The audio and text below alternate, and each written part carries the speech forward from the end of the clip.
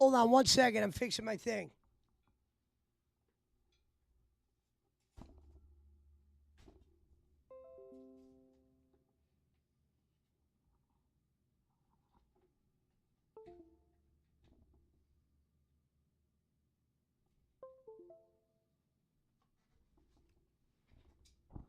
All right. We got some news to share.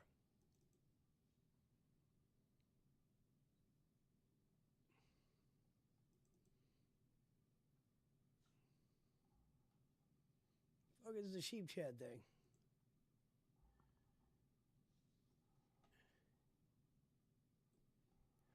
All right. So,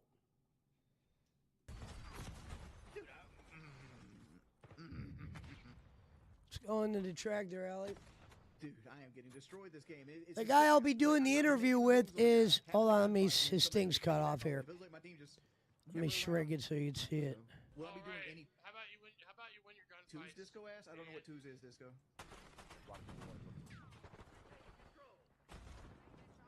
Oh, there's the troll. The guy I'm going to be interviewing is this guy on top. His name is HeyArvy. I found him through DSP, meaning he was doing a video on DSP. And we all know how I've recently been, watching a lot of low-cal shit. And I wanted to start implementing maybe some segments that people could watch. And I came across this guy. And I thought maybe me and this guy could make a good team watching some of these videos and commenting on them. I got 2 of them. There's still more. I got a troll on me at this point. Dude, what is this? I'm gonna let him know I'm sharing his live. Yeah, he's live right now. Go give him a follow. He's got 36 in the build. He's a pretty successful guy. As you can see, there's a lot of people interested in low-cal content. He's watching a Breaking Banquet video about wings. And wings is definitely low-cal, the low-cals, but not as maybe the most entertaining one. But he's a low-cal. But HeyArvy, this guy on top, not the guy on the teal shirt, but the guy on top's the guy I'm going to bring in. Hopefully, me and him could do like a segment once a week or something, on detractor shit. Meet some new faces, and people like when I do the talk shows. So I'll bring him in for an interview just to meet. Once I know he meets us, he'll like us, so he'll definitely probably be interested in doing content together. He seems like a nice guy. He's already doing really successful. You see 35 people in the build watching him talk about wings. That's not easy. That's pretty successful. Oh man! All right, yeah, I got to call it here. I appreciate everyone coming out tonight. This was fun as always. But yeah, his stream's getting ready to end. But Alvin, if you want, go give him a follow. I'm gonna be going on Sir Joe's And channel and I guess do an interview or react to some stuff. we're gonna have him on Saturday. Pretty cool. So it should be fun. Oh, I'm just about to. I know Alvin and Jay Walks Appreciate that. have kind of slowly got into the whole low-cal thing. But yeah, well, as the week goes on, So I think there will be some people interested. They already like Raw Bowling, and we'll have to see how it goes. like what time, So Raw Bowling is always a go. where we're gonna be at. And Saturday, Sir Joseph Pesci, we're going to meet this guy, HeyArvy, and he'll be coming in do my show. he's live all the time. And hopefully, the idea will be doing stuff with him in the future. Hello, Ati. Yeah, that's Thank you, right. sweetheart. That's right, SpongeBob. So Right. expect some, There's this guy called Hey Avery. on top of Raw Bowling, Banquet and laugh at it. some Like, low-cal breakdowns from me and Mr. Harvey. Banquet don't even talk. No, I just met, I agree. this guy doesn't really know me at all. I can't believe you did that. So he was probably pretty shocked. I remember he goes, I don't know if this guy's a detractor or not. And Arvy is not a detractor. He made that pretty clear, but he does watch detractor videos and comment on locales. So we'll have to ask him about that. To me, that's a detractor, but there's nothing wrong with that. What up? Hello, Alchemist Wrath. Good to see you, brother. Just going over the interview I'm going to be doing with HeyArvy. But yeah, I'll kind of go over everything when. Thank you, brother. I'll probably go over everything on Saturday when I meet the guy for the first time, because he's probably got a lot of questions. Well, basically, how I found him, I'll go over, and he does a type of content that I kind of wanted to drift into. So I was like, you know what? He seems like a guy that would. People have been asking me to do something, do an interview for the longest time, since we kind of put him on the back burner. I was like, well, this guy kind of does videos that I wouldn't mind doing with him on occasion or whatever. The kind of shit that we've been watching at night here and there. Now, he probably doesn't know that I do gaming and all that. He probably thought I was a detractor, because he goes, I don't know if you're looking for a detractor, but I'm just some low-time dude. And I said, that's perfect. I didn't hit you up because I thought you were some big-timer. I hit you up because I watched your videos. And I said, I could use a guy like this on some locale segments. So, for shits and giggles, I literally put in his chat. It was this quick. And you always could tell when something was meant to be, when all I put in the chat was, hey, man, we should do a show together sometime. And he doesn't know me from Adam. Meaning he's never saw me in his chat. He doesn't even know I watch his videos. But I was like, yeah, I would love to have you on and talk about locales and stuff. So I sent him a message on X or whatever. And, of course he's going to be a little bit curious. I mean, why wouldn't you be? Some random guy reaches out. But to be honest with him, I was like, yeah, he does videos on shit that I like. So, and I wanted to get somebody around the PWO that is kind of like educated in the locales. Because then maybe we could do, a different type of segment. Raw bowling will always be good for the people who know my history with bowling. I'll probably have to explain, his audience. I'm kind of a guy that's all over the place. I don't just do one thing, but we'll dive into all that. Thank you, brother. Yes, Cyrex is the only one. Oh, let me give you a moderator real quick, Akamis, since you came over and you were the first one in. Hold on. I'm kind of a guy that... I lost my voice. My birthday was on Friday. All right, boom. Welcome to the party. And it's good networking.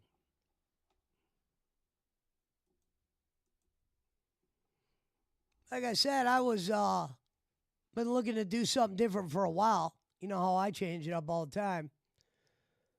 It's time to go back to the networking part of things. Thanks, brother. Oh, yeah. Yeah, we usually let everybody be mods here. That we, once you know they're a real person, we mod them up. But yeah, for Auntie Grace and some of the people that are coming in, this Saturday we're going to do that HeyArvy interview with him. Talk about locales. I'm going to have him talk about his channel, how he got into it. Tell him some of the ideas I have, and then we'll go from there.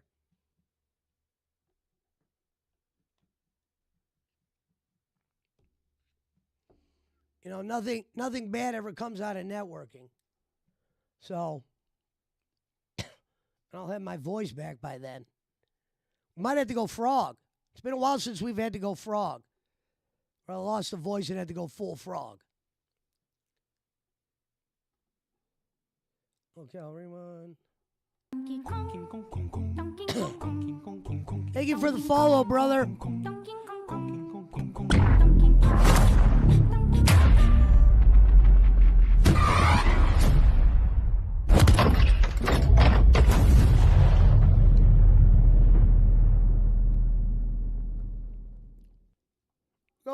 Calvin.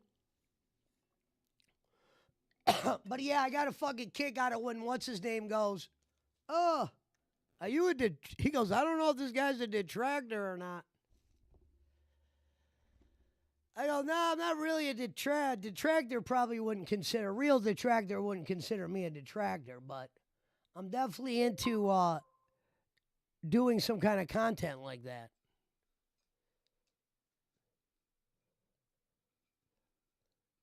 That's why I thought it was funny when HeyArvy asked me that, because I was going to ask him the same thing. I was like, I thought that's what you did. You were doing a live stream on Cyrax. I was like, damn. Now, he probably sees the segment I do called, the Detractor Alley. And he was probably like, this guy's a detractor. Now, the Detractor Alley, and I'll explain it more to him when I see him, was kind of just out of the whim. We were watching Raw Phil. And Bolin always got mad when we did the restreaming of his stream. And those always went well.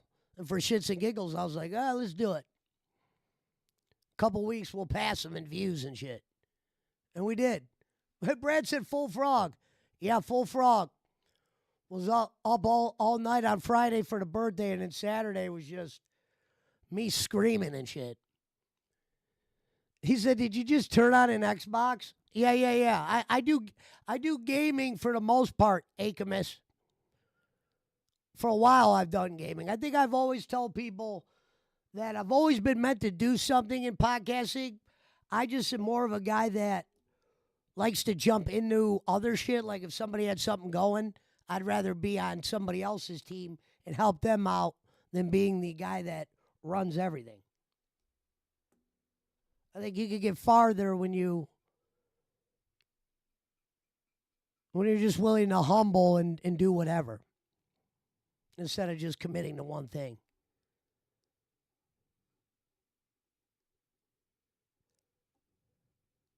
Because that way, if you ever do get a legitimate audience, you know how to switch it up.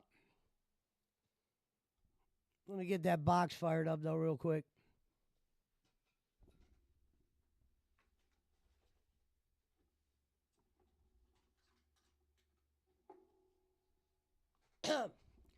Yeah, what's his name saw my graphics. He goes, man, that guy's got some top-notch graphics. Yeah, I always said Frank does do a good job of making the place look a lot better. We do have a lot of new Detractor Alley signs. What up, Carbonite? What up, Pizza Mike? Good to see Carbonite Dreams in the build.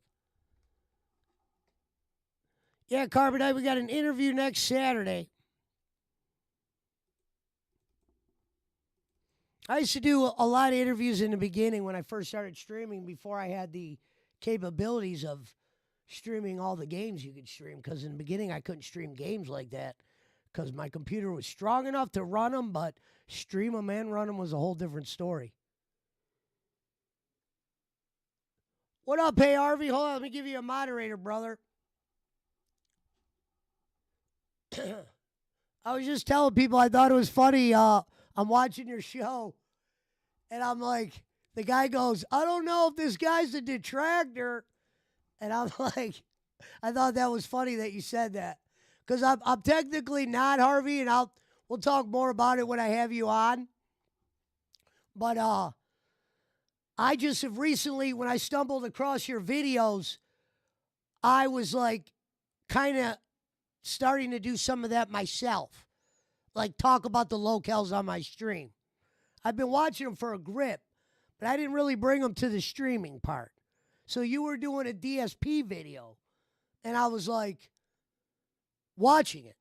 You were just in the algorithm. I think when I clicked on you, I didn't look to see how many followers you had or anything like that. I just saw somebody made a DSP video. Your title caught my attention. I watched it. So then you know how YouTube is. Once you watch someone's couple videos, your videos will pop up. So the first couple videos I think I watched of you, I didn't even know what the name of your channel was. I was just like, it's just like another, you know how many DSP videos are out there. You know, you might know Duty, Snort Hogan, but then other than that, there's a million of them. So usually I'm just clicking on these videos as I see them.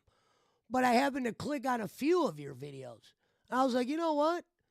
Randomly, you were live whenever that was the other day or whatever. You were covering Cyrax. That's the only guy I don't know shit about. We'll talk about that too when I have you on. But I go, well, you know what? People have been asking me for a while to get back into doing, I used to do interviews, bring people in all the time, different types of shit. I just learned what a detractor was within the last year. It's just DSP uses that word. So I did a segment called the Detractor Alley when it's on some guy that I already knew. There's some of the videos in the archives. And I'll tell the story more when we meet because, it'll be better for that show to tell you everything then. But I figured, we'll have him on for a couple hours. I'll run some ideas by him. Maybe here and there, me and this guy can link up and do some type of locale content. You know what I mean? When you said in the message, you were like, "Oh, you're like, why me? Why not some bigger guy?" That's not. People can tell you about me. I don't ever. The people that come on my Discord or come on the show, they're not big. I don't fuck with them because they got a following or something like that. I just fuck with people that got good characters. You know what I mean? It's more about networking for me than follows because you could go a lot more farther, in the YouTube world if you know people and you branch out. And for a while I didn't really do shit but game and kind of just was coasting. But now I'm ready to start kind of implementing shit back in. So I was like, you were the first guy I reached out to. And I was like, I know it'll work and he'll have a fun time and we'll be able to talk about locales. I mean, the guy knows all of his shit. It'll be a fucking walk in the park. But at the same time, I know guys are, you're busy, so I can work around your time. You just let me know. And we'll figure something out. Like DSP says, I'm a variety streamer. I do a lot of different things. Wrestling, watch-alongs, Call of Duty, Fortnite. You keep the book open. Now, a part of me wishes I would be a little bit more consistent with a schedule. But that's what I'm working on now. Perfect. Well, I'm glad to see that, HeyArvy. I told you once, I know it might have seemed a little weird, to have some random person reach out, but the reality was I found your videos. I never thought when I found your videos I was going to come across you on a live stream. So I was like, damn, you were live. And I'm like, you know what, man? I just got done doing some like video watch along similar to what you do, but not recorded, just kind of on the live stream. And I'm like, man, I wish I could have a guy come in and we do a segment on these locales, but I need somebody who kind of already knows a little bit of the situations. A lot of the guys I fuck with out here are gamers, gamblers, shit like that. They're not really in the locale universe. But I don't mind getting over there because I know enough now to where, I got some comments to make. And as you can tell, you do really well on your channel. So people love listening to that shit. Even though DSP's a fucking weirdo, people watch him on many different channels. Thousands of people watch him. Maybe not all in the same spot, but all around. And those are the videos that are making the algorithms. And sometimes I enjoy doing them. Like I do I live stream a guy that is a locale. I'll talk to you about him on Friday. A guy that gave me my start. But he ended up being a locale, and I didn't even know what a locale was. But when I do watch-alongs on a show and, make my critiques or say what I say, those shows usually do the best and get the most interaction. To where it's time to start implementing more of that kind of detractor content, you may call it. And if it ever does blow up, we got a raw name already. We got the Detractor Alley. I don't think anybody has that name yet. And it was a spoof. What up, Punjabi? He said more like lowlife. Thank you, Pinye in Canada. Thank you, Miss Nay. Thank you, ladies. But yeah, if you're just joining us, this Saturday will be the HeyArvy Interview. Please make sure you give him a follow. Let's actually pin his channel in the chat so the ladies will give him a follow. All right, I pinned his comment. Actually, let me pin his channel. I'll do that. It'll be easier. Yeah, I told the guy, I was like, I didn't reach out to you because of a phone or anything like that, buddy, because he goes, you're going to reach out to a small-time guy like me? I was like, I don't even think you're small-times. I think you got a good fucking channel going.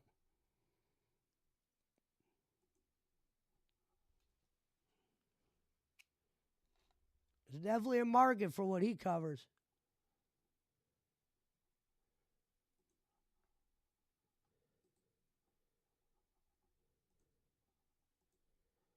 And Gonzo will be there. So that'll work out. Hold on, let me... All right, here's his channel.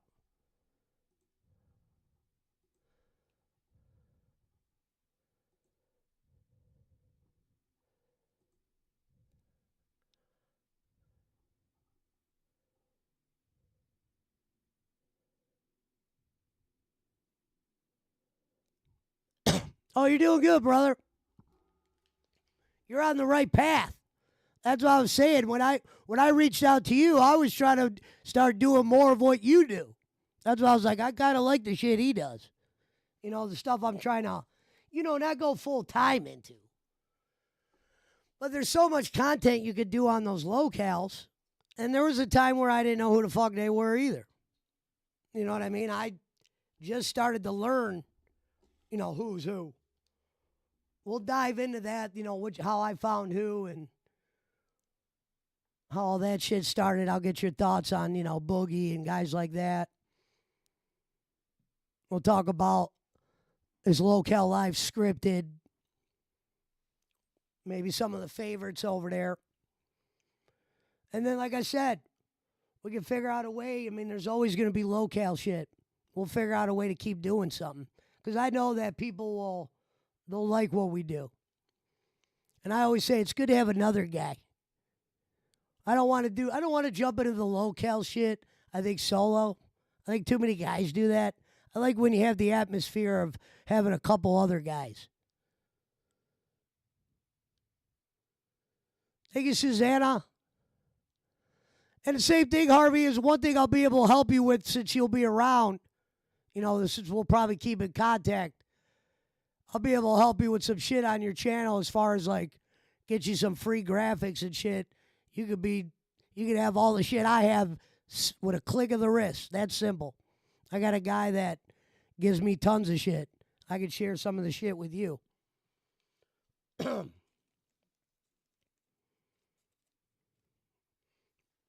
we'll go from there. Shit like that, shit like that, shit like that, shit like that. Bang, bang, bang, bang. Thank you, Mountain Timer.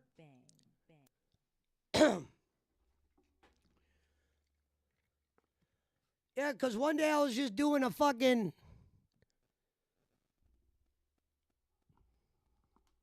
video on the locales and on bowling. And I was like, I gotta enjoy doing this shit. And sometimes if you get the right videos, you can make some entertaining stuff.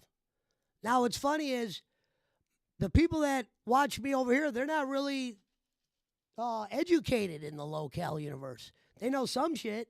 I've kind of got people somewhat into it. But I'm just completely trying something new here. It's just because I'm someone that is always known for changing it up. I've been gaming for a while now. It's time to start implementing some other shit and stop being lazy. And get back to the real grind. The network grind. Get back in the crib. Bang, bang. Because you already know what it is over here in the Pesci Power Hour. Yeah, I lost my voice. I'll get it back in a couple days. But it's only a matter of time before we get that rhythm back and we're in full go. The interview will be a success. I already know without even doing it. We already know what happens when we do interviews over here. When I do pull them out on occasion, those are usually some of the best things we do. And he'll have fun over here. You know what I mean? He'll start seeing what's going on, and we'll start figuring out ways to make vids here and there. When he's available, of course. He says, I go pretty hard on wings. Yeah, no, I noticed that. Well, you know what's funny is maybe you'll have to show me some wing. Like with me and Breaking Banquet, it's not that I'm against the Breaking Banquet videos, but you know and I know, wings can be very boring. Very boring. Now, I'll always watch a video on him when he does make comments. They could be a little bit, entertaining because of the dumb shit he says, or if you're not going to subscribe or donate, get the fuck out. Shit like that. But the problem, I think, with wings and like a DSP for certain, and this is something I'll go over on Saturday because I wanted to hear your thoughts on, is with DSP, it's never ending. Meaning he's always going to say something that paints him out to be a jerk. He's going to say something where you're like, what the fuck? Now, Wings' what the fuck comments still exist, but you got to kind of drag through teeth to get them. To where the DSP shit's just like, it's funner to root against. It's funner to watch a DSP stream and root against him not making any money than it is Wings. You know what I mean? And the coverage on Wings compared to DSP, it's like night and day because DSP detractors, or whatever you want to call them, but they like to be called detractors, they restream him a lot more than Wings. Like Wings has, Wings will even tell you himself. He goes, I wish I had detractors like DSP because they make content that's more entertaining than when he was saying he had detractors that try to ruin his life. You know what I mean? He's got an interesting level of detraction. That's why I said I think being a detractor could be anything. Like your video when you were like, oh, I'm not really a detractor. Well, you were your video was in an algorithm of all detractors. And usually anybody that covers the locales, that's just the name they're given. If you're showing a video with DSP on it and you're commenting over it, even if you only done that video 5 times, that's a level of detraction.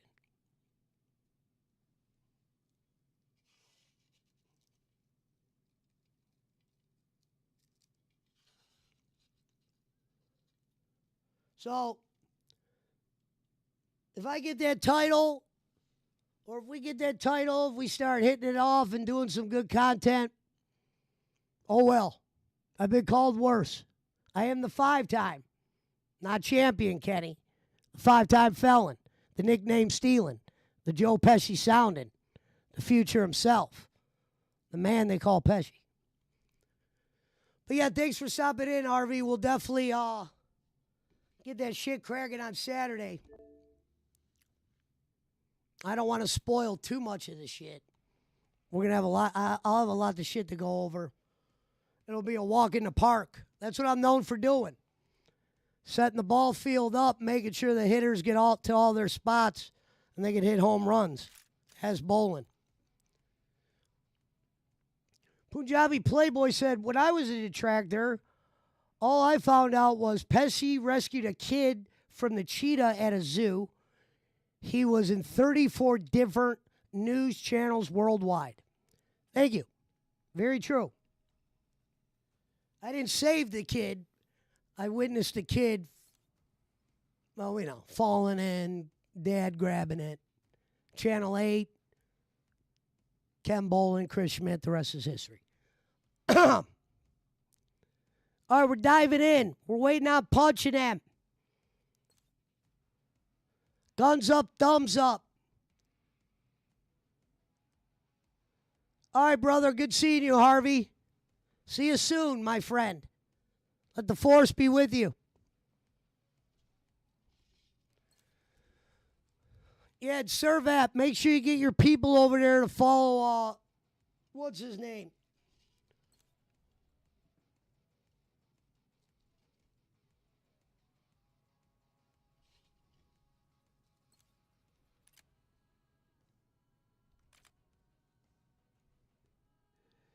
I'll have the clipboard. That's what I said. I was like, yeah, I was like,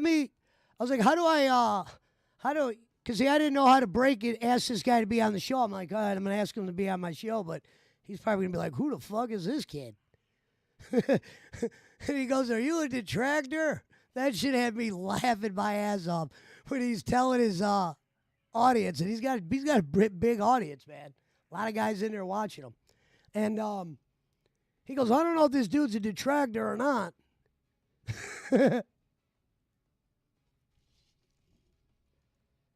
Fuck it, right? All the detractors I know are making bank. You could call me fucking Jim Crick if it gets me paid like that. And I think the key to breaking down some of these videos is being entertaining. If I watch 3-4 of your videos, then obviously you do a video that I don't mind watching. So when I found this guy, yeah, it was complete accident because it's not like he's one of the normal guys in your algorithms. But when you do the content he does, you're going to end up in some algorithms.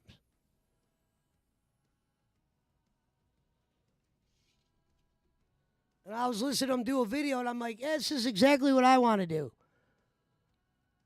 I want to just have a little segment, not the whole goddamn thing, but just do breakdowns of certain locale videos, give opinions, and then I think even the people that don't watch locales now in the community, they might start once they start seeing us cover them, because it was the same thing I did. I didn't watch any of them motherfuckers. Found them one at a time. Obviously, DSP is the one that I follow most, but that's just because I like rooting against him making money. There's nothing. It's like me watching bowling. You know what I mean? We root against the bread at this point, because what happens is when guys like that don't make the money, their true colors come out. And even though their true colors are sad, we get a kick out of it. Like Bolin said, we don't want to go too outside of our group. That's what he was talking about. When he said that, he was talking about money. He was breaking women off. We want to help this person and that person. We don't want to go too outside of our group. We have a group.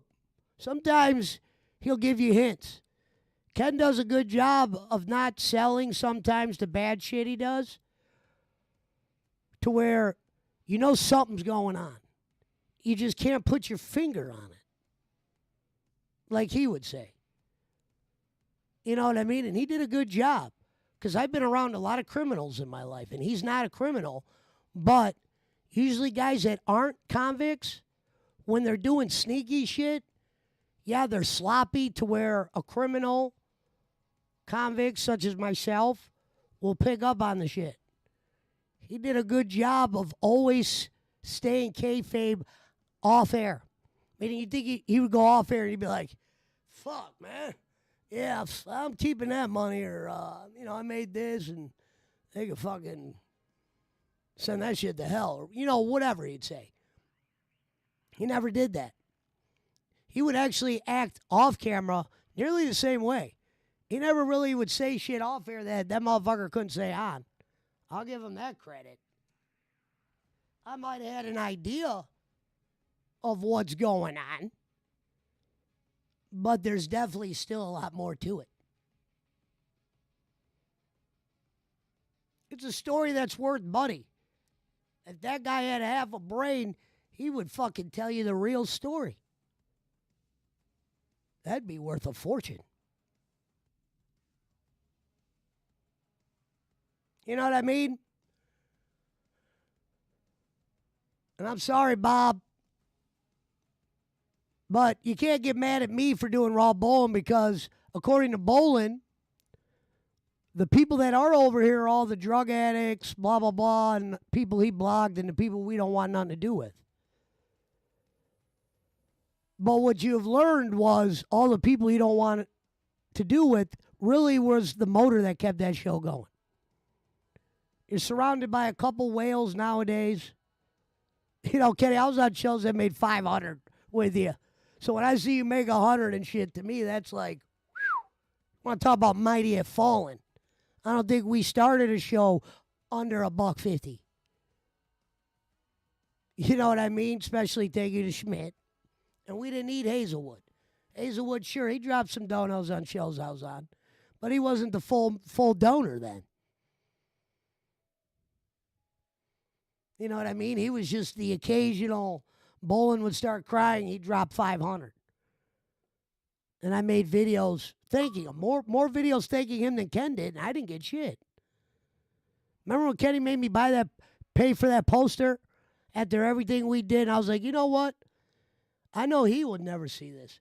But the fact that he charged me $40 for that poster, and then we had to get Schmidt to go there and mail it.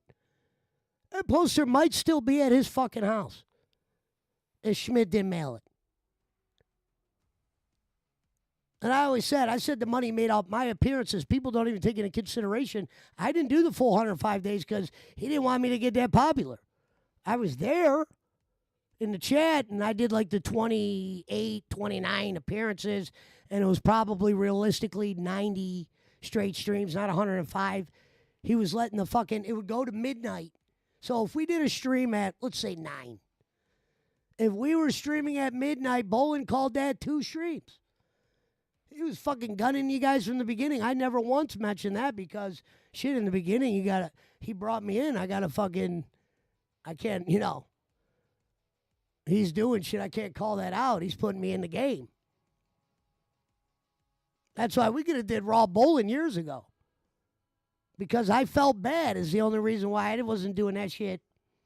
Because we did it a few times. And we got comments such as, well, I wish they wouldn't do that over there. I think we know why now. Because let's look at it this way. My gimmick was I bullshit people, but there's somebody on another podcast who doesn't bullshit people when he's talking about me. Because a smart man would know when you're talking about him what shit is real and what shit's not. You probably couldn't send Bolin a clip of me talking shit. Obviously, he'd be mad. But, like, people used to do that in the beginning all the time. Because he had DJ Eric.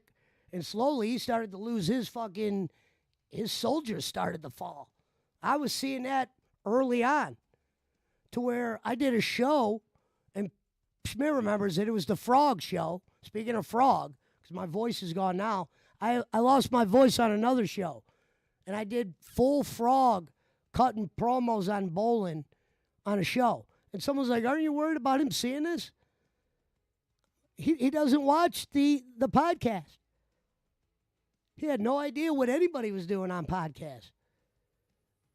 So I was comfortable with talking shit to him, and people would clip it in the beginning, and they would send it to him. But when he would show me that he saw the clip, he was never like, hey, why are you saying this bad shit about me? He would just be like, well, I heard you fucking cutting out, this or that. He never said you're lying. I did that first video. It's got a couple thousand views, the Kenny Bolin blocked me video. And when you see the first comment or two from Mike Ryder saying, yeah, I always did agree with you, blah, blah, blah, and this and that, and just so you know, we're all cool. Once a guy like that who's always been at Kenny's side tells you, I'm not against you in no ways, you knew you didn't do shit wrong. Because Michael Ryder didn't like many people. That's why he didn't come over here a lot of time. He don't like when people say anything, And he's a smart individual. This ain't no idiot. He was just kind of very loyal. I think maybe he didn't know exactly how, deep the Kenny Bolin circus goes. But when you're not a criminal, you wouldn't know. You know what I mean? I once what I heard him say, and I said this last night, when that guy first started bringing up tarps and shit like that cost $1.25, I go, holy shit, we got a hustler on our hands. He might let me on his show. Like, I never thought that guy, because I didn't know. Yeah, remember, I only knew him from Jimmy. So when you see guys doing shows with Jimmy and Conrad Thompson, you know what I mean? You don't think you're going to get a spot right there. But I literally came a couple weeks after Conrad Thompson. And it would be one thing to toot horns or anything, but we saw last night when he said, even more entertaining than my celebrity guest. Yeah, because that Conrad Thompson show was weak. I remember I tried to politely tell Bolin how bad that show was, but he agreed. Wasn't an idiot. Obviously says the 4 same things. Well, we didn't. The reality was, Kenny, you had him on your show, and you never even listened to one Conrad Thompson show. That would be like me having fucking somebody from the White House on my show. I'd be looking at them like a stranger, like, who the fuck are you? Yeah, I know you know Trump, but who are you? That's who Conrad Thompson was to Bolin. He's related to Flair. He does a podcast. And this is fucking 3-4 years ago, and think about how much bigger Conrad is today than more than ever.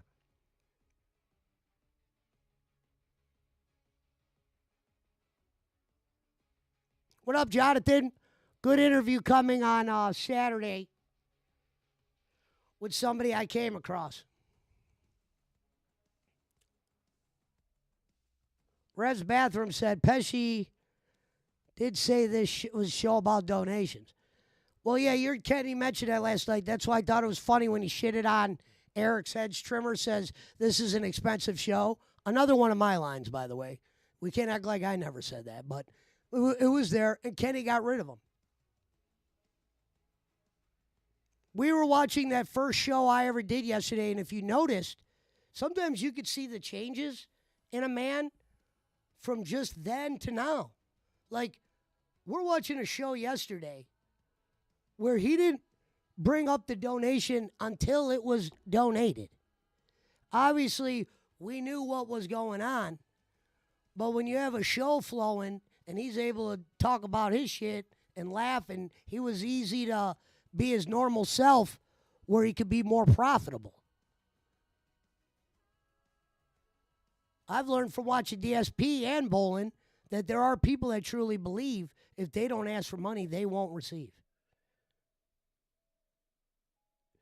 And we've been watching Bolin long enough to know the way he'll guilt trip people, make them broke, blah, blah, blah. Easy to say it's all about the money, but he gets rid of cash more than he keeps. See, me, if I was getting the money that Schmidt and me were given, motherfucker, you could go do hate shows on me if you wanted to.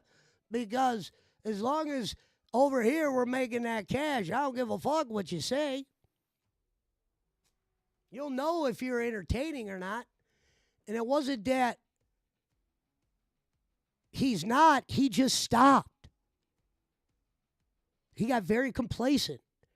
Almost like when I first got my graphics driver.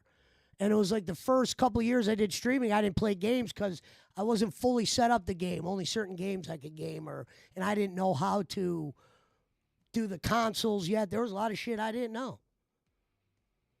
So when I first started gaming, what's funny was I do the Filipino music contest and went real well. And what's funny was the gaming shit started right when that ended, meaning, oh shit, my PC's ready for me to start gaming. My only regret is I probably could have took a lot of those early Fortnite videos that we did with Rev and Punch, and we still have them. I would just have to dig them out. And I should have been making clip videos with a lot of the content we would get from just gaming. So that was kind of done by me. And I think a part of that was when Ohio started to announce that they were about to make weed legal, I think my head, because I knew profits were going to change, and I was going to have to probably change living. You know what I mean? And when you do something for decades, and you make enough money to where you don't have to think about money, to where now you might have some shit saved up, but all the money you saved, usually you'd use that money on other hustles, and I don't see that next hustle. And for me, yeah, I'll always do a couple things to make money here and there. But the kind of money I was making, like I said, I'm 42 now? And the last technical real job I had, like I said, I always looked at cars like dope. Cars are like a dope bag. You pay $1,300, you sell it for more. We weren't finance guys when we jumped in the car game. We were guys that were going to buy them as they were, sell them as they were, because I'm not doing the financing to where I got to be the guy repoing. And I think when we first started doing the car lot, we weren't set up to where, yeah, we could probably hire a repo guy, but we just weren't in that kind of business. All the people we ever talked to bought cars cash. Expensive ones and blah, blah, blah. Usually those are the guys we want to deal with.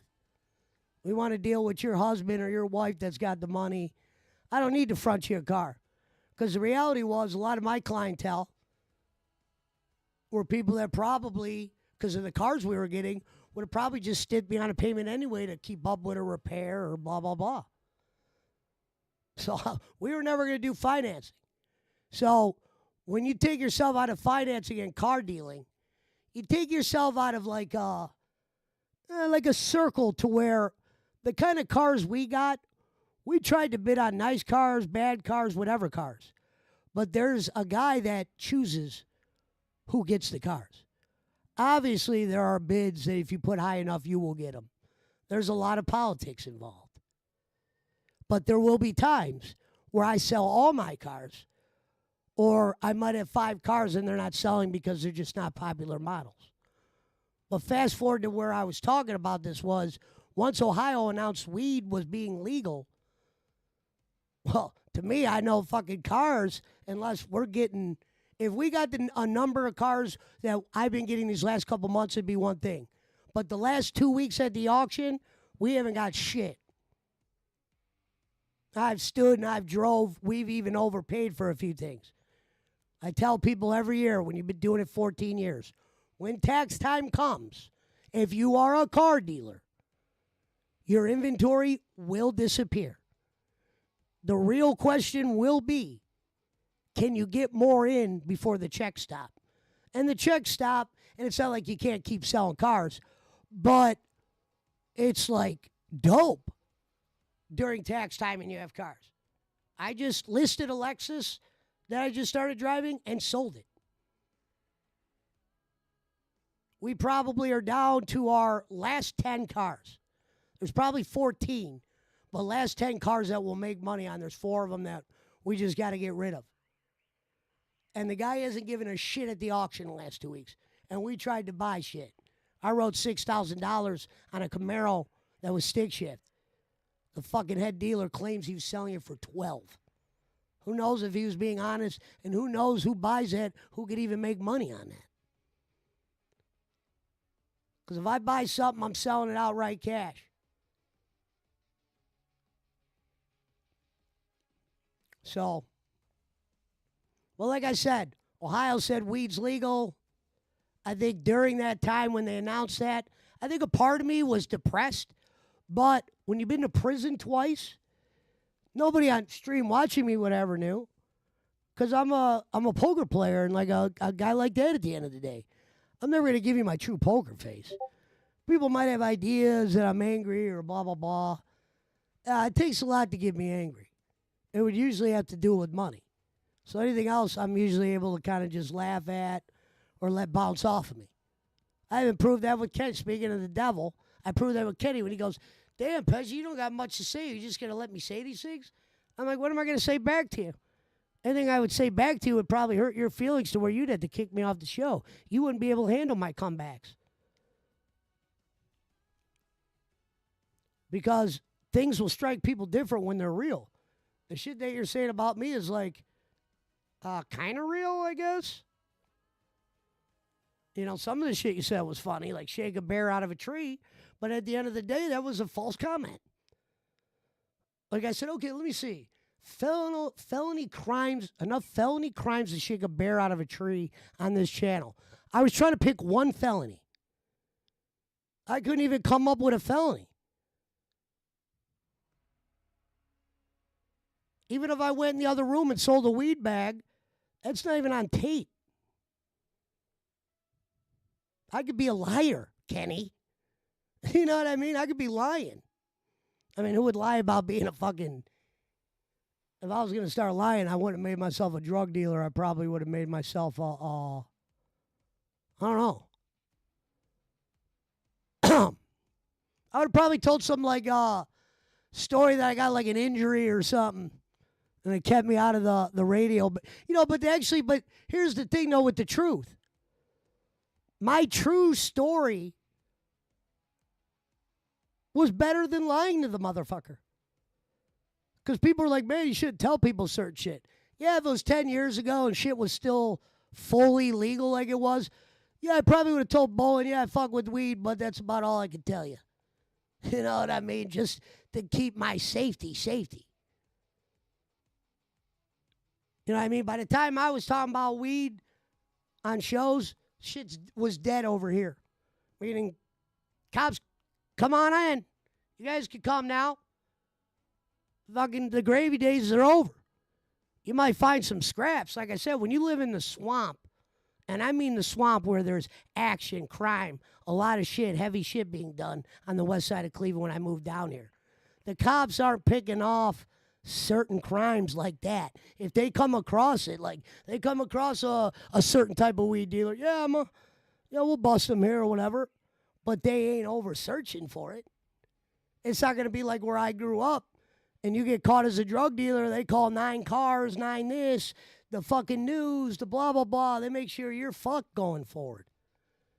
Down here in Cleveland, they seen some real shit. To where the shit I was doing that was really blown out of proportion in manner, like with the weed, they made me seem like I was Jack the Ripper. Nowadays, the shit that I got busted for whenever, that's not even close to a charge.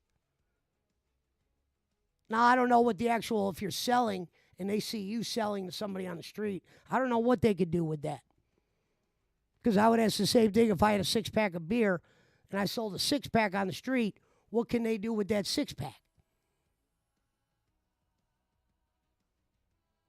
But I only bring that up because I show people how tough I am when people come in here like Boss Man, no offense if he's listening, and he's always like, yeah, I'm in a bad mood and this and that and fucking this is happening. Motherfucker, I was living with a dark cloud above me, way darker than your cloud. And I was able to keep normal, keep a straight face because at the end of the day, who wants to fucking bring down people with bullshit? And I thought, well, I'll buy the dump truck because the guy said, if you buy the dump truck, I could probably keep you busy. That never happened. And there's been so many different small repairs on that dump that I've done. And at the same time, my fault for not putting ads out. You become complacent when you're making dope money, and then when it's time to stop making, you're not making the same dope money, then you start thinking about all the shit you should have fucking had your ducks in a row.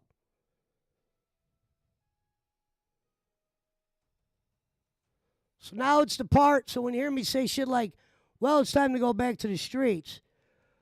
Well, that just means at times I might be doing different things at night because I got to network some shit to get back in the rhythm. Weed might not be fully dead, but say you went from making $5,000 a month to making $1,000. Yeah, your life's drastically going to change. Now, that's a cloud I've been living with ever since they started announcing the changing of the laws. I knew it. I never wanted them to make. When those stores started to go up, I said, fuck. Look at all that shit. All the shit you guys could get in stores, I've been getting that shit for years. The shit they sell in stores, they've been had on the streets. They just figured out a way through millions of dollars to fucking start putting some of those products that they once manufactured themselves and making it look like something you could sell at a cell phone store. That's why it's like, fuck the government. I got a bad record. Who knows? I mean, I could probably get some of it expunged. But I got a fucking record to where any normal guy that would read my record would probably be, if he was looking to use me for something and didn't know me, he'd probably be a little bit suspect before he brings me in. Damn, shit. How many felonies? You got a fireworks charge on here? They see shit on there thinking I'm selling fireworks. Because if you go on my criminal record, there's like a bunch of he got caught with fireworks. Because we used to bring them back from Sandusky and sell them.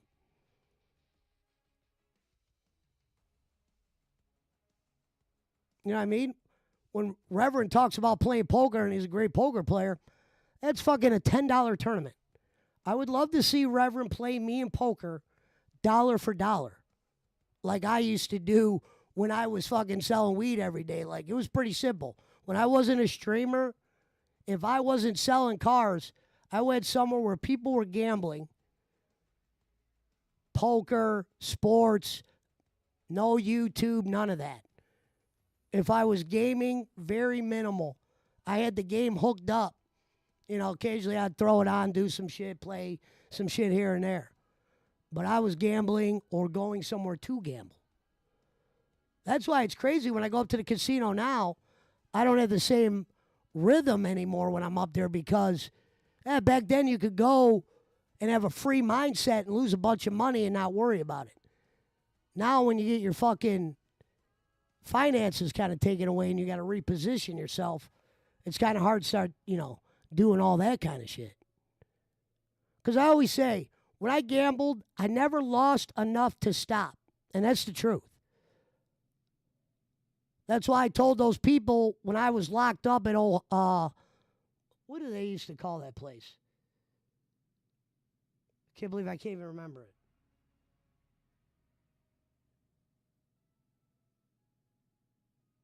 I can't believe I can't think of the name of it. But it's a place where you go in lieu of jail, and if you fuck up after you go there, they send you to prison. They asked me in there, what is your drug of choice? Everyone in there, they would go around a room, and you were supposed to say what you were addicted to and why, or some crazy story that involved it. So, I've always been a guy that when you're talking to law or counseling, I was never serious about drug shit. But I decided, you know what? I'll play their game one time since I'm in here. NeoCap, that was the name of it. I'm going to play these motherfuckers' game once. Okay? I'm going to be honest about this shit. Okay? We're going to see how far this goes. What was so funny was, in the first time when it comes to drugs and shit like that, I was actually being honest with the counselor. I mean, I wasn't giving them too much. We don't want to go too outside of our group. But I was being honest. So here's what I got from my honesty. The first time I was honest with them, no joke, they called me a liar. Because they went around the room, right? So let me give you a brief how the room would sound. So pretend you're in a circle, right? They go around, it's ridiculous too. When a lot of these guys should already be in prison that were in there. They're fucking real criminals, but they try to treat them as patients. You'd go around and you'd say, hi, my name's Mike. Yeah, I'm an alcoholic or, alcoholic, narcotic, or whatever they would say, an addict. And then you would probably say your drug of choice and maybe a story if you wanted to. So they're like, what's your drug of choice? What's the one thing that when you comes across, you have trouble stopping doing it or saying you won't do it if you can do it? So I'm sure, because to get into NeoCap, you'd say you're an addict. You can't tell the judge, like my lawyer said, we can't tell him you're a fucking, you're a user of this shit, but you're not, full-blown addict. I never was. Anybody can tell you that. I mean, I dibbled and dabbled, but my number one addiction was always gambling and money and being able to take money to do other things with it. Because that was more of an addiction for me than fucking anything. I wanted to be able to fucking wake up and go to a poker game if I needed to, shoot dice, or go out. I never wanted to be in a position where I knew how much money I was making that day. I wanted it to be where, dude, you can make money doing this today, you can make money doing that. So I tell NeoCap, I'm a gambler. They said I was lying. Because I go, listen, you want to know what the truth is? I could stop. If you told me, you got to stop smoking weed or you're going to jail, stop doing coke. Anytime I ever failed a drug test was because they would say weed's in your system for 30 days. Sometimes I'd go 40 days weed would still be in my system. I'd fail a drug test even though I didn't smoke in 40 days. Imagine telling people, yeah, my probation officer violated me. I got to go to jail because I quit smoking weed 40 days ago and it's still in my system. Even though it's lightly in your system, some probation officers, if they don't like you, they're booking you. I told you that when they took me to prison. That bitch said, tell the truth. It'll go a long way. I told the truth. She handcuffed me. I didn't see daylight for 14 months after that. Because I kept getting in trouble in jail. Got in trouble in NeoCap. They thought I was fucking around. Lying about who I was and what I was addicted to. I always said, if there was gambling and I had money, I was gambling. Say there's every drug you could think of in the middle of the table. There's drugs I could say, yeah, you know what? I'm good tonight on that or blah, blah, blah. But if there's gambling and I got money, I'm in. As long as it's one of the games I like, of course. But I'm in. What are we betting on? Football, dice? What's the deal? You know what I mean? If you told me you might go to jail if you're doing gambling while you're in probation, I would still gamble. If you told me I had to quit smoking weed or I'm going to jail, I could do that. They were so shocked to meet people that were honest. And they thought, because of probably how loud I was, I don't know if they ever were more upset that I would get along with people. Like, they never wanted me to be like, you got to look at that kid as like what not to do. People didn't do that. Because usually I became cool with someone or people that were exact opposites. I was just good at that. But they said I was a bad influence on people that were trying to get better. And the reality is, I would tell them, you know what? I tried to be honest with you guys and tell you what I really have, but you're trying to make me some type of addict that I'm not. So fuck you for that. You guys threw me out of there for not being a drug addict. And I was so done with felony probation at that point. I said, send me to prison. Didn't even know what prison was at that point. Said it's probably not going to go well. But I was so defeated at the end of fucking NeoCap. Go ahead and send. I can't do felony probation. Because felony probation's almost like jail. You got to see the probation officer once a week. They have privileges such as going to your house. Not saying they all do it all the time. But, dude, my record was shot. They fucking, in Lake County during those years, my name was attached, meaning if you pull this kid over, see who he's with. And just know, I would get asked to be stepped out of a car sometimes when I'd be driving late, because that'd be like the only time I get pulled over is driving late through certain cities. But I was always prepared. I get pulled over in cities I grew up in. The cops would have me get out of the car, and I'd be like, you didn't even ask me for my license. And they'd be like, you know, your last name, be like, Mr. Lurie, don't give his They already knew who I was half the time when they pulled me over. Once you fucking get a fucking reputation, for, especially where I was, selling fucking weed and all that, it's over. The cops see you, they're always going to fucking be weary.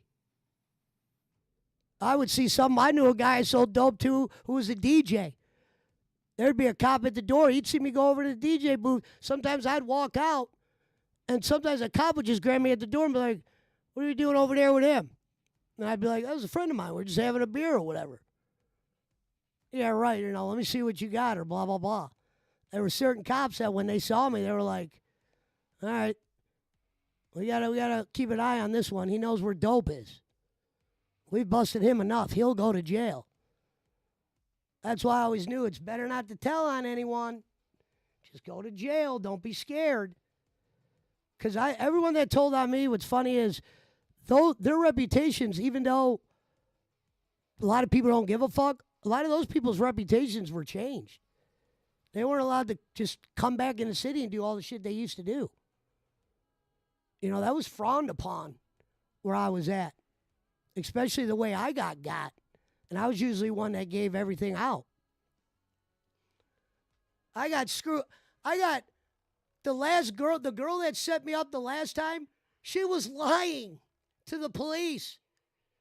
But the lies were enough for them to do a 1-2 and at least maybe catch me with my, hand in the fucking tailpipe. My biggest regret was I threw the weed off the balcony. That was automatic jail. I didn't know it. If I don't throw the weed off the balcony, yeah, I'd probably go to jail. But the lawyer would have had a chance to get my shit almost depleted. When you think about the weed I got caught with on my last case, it's embarrassing to think I got a year for that. And I think my lawyer could have did better, but I wasn't as educated as I was now. Meaning when he's like, man, they'll give you a year. And Lake County wasn't known for giving you the same amount of time on your second charge. They were known as increasing. That's why they put people on felony probation. Because felony probation and prisons make buco bucks off felons. And no one gets their money like the court does. Meaning people might owe a lot of money to the courts, but they'll be quick to throw you in jail. And trust me, once they throw you in jail, they got that money back, kid. And they're going to make you repay it. I lived in a county where sending motherfuckers to prison was like normal. Yeah, if you do this and that, you go to prison. Yeah, you would think growing up, yeah, you hear prison, murderers, all this. No, Ohio was building prisons for people that probably wouldn't kill each other. Like, all right, we'll put all the guys that got 5, maybe 3 years or less in these types of prisons. Guys that have been down for a long time and get good behavior, we'll send them here too. Like, I met a murderer in there, but he didn't start at that prison. You know what I mean? Meaning he was a guy that killed somebody, and he was on year 10. He got 12 years. 10 years or whatever good behavior, I think it was less time than that. They start sending you to more normal prisons. Because there's so much cash involved to where, yeah, back in the days, COs would turn their backs, let inmates do some shit, and they still might here and there. But the violence end of things, the warden don't want to lose his fucking $250,000, whatever, maybe even more money when you count in the bonuses they get. They don't want to fuck that up. And what happened was, if you ran a prison and people were getting hurt and killed, they were switching wardens out left and right. New system, they started doing that. They basically told these wardens, you want to keep making Roger Goodell money? We need motherfuckers at worst beaten up. We can't have people dying and have stories of guards turning their back. We are going to make these goddamn fucking wardens buckle down on some of these fucking COs. Because a lot of COs don't give a shit. You know what I mean? Some of them could be bribed for shit. You got to know who you're talking to. Because some of those guys that are COs are just normal people that lived in the community. A lot of those guys that were down there would know some of the COs. It'd be like me being in jail and I run into Schmidt. Hey, you think you could give me some shit? You know, selling cigarettes, especially when they took cigarettes out of prison, that was fucking, I don't want to say a $1 million enterprise, but goddamn, I could only imagine the guys that were selling the money to where, or selling the cigarettes to where some guys would sell you cigarettes, but you had to put the money on their books. They wouldn't accept food. Like, there were some people that treated money in prison as the shit you had, your possessions. There were some guys that said, no, you want something from me, go tell your girl to put money on this fucking account right here. That's how you get, extorted. That's why I told myself when I went down there, because I didn't know how it was going to be, I was like, shit, I could end up, this could be the worst time ever. You know what I mean? I wasn't not nervous until this guy that was in prison forever. His name was Hopper. I think I told the story before. He had crooked-ass teeth. And I remember he was telling me about millions of dollars he made drug dealing. And I'm like, how have you made millions of dollars drug dealing and you got teeth like that? I asked this guy. I was close enough at that point to ask him. Meaning that wasn't like our conversation day one. So this is when I started to get good at chess, was playing him. He said he was scared of a dentist. explained why he was scared of the dentist and blah, blah, blah, or why he didn't have certain work done like that. But the guy told me, I'm like, yeah, I'm getting ready to go to prison. I'm a little bit worried about it or whatever. And he goes, well, if you handle yourself the way you handled yourself on this block, I think you'll be just fine. And I don't think I ever forgot him saying that. I mean, here I'm telling the story years later. That was when Peyton Manning won the Super Bowl. Went against, Drew Brees beat Peyton Manning in the Super Bowl. Was that year. I started playing that guy in chess. I thought I was a good chess player until I met him. He added a whole nother level to my chess game.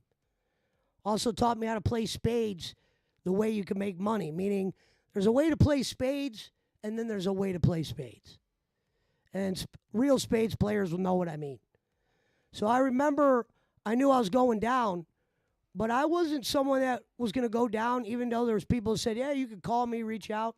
No, I cut the phone and all that shit off. If I needed to make a phone call, it was to get a message out, or my mom said, call once a month so I know you're not dead. Because she didn't know what prison was. She thought I was for sure going to be fucking gone. I remember I was like, well, they're sending everybody down here. I'm just going to take my chances. They say the biggest thing that can happen are guys that go down there and, flash it. You got to treat your beginning moments, unless you're a beast, you got to treat your beginning moments in prison kind of like the streets. Hey, I do this and that, but I can't let you guys know everything I do. Or I might have this and that, but I can't let people know I have that. Because what happens in prison is even I seen the biggest guy in prison get his shit taken. There are people that are, you want to talk about addictions, their addiction is stealing. I know guys that get their ass kicked because they were so addicted to stealing, they would steal from anyone, even the biggest guy, because if there was an opportunity to steal, they couldn't pass it up. I'd be like, damn. And some of these guys were good guys, but you had to know what you could say and what you couldn't say. So when I first would go to prison, I'd treat it just like selling dope. I'd talk to people, say I do this, do that. What can I do to make money? Make sure who you line yourself with, you're not going to be stepping on toes. And that was where I got lucky. That's what I said. You want to talk about God looking out. Every guy that I got put on a bunk with for some reason ended up being a fucking blessing. Because a lot of my bunkies usually, 9 times out of 10 were guys that were already established, and they helped me get integrated in ways that other inmates couldn't. That's why I said it doesn't matter what you look like, how big you are, all this. There's a way to handle everything. For instance, you're a flashy guy on the streets. There's guys out there that'll fucking come try to take your shit. Criminals or no criminals. You gotta look at jail the same thing. But you gotta look at jail a little bit worse. You gotta realize, instead of you running into a criminal 1 out of 5 people you see on the streets, you're running into a criminal 5 out of 5 guys. And every one of those guys probably turned on somebody in some kind of way. You got to figure out a way to do business with them without sticking out and getting people jealous, where someone won't even have a thought of taking something from you because you're too integrated into the system. That's something Ken Bolin would not be able to do.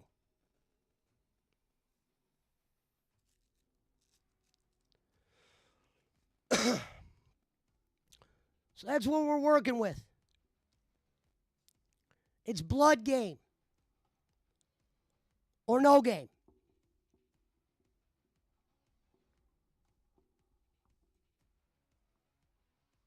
Is that working?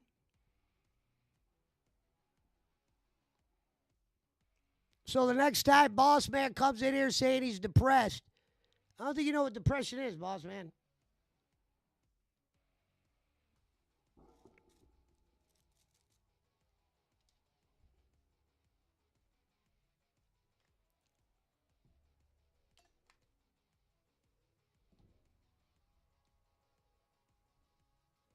That's why we always used to refer to weed as the guardian angel. Because they'd be like, why do you call weed a guardian angel? Well, because here was the reality. when I started getting in trouble with it, I didn't expect when I started getting in trouble my parents to fucking, even though they probably would have, but I didn't expect them to treat me the same way or bail me out. I wasn't going to go to prison and then get out and be like, hey, can I sleep on your couch? No, when I moved out, I was out. I came back for the college stint, got fired for selling coke, never looked back. Got fired for selling coke and was afraid to tell my stepdad that here I am about to graduate from broadcasting school and I just got caught with a bag of powder. Meanwhile, he has no idea he thinks I've been a Boy Scout for the last fucking 10 months. I didn't have the balls. If I could do it all over again, I would have just told him. Look, man, I got fired for selling this guy powder. I know you're probably thinking, yeah, I'm selling powder, I'm on coke. I'm not on coke because I live here. Meaning I'm more afraid of doing coke in your presence to where I could just sell the shit and I'll be fine. I'll be able to come home at night. You won't know I'm high or whatever. Because I couldn't do it. My stepdad would try to search my shit. I used to have to hide money and all that. Because if I'd come back, he was good at knowing when I was high and shit because he smoked weed. He hated that I sold drugs so much, he would search my shit and just take my shit. I could tell him, oh, wow, I owe that to a fucking drug dealer. He didn't give a fuck. He thought by him doing that, he was going to make me stop. Meanwhile, you just put me in debt with drug dealers. I got no choice but to get the fuck out of here. Because I was getting hit up for weed more than I ever. This is back in the pager days. Before I got my first cell phone, I had a pager. I used to have to hide that. Because pager around that time was just only fucking people that sold drugs had pagers at that moment. Especially when the phones were starting to drift in.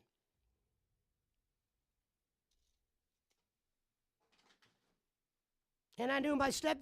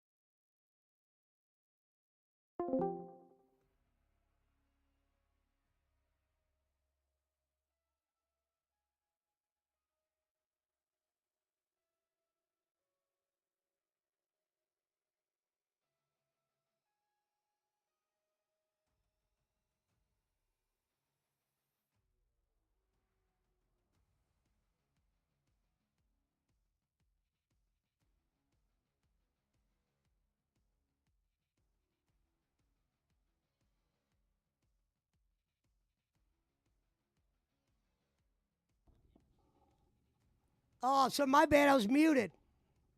Thank you. Shit, how long was that for? It wasn't too long, was it?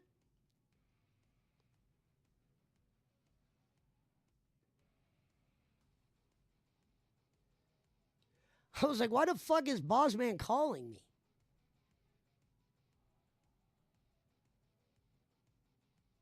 Oh, I read the chat. I didn't see the mute.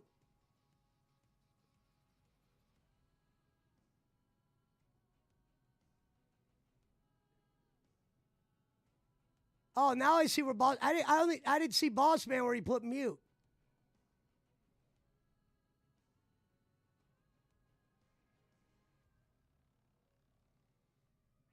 Oh wow, I didn't even see the muted part. My chat's not working on OBS. It's on Sheep Chat.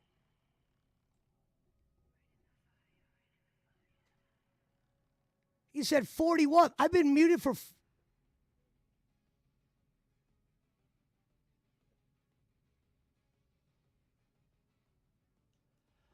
What was the last story I was even telling?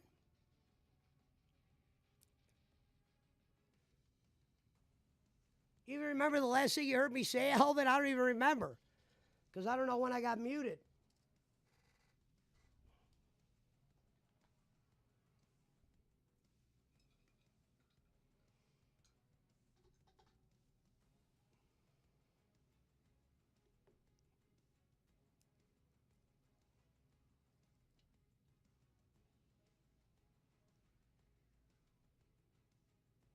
Hold on 1 second.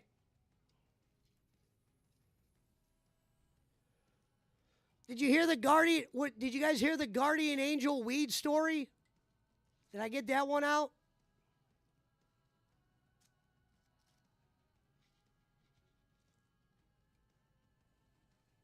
He said 20 minutes. Holy shit.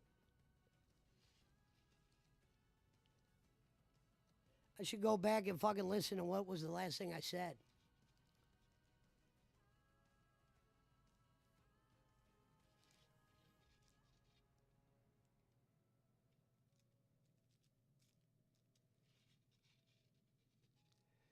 What? I didn't tell the marijuana fucking Guardian Angel story? All right, so maybe that's where I got cut off. If I start telling this story that sounds familiar, it's only because I don't know who heard it. But the marijuana, the Guardian Angel thing, hold on, before I tell this fucking story again, you guys didn't hear me tell the marijuana Guardian Angel thing.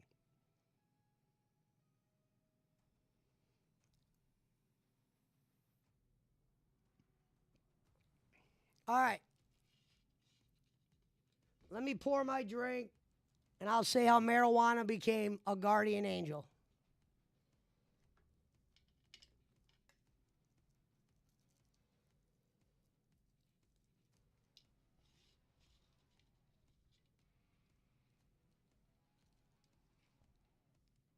Alvin said nope. All right. Damn, that must have been.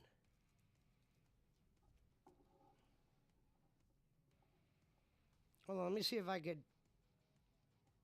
find out when I got muted.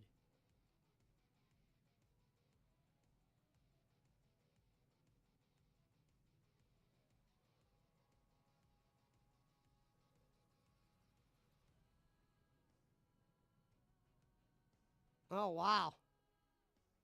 Yeah.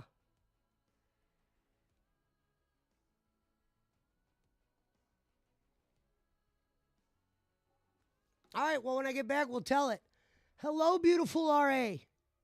Shout out to the prettiest woman on YouTube, R.A. Garcia. All right, we're getting ready to tell the Guardian Angel weed story. Let me get this fucking drink poured.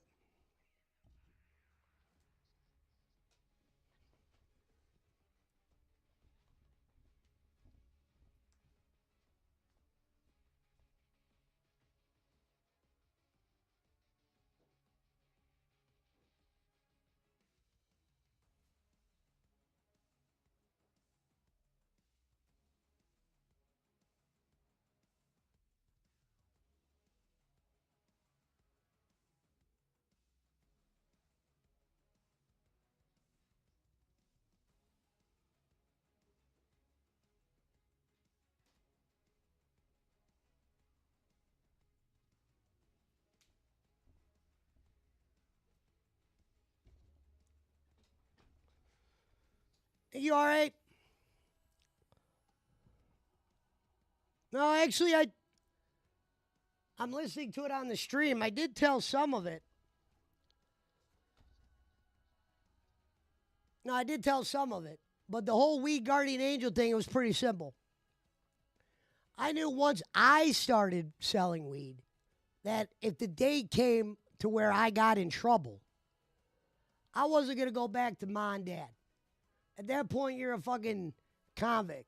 Convicts don't run back to their parents unless they're fucking, I don't know, unless they got some kind of real plan or something. I know some people that go back, but I knew once I got caught doing shit at that level, and that wasn't a normal thing with my family, meaning there was no other people that had been to prison in my family before.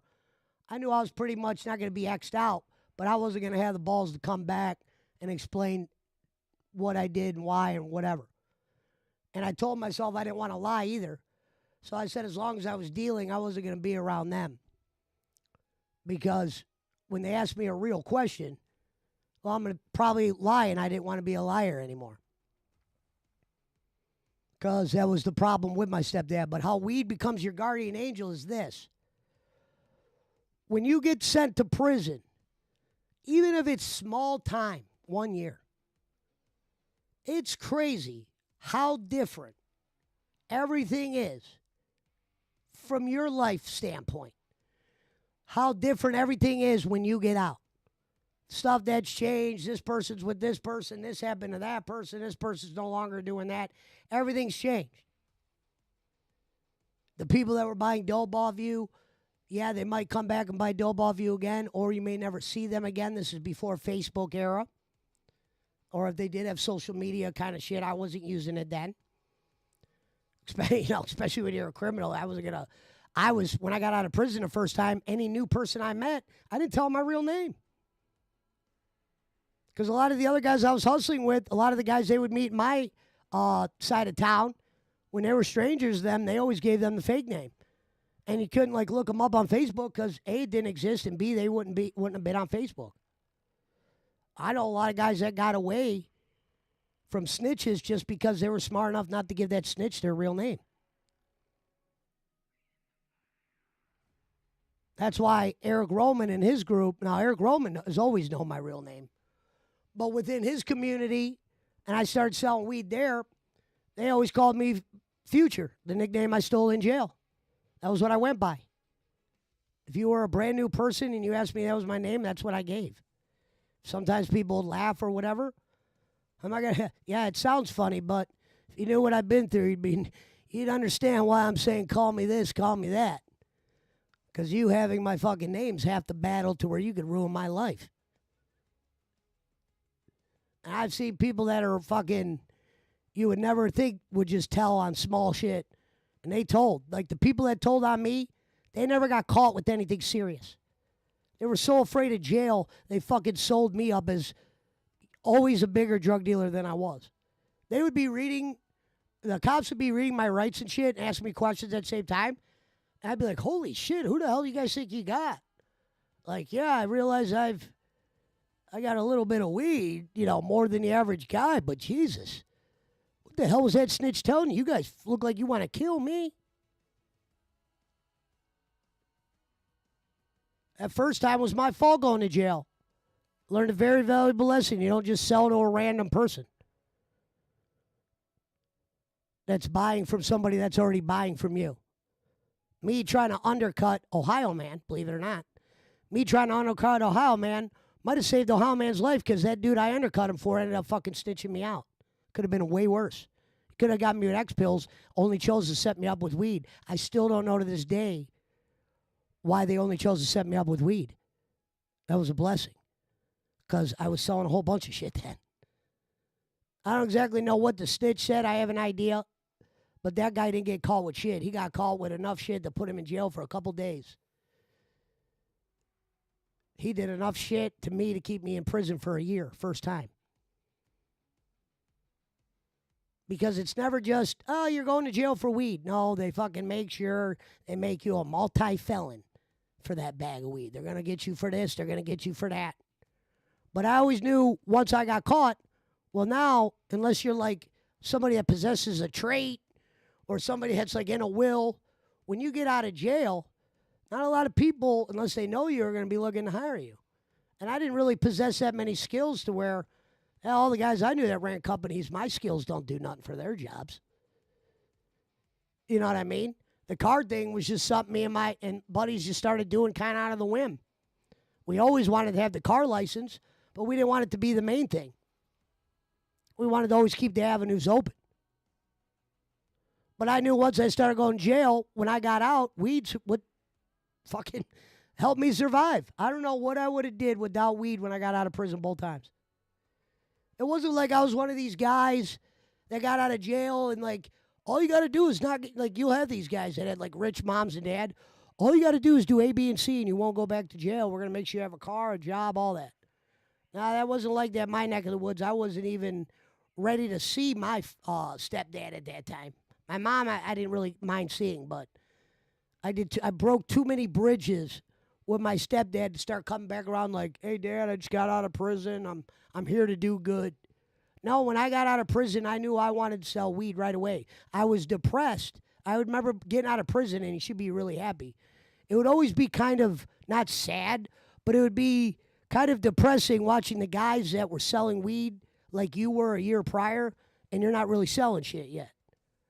But that's why I said God always blessed me with the ability to meet a new crew right away when I got out to where I was selling weed, and it would even be bigger than the first time. It was never like I went backwards. It wasn't until they started saying it's legal now to where shit started going bad. And you could have said when I was 25 years old, which is whatever it is, 17 years ago or however long, you would have said in my 20s, what would be the biggest fear? My biggest fear wouldn't have been going to prison. It would have been a world where you can't make money off of weed. I can't imagine that. That's why people talk about dark clouds and fucking depression. Yeah, when you did something for decades, something that took care of you and made you any money you made, or anytime shit went bad, it was the only thing there. You know what I mean? Because when you get out of prison, not a million people are looking to come pick you up or whatever. Unless you were some guy that was like, some big drug dealer or something like that. People got their own shit going. Shit's changed. So you got to go out and you got to figure out who's still in the fucking streets.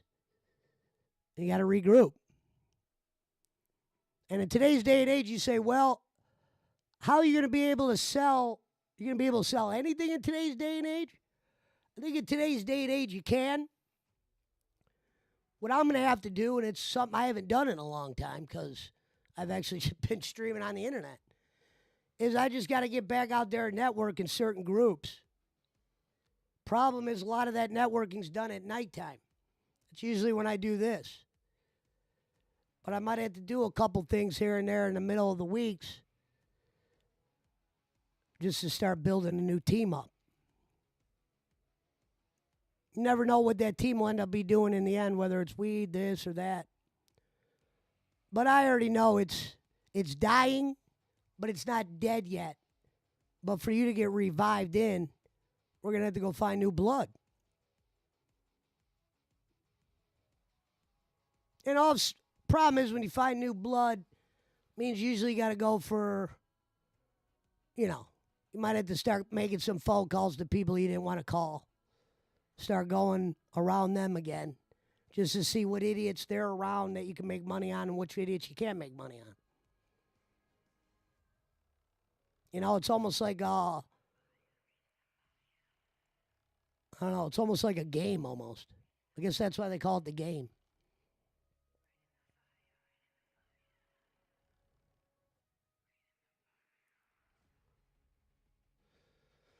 Bossman says this story sounds familiar. Well, then you guys heard it earlier. I didn't know what you heard or didn't hear.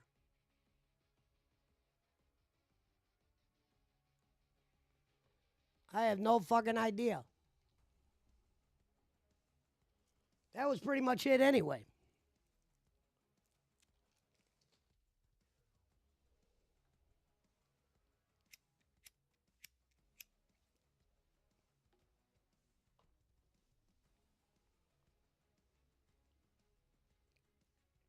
That's why it's funny when people talk about presidents and shit. I don't give a shit. I never cared about that. I was fucking in underground. We don't pay the fucking the government. Now the government's taking our shit. Double time. Bust us for years, build our record up.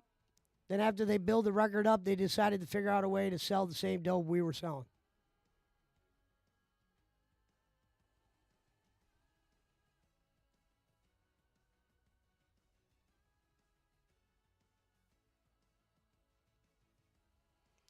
No, I'm not going to quit BC doing gaming streams. But I said, for me, I'm a guy that likes to, like I said, make bread. And if I'm not making enough, usually I fucking get hungry. So I said I might have to do a couple things here and there. But you never know, though. It could help the streams. There might be a way where if I get put into some like, I don't know, I could do some like on the fucking move streams or something.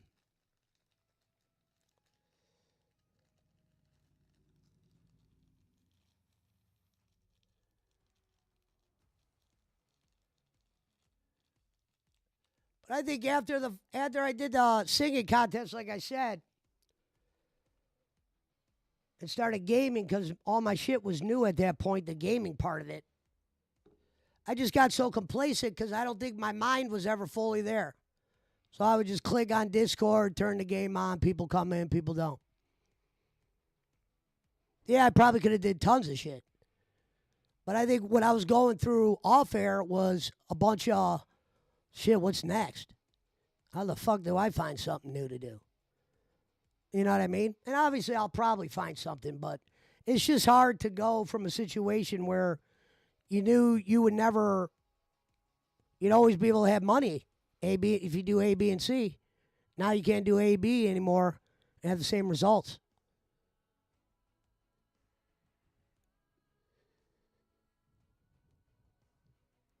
But at the same time, I'm smart. I know one of the things I used to do all the time is I used to be out and about, whether it was poker games, watching this, doing this, or karaoke or whatever. Meaning I'm not a karaoke singer, but that's where people are doing dope and etc. Shimshy's a DJ. He DJs for free. That's how much of a baller he is, just to meet chicks at a bar. But I was like, you know what? I should go to that bar one night with them guys. Probably meet a fucking group of smokers. And just start the whole process all over again.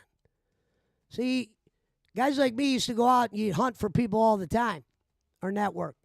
I kind of put a stop to that. It was like when my dealer said you became kind of like a hermit when you started streaming at night. He was right. Now, I met a lot of people online, you know what I mean, which is always, you know, good. But at the same time, I got complacent and I stopped hunting as much. And eventually you realize, shit, some of the people that you had in your circle, they're going elsewhere because they got cut out because of these stores and whatever. So people that were getting triple the amount they'd get are only getting half that amount. And then you live a lifestyle where I never had to worry about shit for years until they fucking announced this shit. So they announce it, and it's literally on your, I mean, for a guy like me, it was on my mind all day and night. I'd be doing streams here, you know, gaming, laughing, or whatever. But it was right around the time, right after the song contest. It's like right after that was when my mind was somewhere else. I did an excellent job of making it seem like I was all there. I'd mention it from time to time. But I don't get a kick out of mentioning the shit that makes me upset because it'll just make me more angry. So I like to, you know, maybe alert people of the situation and then try to, you know, change it up. So I have to look at it as you got money to invest in something, but what are you going to invest into? All the good shit like houses right now are kind of taken up. There's not a whole bunch of houses laying around that I could throw the minimal money I have on something and make a lot. But they don't have a lot of good deals anymore because everything's through the roof. Same thing with cars in a way. We've been on all types of shit. People always say, why do you get the cheaper cars? Sometimes that's all the motherfucker gives us. A lot of politics involved at those auctions. A lot of guys that have been doing it for like 40 years. They get first pick or run the shit or however they do it. You know, as great as cars is, it's not weed. It'd be one thing if we had an unlimited supply, but we always run out. And when you add the slow weeks in with the good weeks, yeah, if you had an unlimited supply, that's why I always say the name of the game is as soon as tax time ends, fill your lot. Get as many cars as you could get. Because they might not sell tomorrow, they might not sell next month. But the promise is this. When tax time rolls back around, it doesn't matter what you have, it's gone. So yeah, I sold a couple more cars today, but reality is I'm about to run out.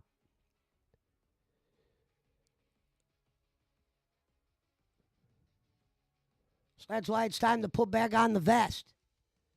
What up, Fence? Go back into the streets like I like to call it.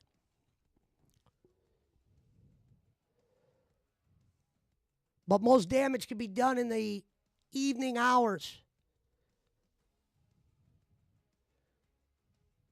Morning hours in today's day and age, well, that's not really where the stoners are going to be.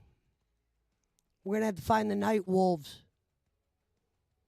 Might have to start attending some poker games again. What up, Nicole?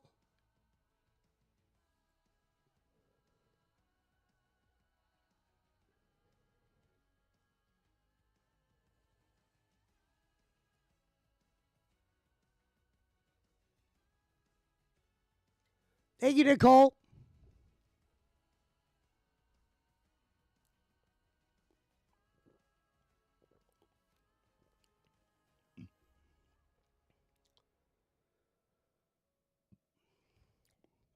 All right, we're going in. BC, did you want to play Rocket?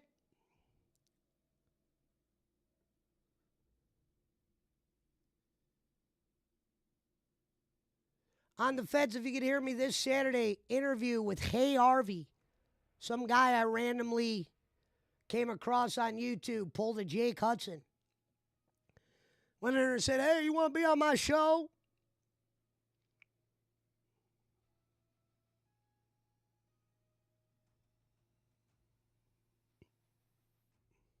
Thank you, Crystal.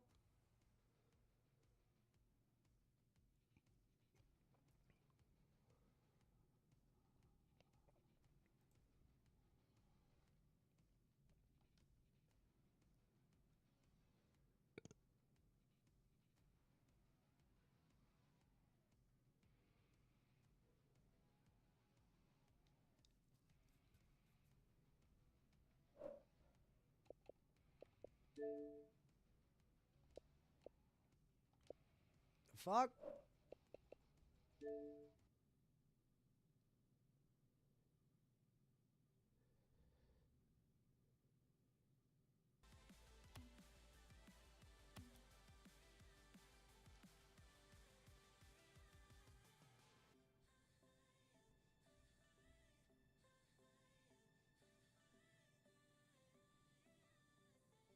Are you guys sending me an invite?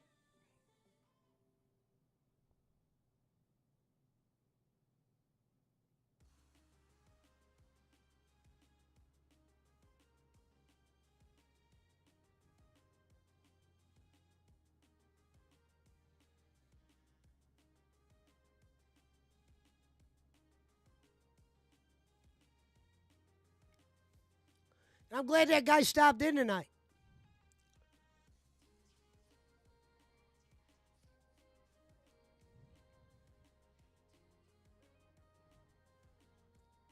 Like I said earlier, if you guys didn't hear me, it doesn't show me online. The guy was nervous when I was messaging him because he didn't know who the fuck I was. He goes, why wouldn't you message somebody with a bigger following? And I go, bro, I didn't message you because of your following. I messaged you because I saw you do some takes on a video, and I said, maybe we could do some shit together.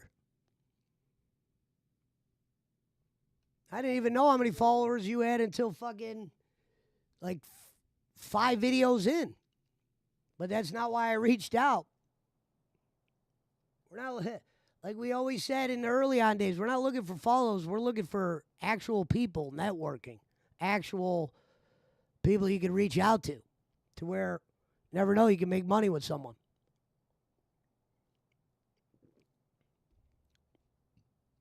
That's what I did on Kenny's.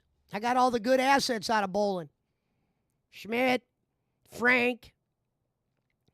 Well, you know, you'd like to say Brad, but Brad's when it comes to a loyal viewer, he definitely gets that award. You know, you got the good people out of there. Reverend Robbins.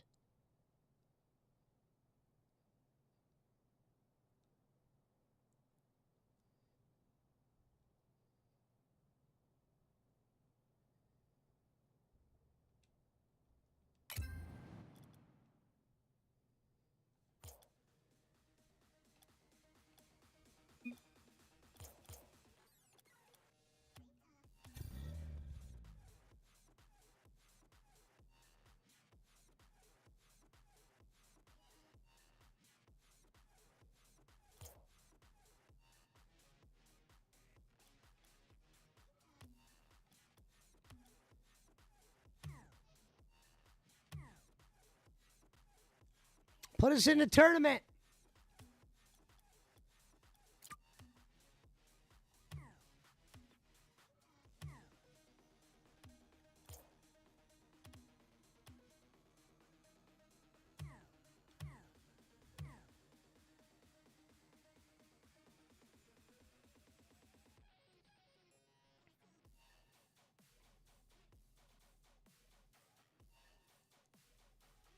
Yeah, that guy I'm interviewing, I go in his stream. He's talking about, you know, DSP, something normal. There was like 35, 40 fucking people in there.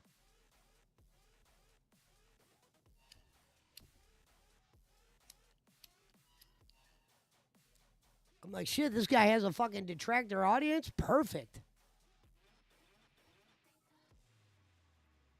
He doesn't want, and we'll talk about it in the interview. He doesn't call himself a detractor, but we'll go over that.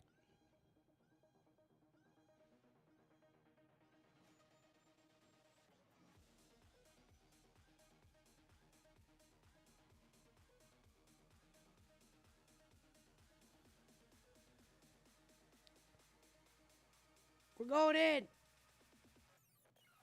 Look at all them lighters at.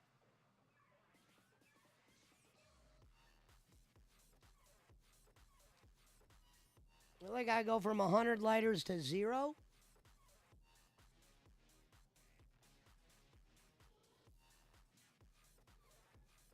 Now, Pesci's, I think Squiggles loves Shady J more than Andre loves Macintosh. Well, I don't blame him. He lives in the guys. If I lived over by them guys, I'd probably try to hang out with them all the time. Yeah, we had Shady J came on the stream the other night, BC, when you guys were asleep. We had to use my Discord. And me, Squiggles, Ashley, some other girl. She sounded hot, too. Some other girl came in there. It was me, her, and Shady, and we were fucking up till like 7 7 the next morning.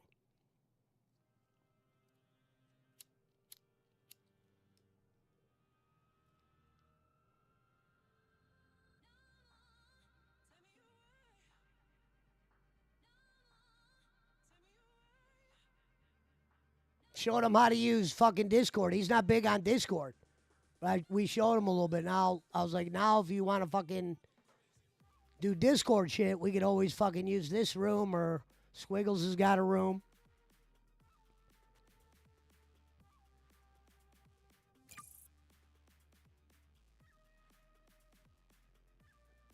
Pizza Mike came in, but his sound didn't work. He was trying to say hi and shit. We couldn't hear him. I think they heard him enough, though. Yeah, Jay joined us. It was very late. That's why I stayed up. I'm like, damn, Shady's coming on? I'm not going to bed. Fuck this. We're up. What's funny is people are like, did you stay up because it was your birthday? Not really, because once I was about to go to bed, and Shady said he was coming in, and I was like, I'm staying on.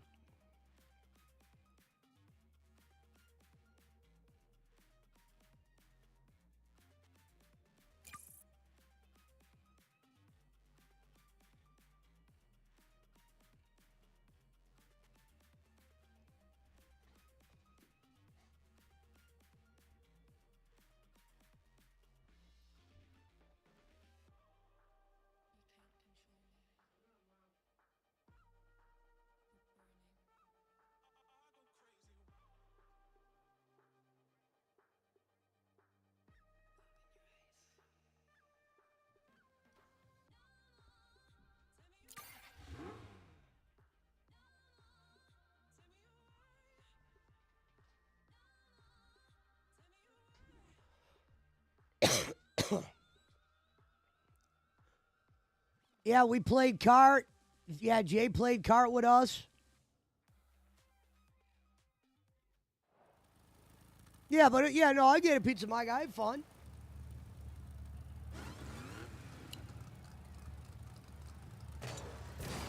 Squiggles ended up getting really drunk.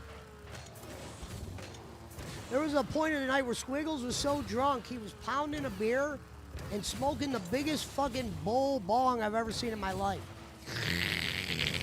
Just smoking, fucking playing all the shit you can't play on YouTube. Said, fuck it.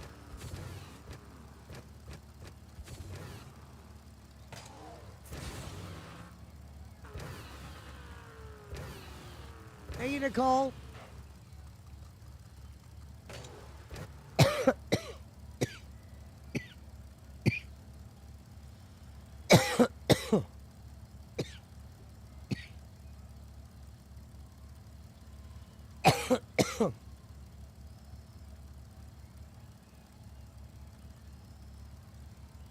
Yeah. When Squiggles is streaming, the reason why I'll either go in his Discord or go in the private room is because his show's a little bit different than mine. You know, like I'll just let people come in and they'll be talking about dog shit, politics, whatever, and I don't give a fuck. Certain shit he don't like to have, you know. But he's used to the Shady J formula. Because it's not that Shady wouldn't talk about politics, it's just he knows he don't have that audience. His audience would literally get mad if he had a guy like Boss Man coming on, talking about Trump this, Trump that.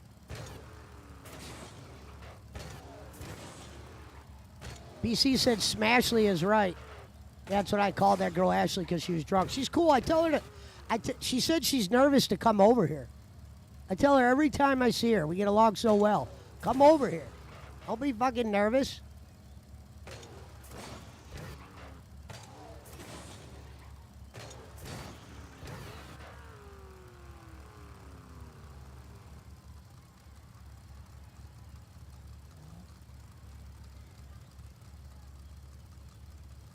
Oh, some lighting?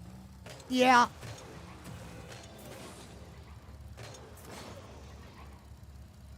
Yeah, like you said, he's new to the he's new to it.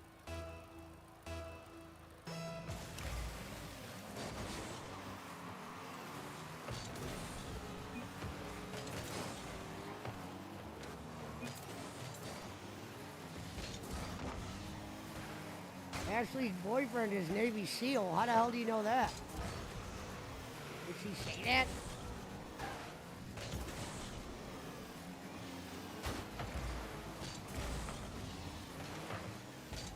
That other girl that was in there the other night, I don't know.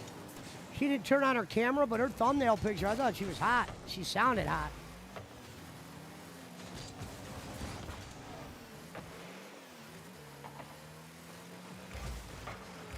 And she plays Mario Kart. Yeah, I remember when I brought Mario Kart around in the very beginning, I always knew it was a good idea.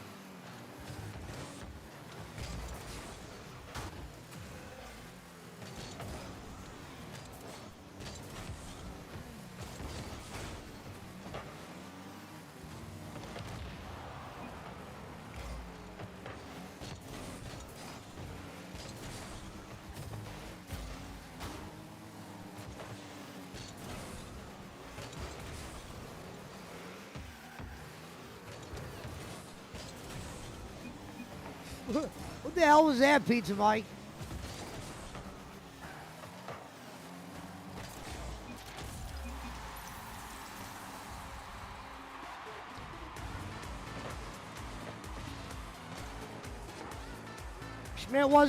Schmidt definitely wasn't a Navy SEAL. More like fucking he might have knew a Navy SEAL. He was in the Navy for probably a fucking day. They probably let that guy cook catfish and fucking walk the boardwalk. Real fucking Navy SEALs have killer instincts. That motherfucker wouldn't have started crying when I brought up bowling that one time if he was a fucking real Navy SEAL. Let's be real. How many fucking Navy SEALs do you see cry over bowling?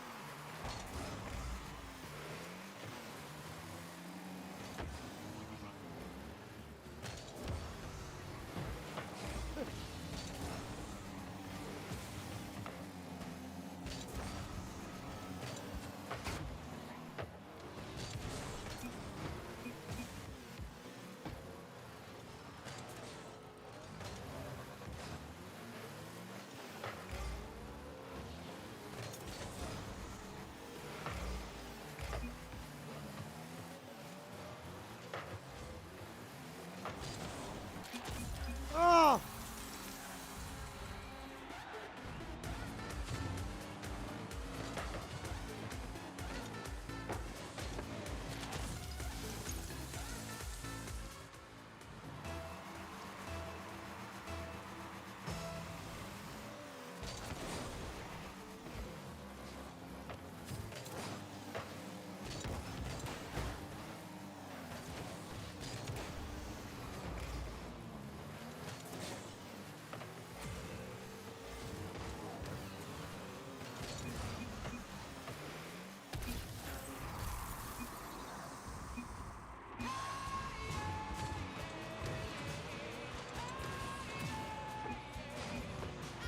Anyone seen Pizza Mike?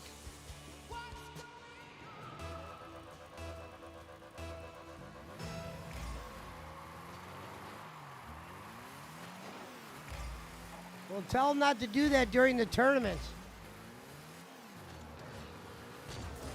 This guy has won 100 tournaments without us.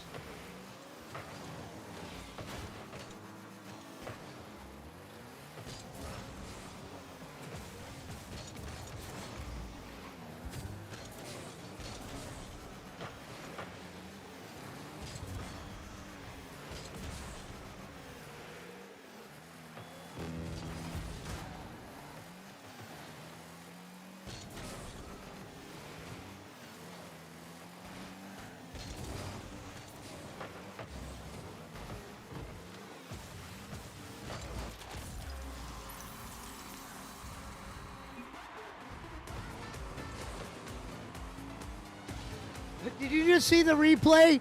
Pizza Mike nailed me again. Head on.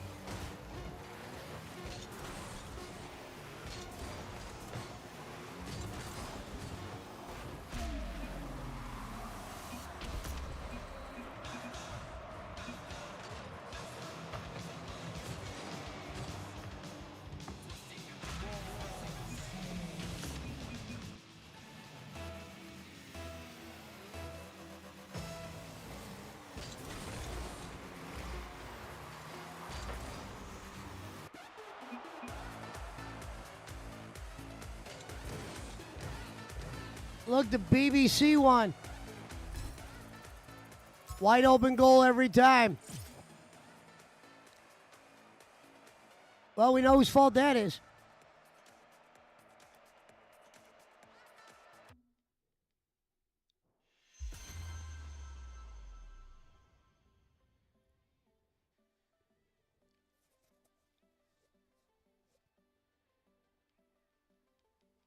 This Saturday, the HeyArvy Interview.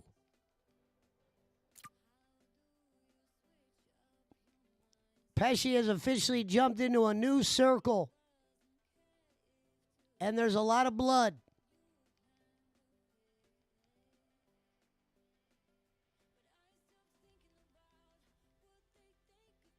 I'm about to do a Pizza Mike detractor stream, says BC. That could be comment of the night. BC, I don't know if you were here in the beginning, but the interview guy, was on live on his show. There was like 40 people in there or whatever, and he goes, "Hey, there's this guy, Joe Pesci, wants to interview me. I don't know if he's a detractor. I think he might be." And in his message, he goes, "Hey, man, just so you know, I'm not really a detractor." I didn't even say anything about being a detractor. I said I run a segment called The Detractor Alley. I'd love to have you on it. I wasn't going to say clipboards and credentials. He would have never got it. He goes, "You sure you don't want someone bigger?" And I go, if I wanted Jim Crick, I would have fucking sent peanuts. I watched your videos and thought, hey, this guy has some good takes. We could do some fucking locale videos together.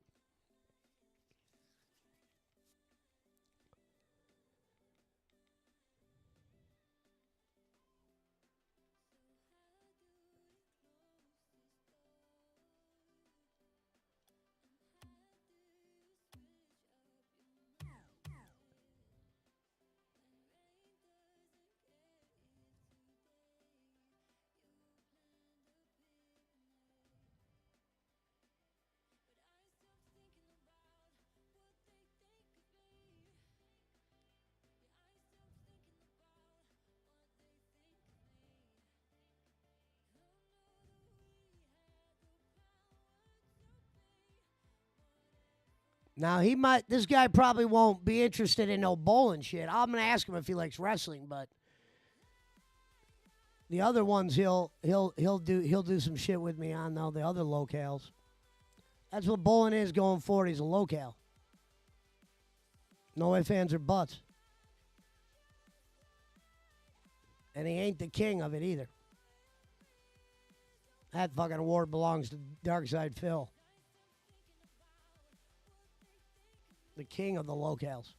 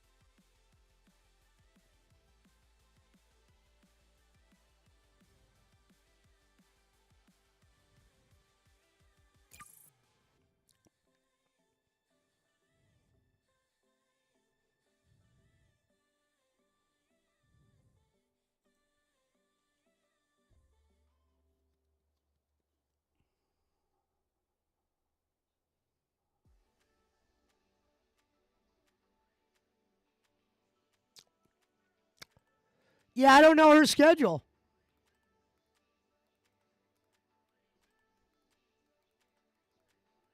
She could always be a special guest in the Tractor Alley.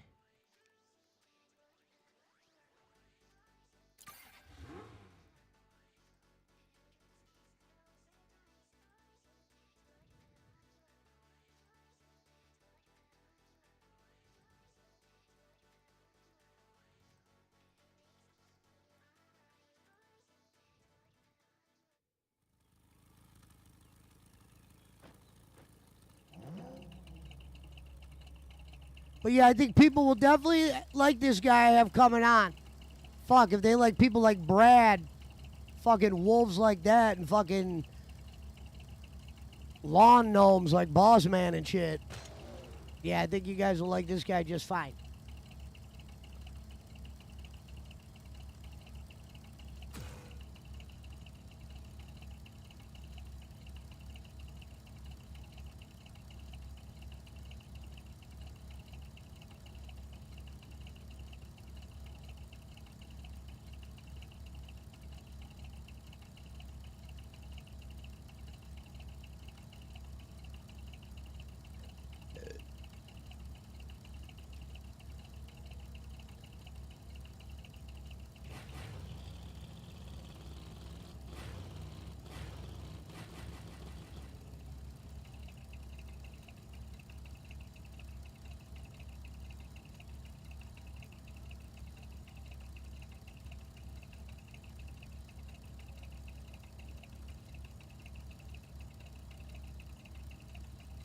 Should have did Raw Bowling a long time ago, like I said in the beginning.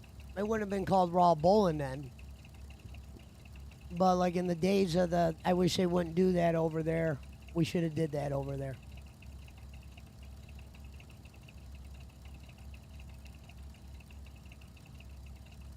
My dumbass thought I owed him some kind of fucking, for the people I met through him, I thought I owed him something. So I thought maybe by not slamming him, that'd be the only way of not, of paying him back.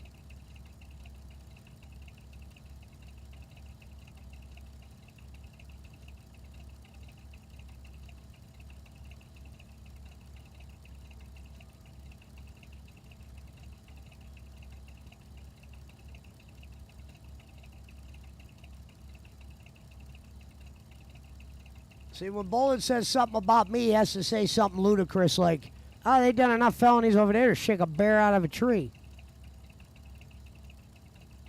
Where all I had to do is tell you what he did yesterday. Or comment on, you know what I mean? I don't have to say, oh, Kenny's over there fucking werewolves with a glow rod. Hold on, Royal. I'm playing a game right now. Don't have any free hands if you get my drip.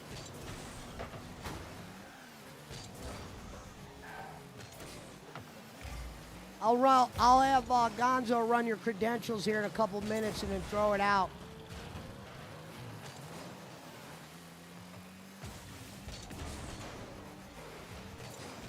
But yeah, if everything checks out, we'll throw you a strap.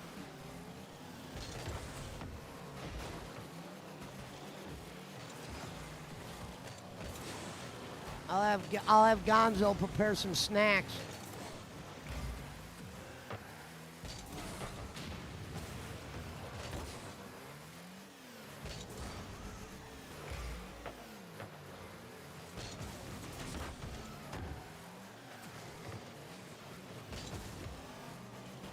Yeah.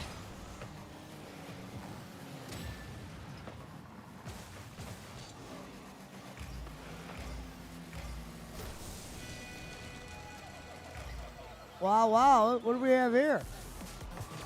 What happened here? Holy shit.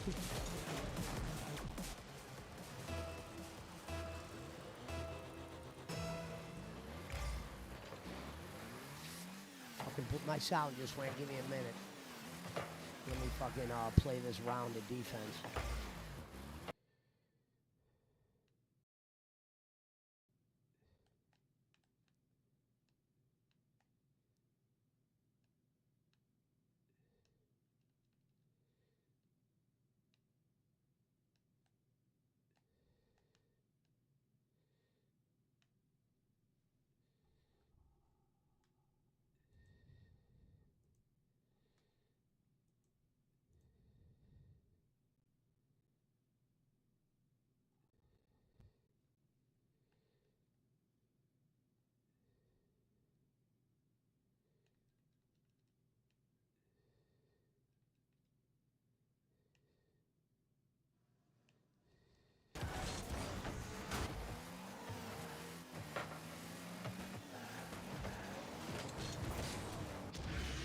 Jesus.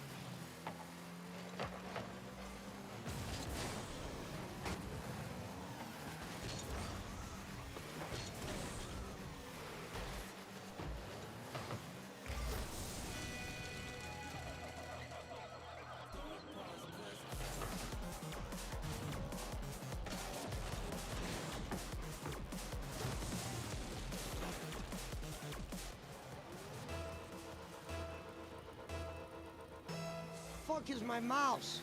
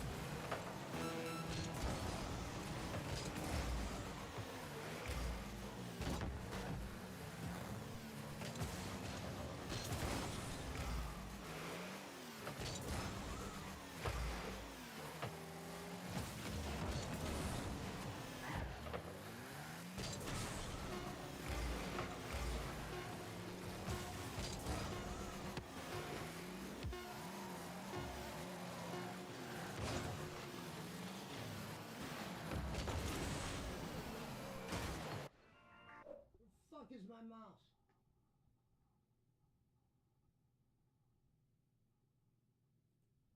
My fucking mouse, man.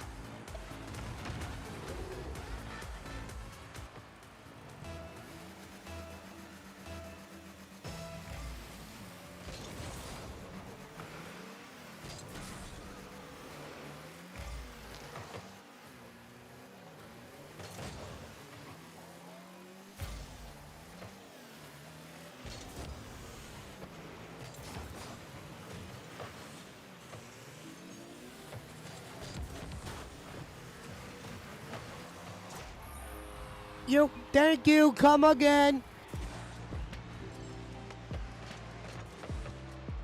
Might have to get that as a sound effect. Ho, ho, ho. Green Giant. Yep.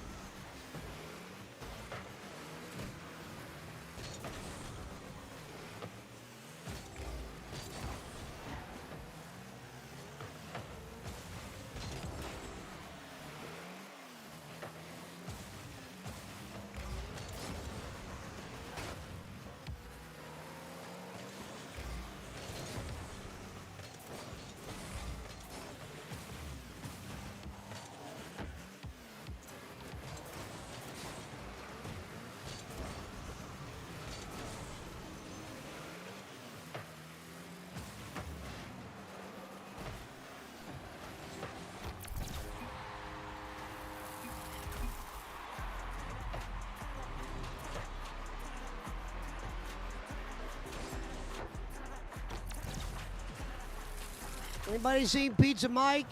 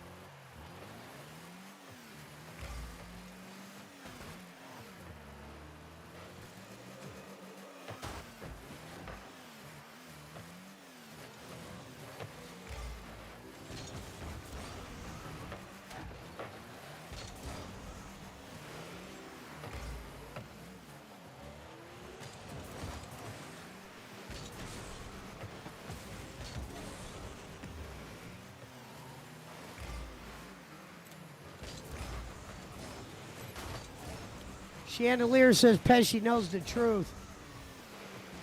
If I told you the truth, you'd never believe me.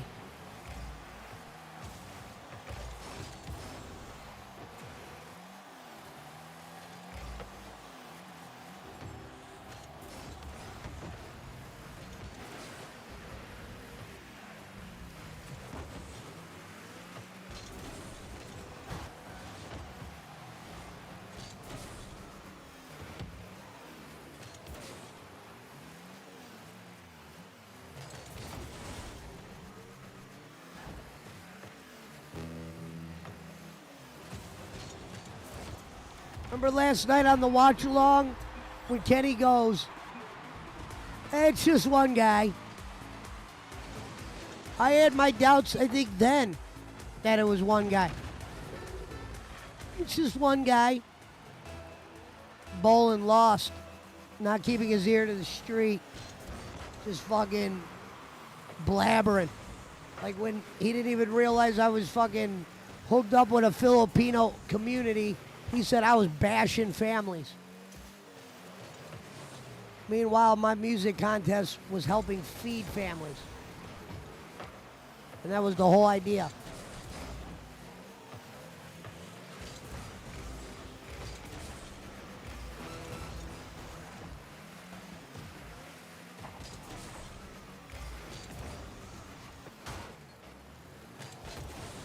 Yeah, like Iceman said, it's just a couple of guys messing around. Iceman, this was even before you were around. This was 4 years ago. We were watching my first show yesterday, and I was telling Kenny, I don't think it's just one guy. And he goes, I'm telling you, it's one guy, and he's got it coming. He's got it coming. Meanwhile, he had no idea what the fuck was going on. That was probably at the pinnacle of the bowling trolling. That was when it was actually funny.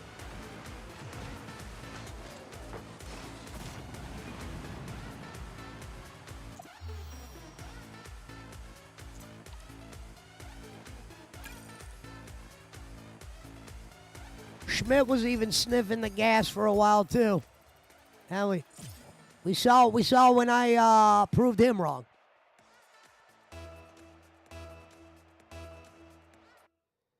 I'm still waiting for that day when he proves me wrong, and because usually half time when he tries to prove me wrong, we're like usually shaking our heads like, what did he just say? Bowling's going to fucking Mania? He could get tickets at Mania? No one was giving that dude Rumble tickets. Okay? Randy Orton would have gave his fucking extra tickets to a goddamn fucking giraffe before he would have gave Ken Bolin a free Rumble ticket.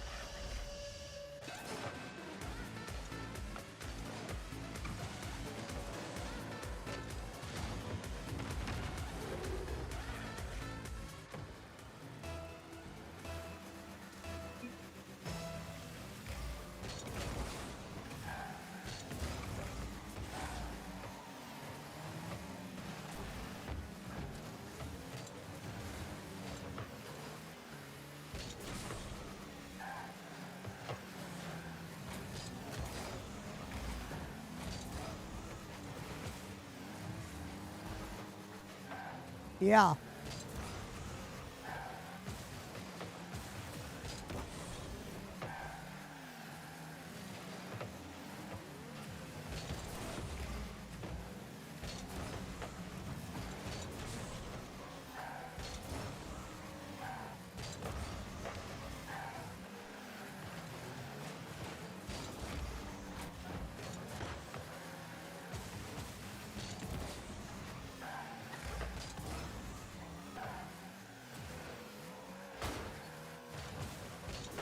Yeah, I'm not denying that. In the early trolling days of bowling, there definitely was a couple.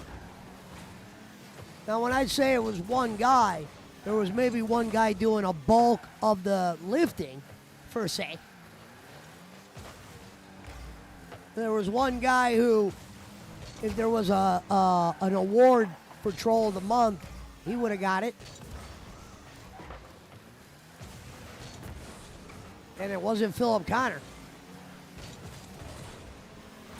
Philip Connor will at least make a real video of himself on YouTube and put the video up. That was what he got into.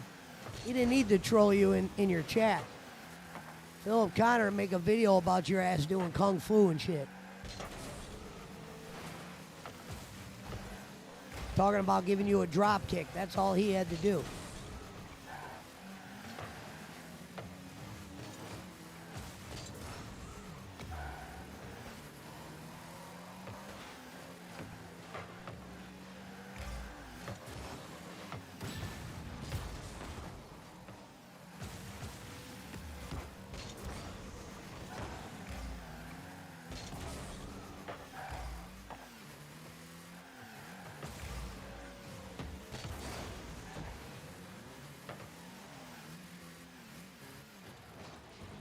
Yeah. No. Bob existed, but him and Bolin didn't have the, they didn't have like no history of big time show. They had like a history of like doing like a show together, or Bob would stop in on occasion. Money he gave to Bolin was really for him then.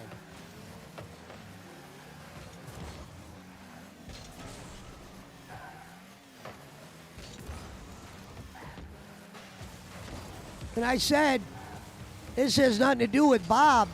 The reason why that hurt Bolin was because Bolin, once he knew Bob was there, well, Kenny had a voucher for his stories. Now Kenny could just go full United Way donations because all he had to do was point at Bob. You guys don't got to believe me, just ask Bob.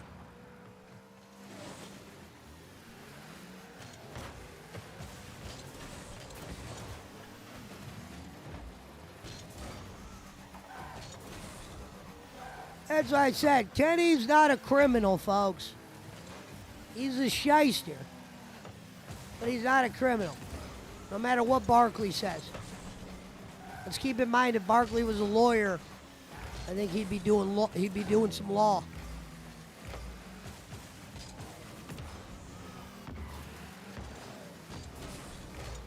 Now maybe because Kenny's getting this nonprofit thing around, maybe he could potentially get sloppy. But I guarantee they have some kind of Ichabod Crane shit set up where no cop's going to really want to dive into that pool.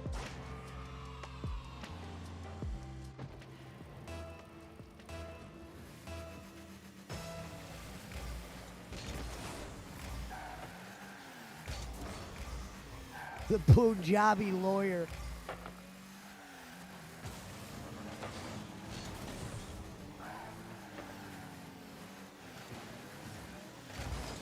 Yeah, well, Iceman, it's not even that I hate the guy. I hate the fact that he'll always end our relationship because of somebody I associate with.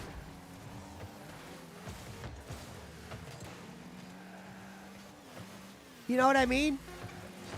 He gets ideas that he said, like he told Barkley, I let Barkley I gave him a 3-day platform to trash Bolin.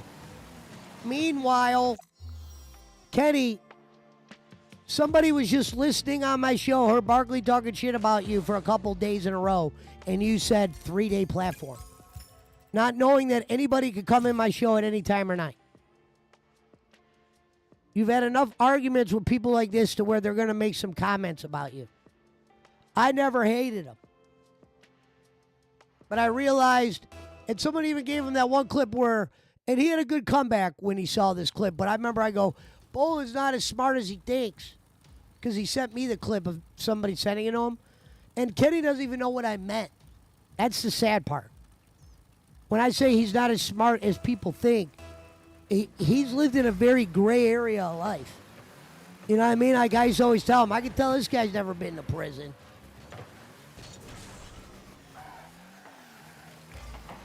Is he a greedy guy? Yeah. Criminal? No. Has he done some shit that could possibly 4 years in be investigated a little bit? Sure.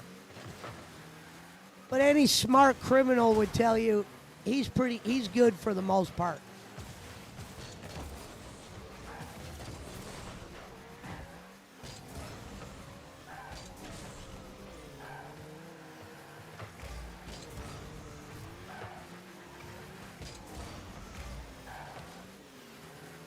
You know, Kenny's type of e-begging. Yeah, remember, I'm watching e-beggers these days. He's like at the lower level.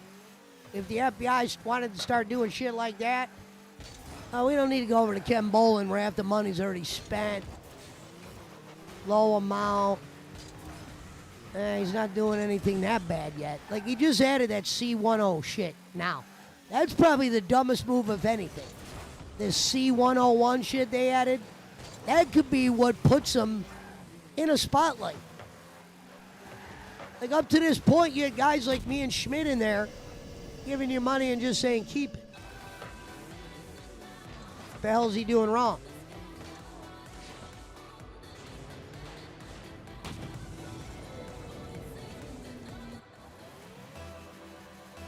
Yeah, sure, if he goes through it sure. I said this could be the thing that kills him.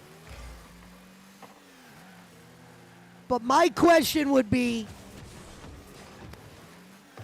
when it comes to this charity, how much is Bob in charge if Bob's on the paperwork?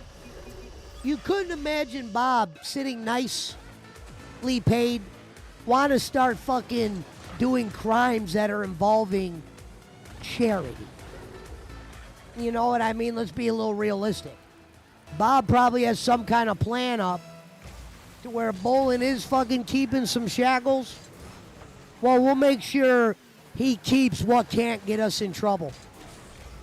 I couldn't imagine Bob putting himself, let's be realistic, folks. I couldn't imagine Kenny A pulling this paper out without being coached, told, by Bob, look, this is what you're going to be able to keep. This is what we got to give out. This is where we benefit. Like Kenny told that story yesterday, Bob being mad about $28. I'm like, I hope that's true. Because what that tells you right there is, at one point, Bob got sick of always giving shit straight to Kenny. He probably will send his dono to Kenny here and there, but he started just giving girls shit up front.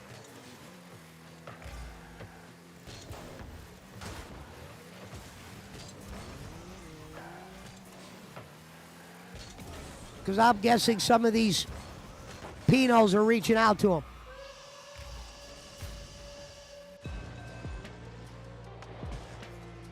That night John Paul was in here, you could tell John Paul was still scared himself from bowling. He was like, I'm just trying to feed my family. I'm like, holy shit, bro, this is a podcast, man. It's not that dangerous over here. Feed your family. How's Kenny feeding your family?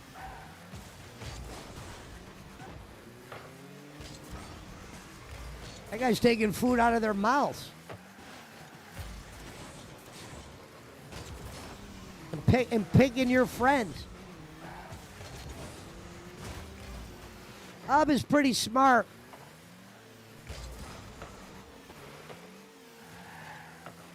Yeah.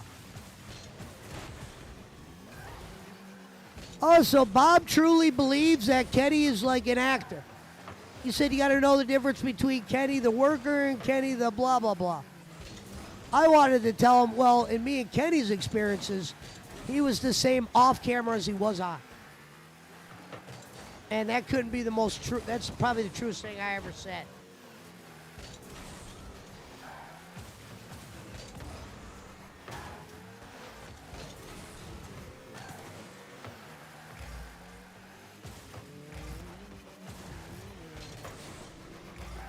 Those were in the days where I might even see them tuck a chain in and go, well, we don't want to be flashy on a night. We're asking for money.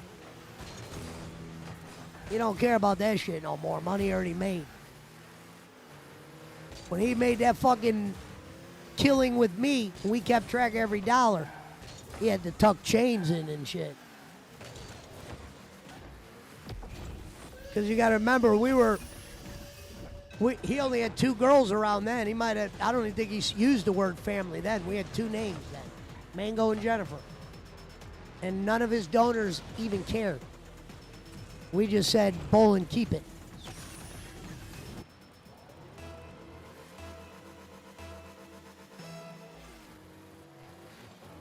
I hope he is done with bowling. We treated him like a real person over here. And told him the truth.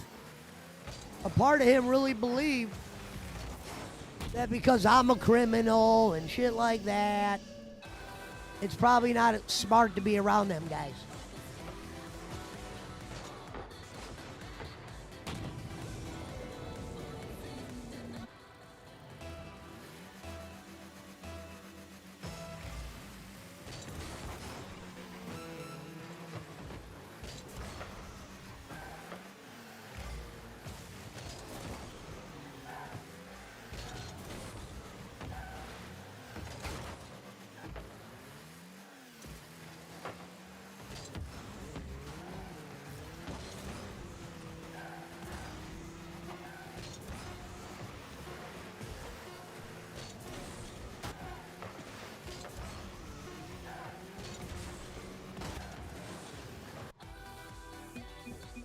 I wouldn't call bowling a professional liar for these reasons. Bowling can't be a professional liar if we catch him.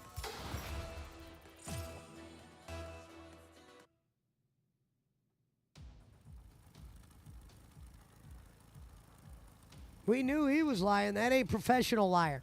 That's compulsive.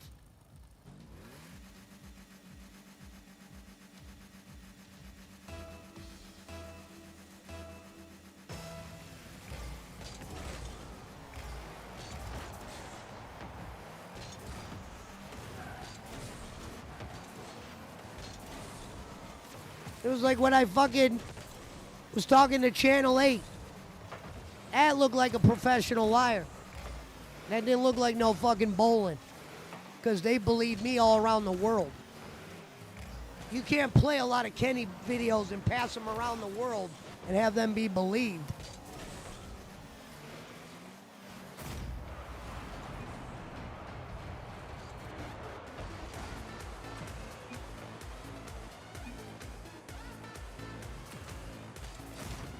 Like if I'm Bob, when I heard Kenny say 8 paychecks. 8 paychecks? This guy went from unemployed to 8 paychecks. Because he was fucking fiddling around with jewelry and shit he bought. He doesn't even have enough common decency to tell you he needs to keep money to survive.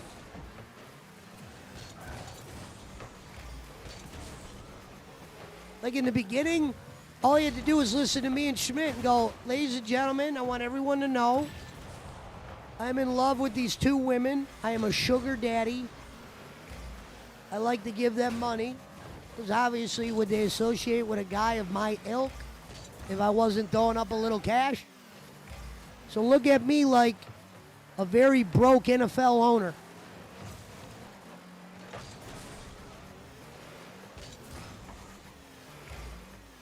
That's why when he said 60 goes a long way, that told me that, oh, so you could give them 60 once every 3 months. And that's the equivalent to giving them 100 a week.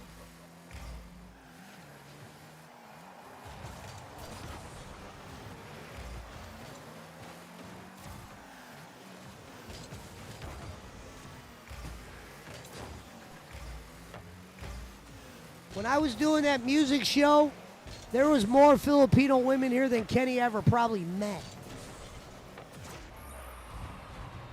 All real, not bots. And that was karma. God was like, you know what? We're going to give Kenny some shitty karma. We're going to let that guy Pesci, who was the guy on his show, pass him with the fucking people he loves most.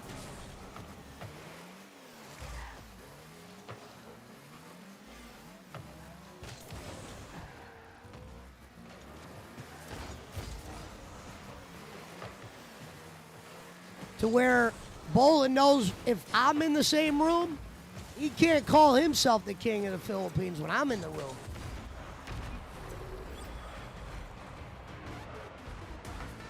I got Filipinos that donate to me, Ken. Welcome to the fucking your fantasy. Remember yesterday's like Vanessa ain't donating, blah, blah, blah ain't donating. Way to trash him, Ken. Way to trash the families, huh?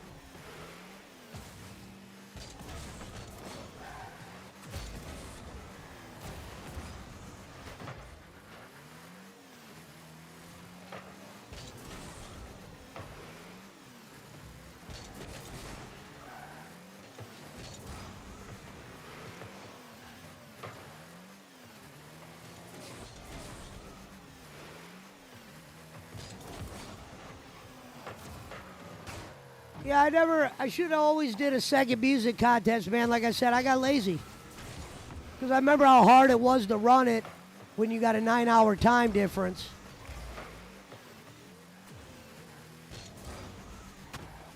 But that's still not an excuse.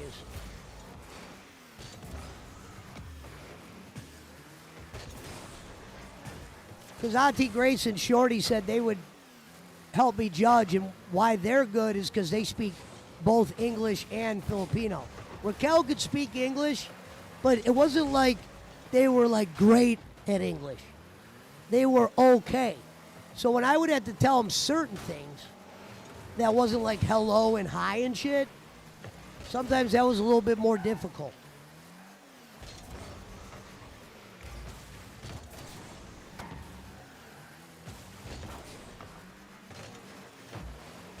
They're smart enough to know enough words.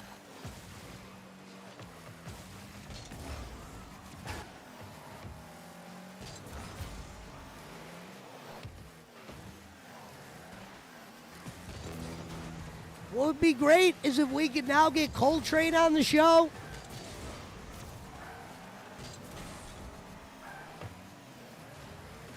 Right after the HeyArvy interview, we have the Coltrane interview.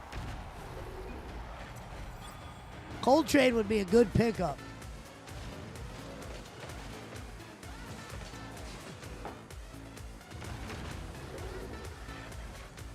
You can't hire JJ as a producer. That motherfucker didn't know how to do shit. I remember when I met him and I said, Kenny, this is your producer?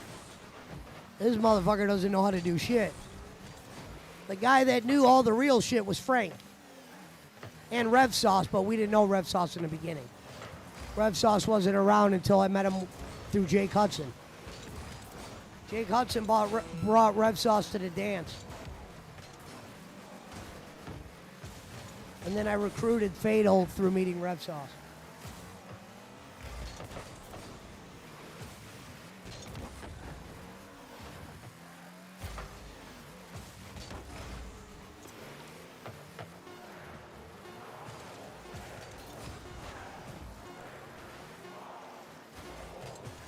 Damn it.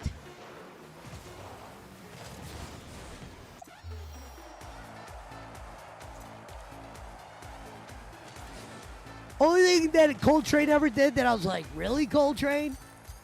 He brought up donations to the audience. You guys gotta, donate and blah, blah, blah. And never had to do that one time when I was on. If I brought up donations on a show I was on with Bolin, it was because I was cracking a joke. Ask Gonzo.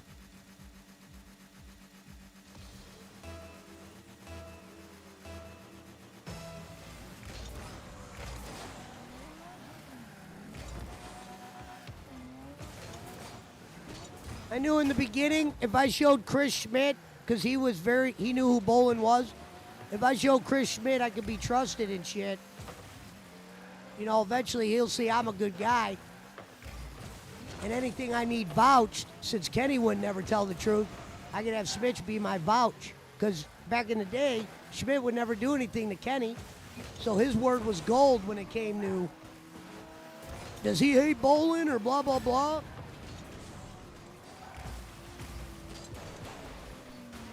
So I knew in the beginning it was very important to get along with Schmidt.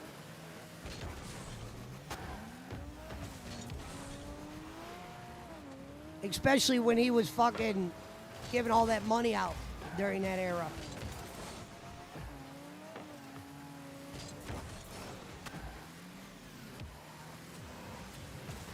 Under his Nick Goulas account, the Ghost.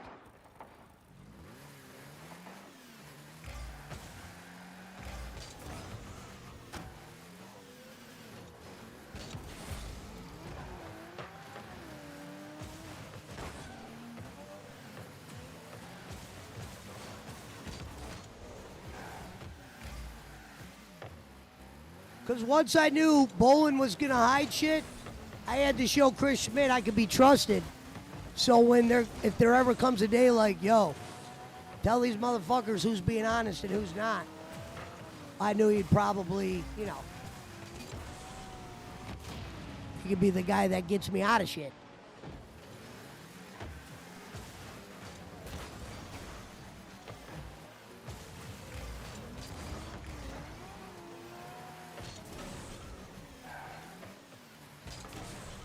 That's like Kenny talks about $60 goals. Never heard of that, Ken. I believe we were trying to raise $250 on my first show. $250. We got it. That 125 of it was mine, of course. But $250. This guy the other night was raising $60.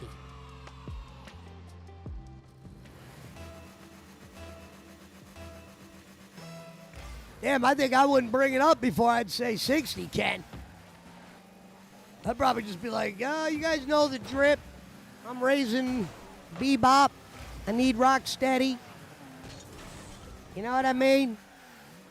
The kid, he once said to that girl, Jellybean, I love you, but I can't afford it. That statement is very honest. He was trying to say it to make Bob feel bad. But sometimes, Kenny, when you say things, convicts or smart people are like, this guy don't give shit making a comment like that. This guy don't give shit. I can't afford it.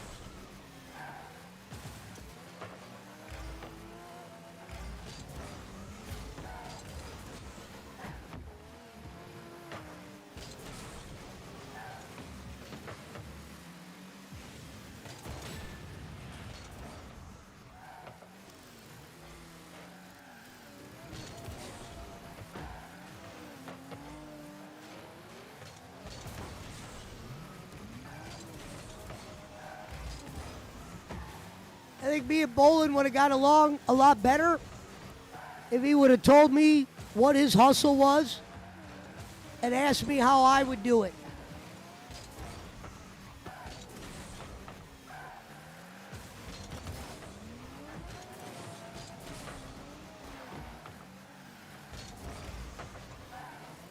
Because that motherfucker made 11 grand in the vicinity.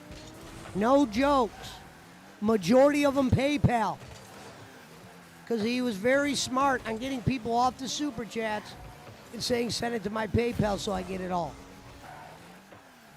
That's why I think it's funny a motherfucker donates on super chat. You think he's fucking buying rice with that money? He don't even get that whole amount. Nor does he mention it.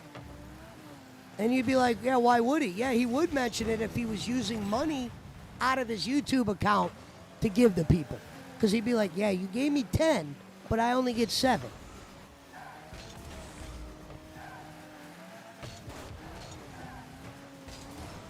And then instead of saying I keep the YouTube money, I just keep the memberships.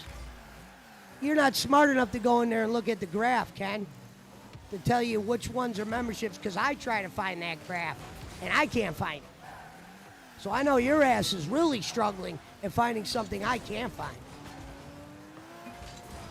So that money's always been pocket. Not a doubt in my mind.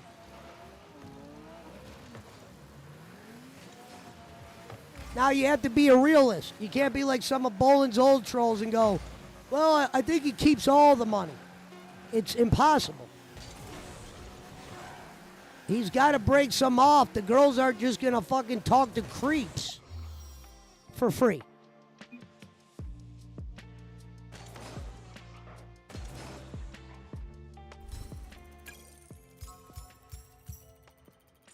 Bolin is like the bait for the mouse.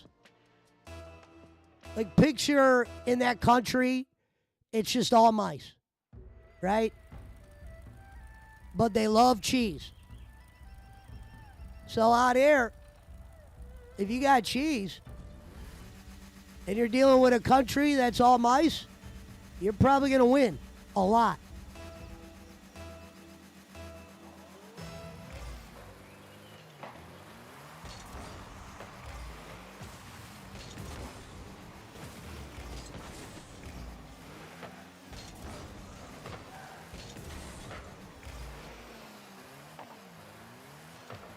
All right, no problem, BC.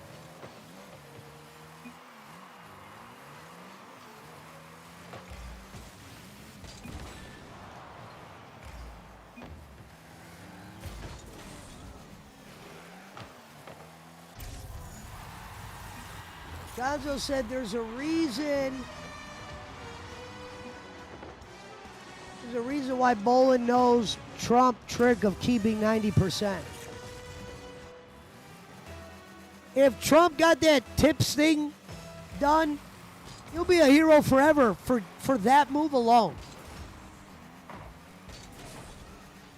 How many people in your lifetime, when they were president, did something with that kind of impact for an actual pedestrian?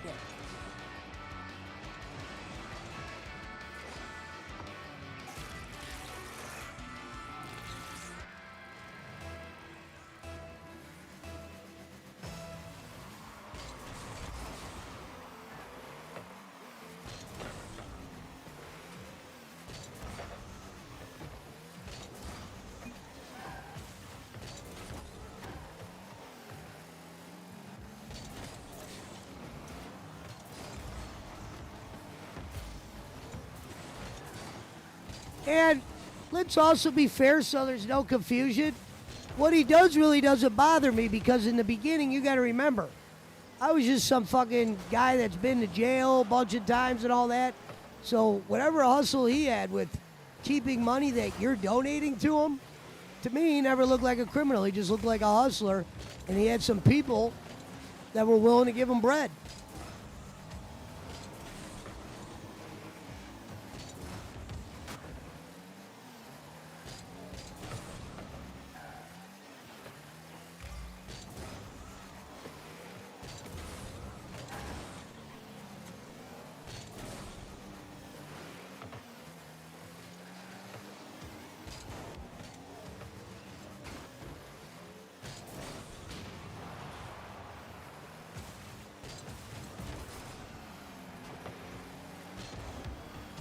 I mean, you're right, Godzo.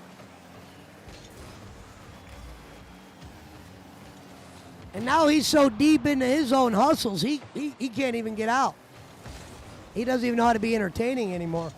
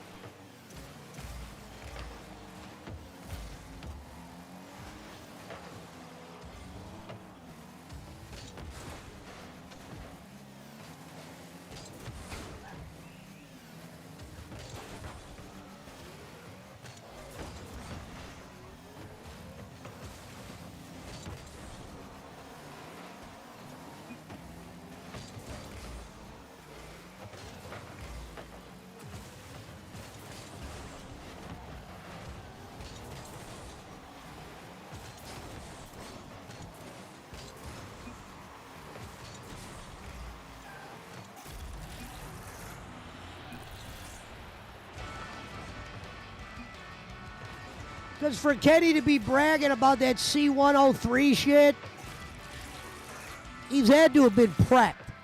There's no way he makes a move like that without being somewhat schooled. I know Barkley thinks he's got him. Well, I mean, we'll find that out. Even though I don't even approve of it. Like when Barkley goes, I'm going to get you, Bolin. That's kind of snitch shit, Barkley. We're not here to snitch on the guy. We're just here to fucking make fun of his bullshit. I don't need you to call PayPal. That's kind of childish.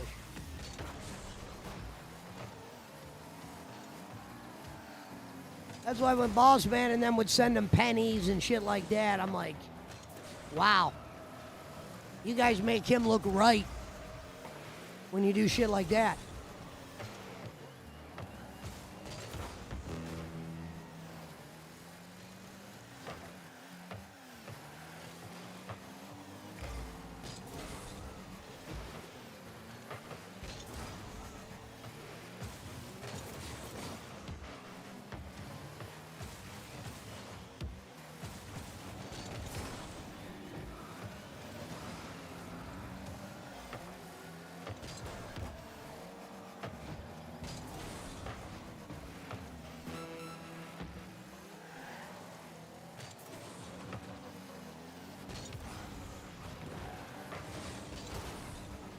Well, if that is true, Gonzo, then they had to have some kind of plan.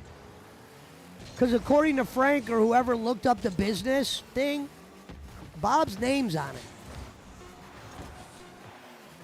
Now, I can imagine Bob going full bowling, but not full criminal.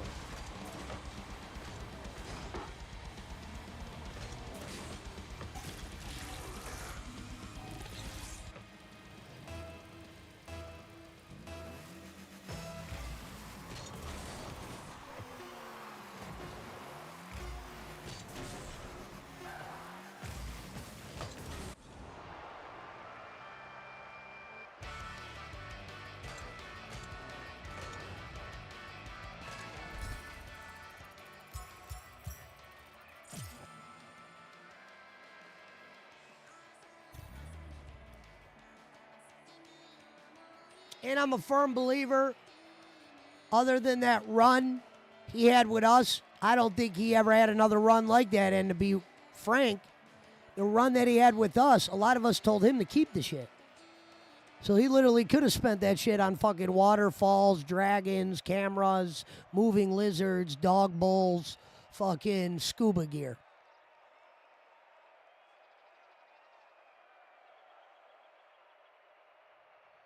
Same thing with Coltrane. If I said it on Kenny's show when I was making money once to him, Kenny, this is kind of an expensive show. We're doing it 5 days a week at that time. As I said, you don't even need to ask for money at this point, Ken. The ones that are going to donate are going to donate.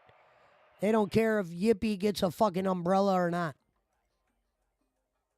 Well, how do you know that, Pesci? Because I've been here for a couple months. I've been meeting these people that are in your chat. I'm actually getting a feel of what kind of people they are, Ken.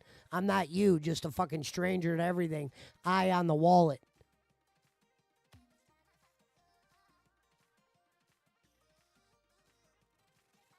Be like, he'd say, don't tell me how to do my podcast. I go, I'm not. I'm telling you how to make money. It's different. I took a picture in my closet. I've told this story. I took a picture in my closet once because I was showing him a hat that was on my floor, and it was of a team that he liked. And I'm like, damn, for all hats to be on my floor just randomly, it was the one Bolin liked. So I took a picture of it, and I go, look, Kenny, it's a sign. Now, when I took the picture, I had money in my hand. Whether it was weed or car, I don't know. But it was only like a couple grand. Okay, let's be realistic here. A couple grand. Drug dealer or not, any human fucking grown man at my age should have a couple grand or whatever. So Kenny doesn't even pay attention to his picture. He goes, where'd all that money come from? I'm like, damn, you're making it sound like this is a boatload of money. You could just tell that guy, even though I was like, it was only $2,000.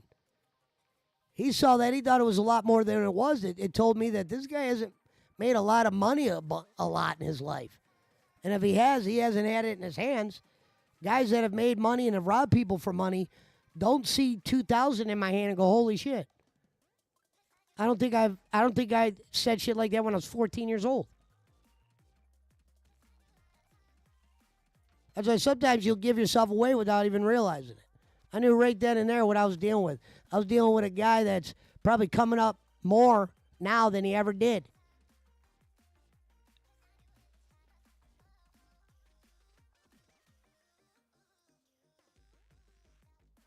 Yeah, one time, the 10 grand story. So one night, there was a day, I think it might have been a mixture of cars and weed. I was on a show. And I remember I wanted to fuck with Kenny, and I go, it was probably stupid to do this. But I knew the money wasn't going to be at my house the next day. So I think that's why I did it. But I held my money up, and I go, Kenny, you know what this is? And he looked, if you go back and watch the show, he was flabbergasted about money. But I go, who does it at the age I'm at least have this kind of savings? You never had savings like this? Whenever he would see big amounts of money, he was always baffled or shocked. When you make money, whether you were good at saving money, which I was not, but I knew how to make it, and I was around guys that had it, you will be able to talk to individuals that weren't around money or didn't have much or weren't hustlers. Those kind of people stick out like a sore thumb to guys like me. And that's what Kenny came across. Came a guy across that does hustles, nothing serious enough to fucking, spark a phone call to the law, or the law wouldn't even give a fuck. You know what I mean? The law, I could say I got robbed for $200 tonight. Call the police right now. Say I just got robbed on the internet from this streamer for $200. Amaranth, I thought she was spending the money on a bathing suit, and she went and bought fucking DoorDash.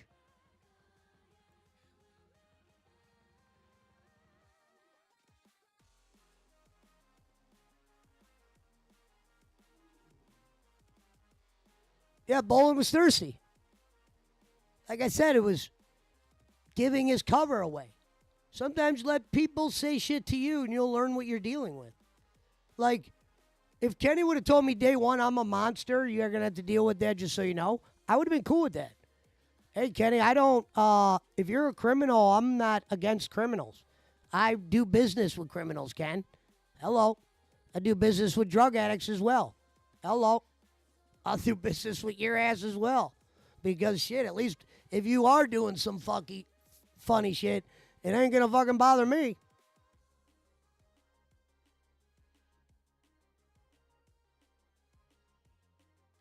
Because I've been to jail twice. I know what they throw people in jail for. What Kenny's doing, they don't throw you in jail for.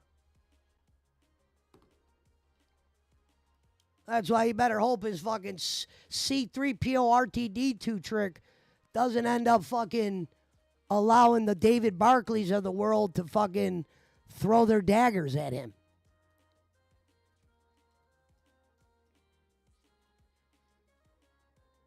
Because I think when people send you shit on PayPal, even if I called the cops right now and I said, hey, listen, officer, I told this guy I needed fucking money so I could buy a fucking piece of bamboo and throw it on the floor.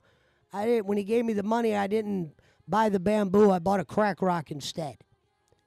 I smoked the crack rock, but now this guy wants justice for that $10. You think the cops are going to... No. Same thing with the FBI. When the FBI finds out you're stealing money, usually the guys they like to go after still have some of that money laying around. Because nothing makes them more upset when they're chasing somebody for money and all they get is the criminal in the end of the day. That doesn't do much for us. We need the money. Like, they never needed the drug dealer. We need the drugs dealer and the money. Once we get the money, we won. Getting the drug dealer was the easiest part for the FBI. That was the easy part, getting him convicted. If we're going to fucking shut it down, we need fucking a lot of dope, and we need to see where their cash is, too. Because once the FBI knows where there's some cash, and a lot of it, well, you got their ears. They don't get paid off of free shit. I didn't think the FBI was built of people that were fucking people for money and shit. That's why people don't fuck the IRS. They're Debo for real. They don't give a fuck you owe them 10, you owe them 5. They're coming.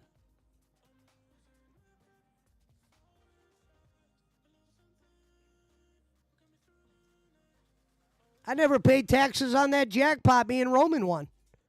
Remember, I'm like, Roman, don't give them no tax money out of a jackpot we won when we split that shit. Don't give them that shit. Put it in my... He didn't want to put it in his name. I said, put it in my name then. I ain't giving them shit. They write you up the tax paper. You got to fucking pay at the end of the year. You know what? If the FBI comes, I'll fucking have a story for them. Let me explain what happened here, sir. I thought... You know what I mean? Trust me. Can you imagine an FBI fucking agent showing up at my house for $200? I'll get a few, pieces of mail before I'll get a knock at my door. So that's why I told Roman, fucking don't give him that shit. Let the government figure out a way to get that $200. They don't got time to even come after that shit for a while. So I probably do owe fucking money to some fucking thing.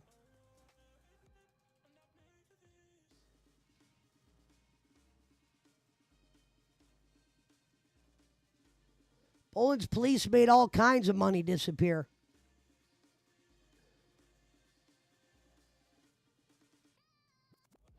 Well, he was actually better off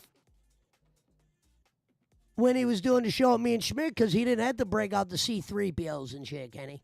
We didn't break C3POs out in my era, did we? We just said pocket, boom. We didn't have to bring up floors and shit. We might have said some dumb shit, but we were able to get really quick. We'd be like, yeah, good, yeah, floors.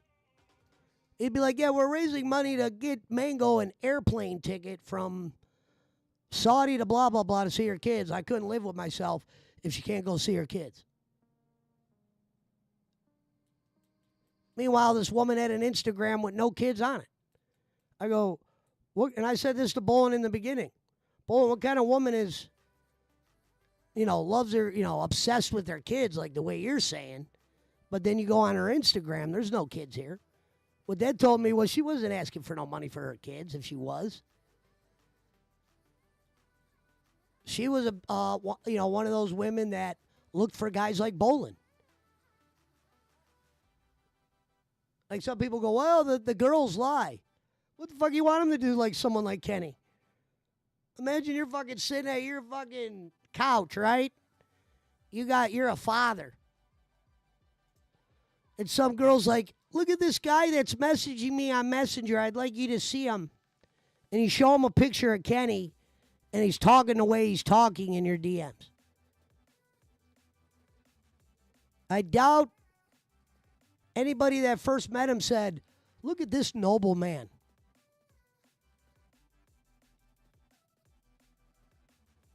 What happened is he knows he can't look like a Koopa Troopa. So he makes it seem like he's fucking the Samuel L. Jackson of goddamn helping people out. Meanwhile, someone like me was able to see the people that he says he helps, but I know when you help those people out the way he claims, I know what kind of gratitude they show. They never showed that type of gratitude over there, Ken, which made me think they were getting pieced out. And they were getting enough change to call you daddy. Okay? Call me daddy. He told that one girl, I don't want you calling me daddy. That's for my younger girls. Like, holy shit. It was like when he told Russo's audience, I like young girls and deal with it. What's funny is when he said that then, I thought that was him just being fucking hilarious. I didn't realize, how fucking white the cucumber really was. Then I thought he was like a gimmick. You know what I mean? That's why I was like, we'll get along just fine.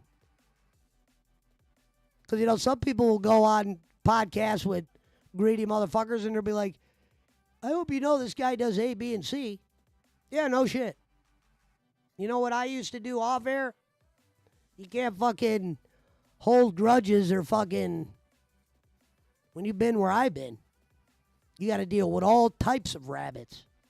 Fast ones, slow ones, retarded ones.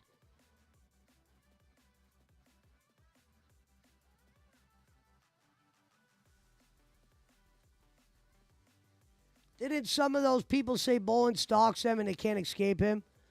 You'd have to remind me on that one, Gonzo. I don't know who said that. Never heard that. I got to be honest. I wouldn't lie on the Kenny thing.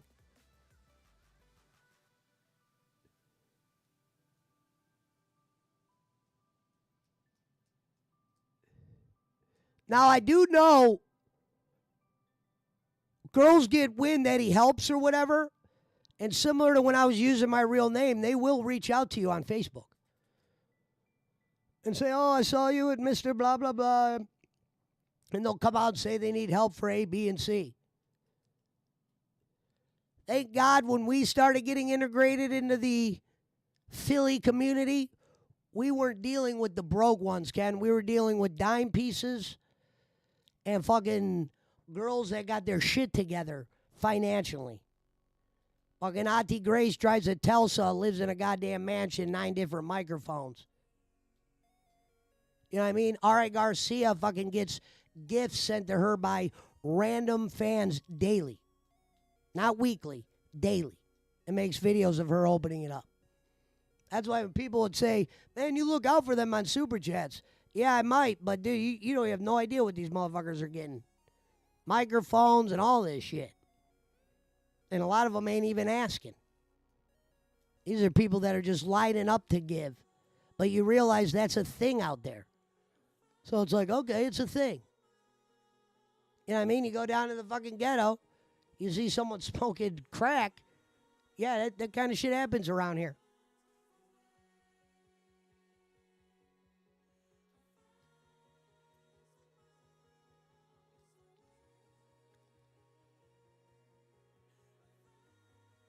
You said they couldn't. I like how you said they couldn't escape him.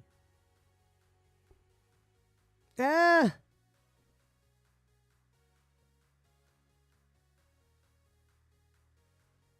I guess.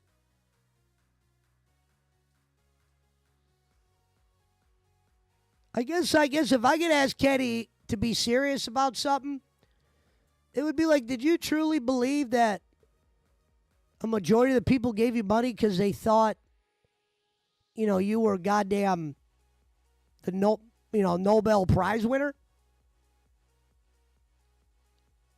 I mean, I don't know about Donald Flowers and all them fucking Mr. Cocktail and all them motherfuckers after we were long gone. But the crew I was in there with, we all had somewhat of an idea. There might have been guys like Boss Man pretending like Boss Man said, I thought my money was going to go help people. Come on, bro. Kind of money that was being made then.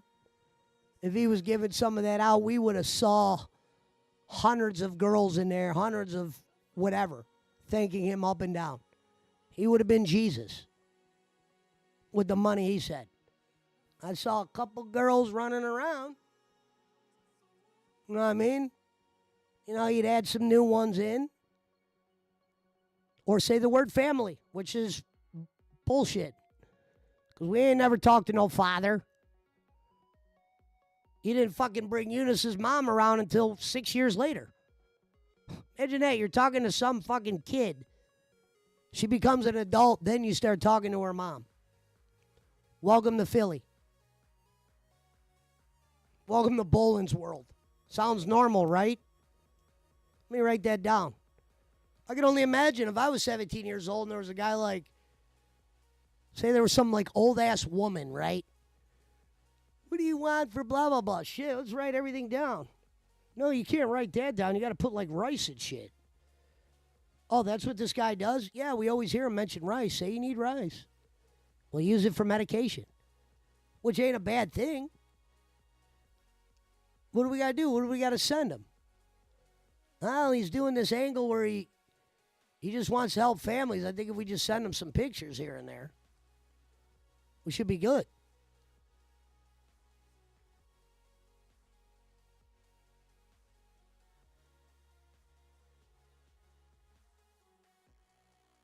Now, where Bob comes in would be like the $1 million question. I guess my only thing I'd pay $100 for this info. I'd say, Bob, when was the last time you gave Kenny money directly? And how long ago, if you did stop giving him money, how long ago, when did that start?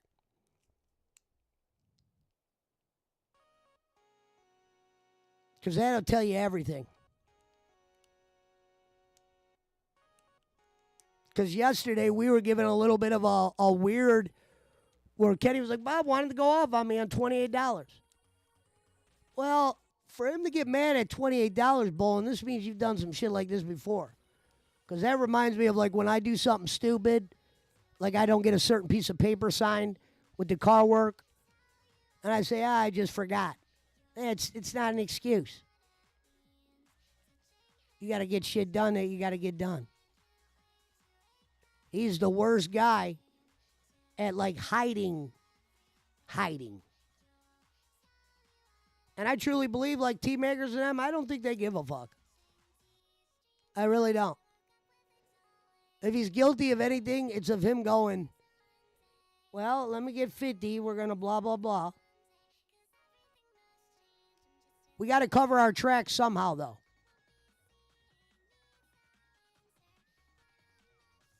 And he used Bob as the guy that covered his tracks. That's why he would bring it up in front of a guy like Bischoff and shit. He'd just be like, ask Bob. See, I think in the beginning it would be like this. A girl needed 100.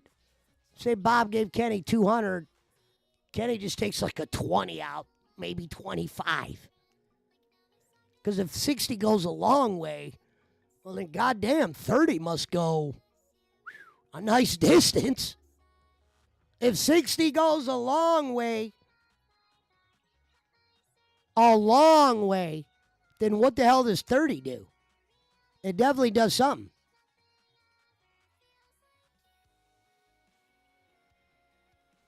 I think they all got broken off at one point, and as long as someone gets broken off once a month, he'll get enough thank yous and maybe some pictures and some fucking whatever.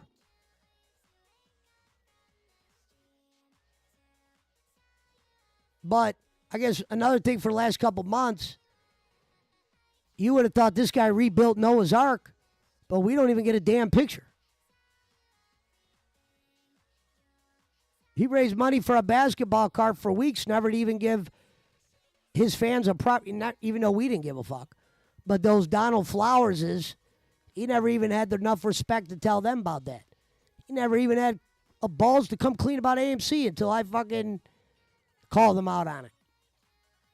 Where I made it look like if you didn't sell your AMC, you're a retard. Because I go, if you're smart, your son, fuck you, you're not smart. But if your son is as smart as he claims, which I believe he's a little bit intelligent, then when that shit started to fall, because I remember those days, he sold. Kenny said it's going to come back even higher. I can't possibly believe the guy was stupid enough to hold on. I was, because I only had 25, and I don't know what I was thinking. I should have sold at 70 as well. And I think I still own those shares. But they're worth nothing, Bolin.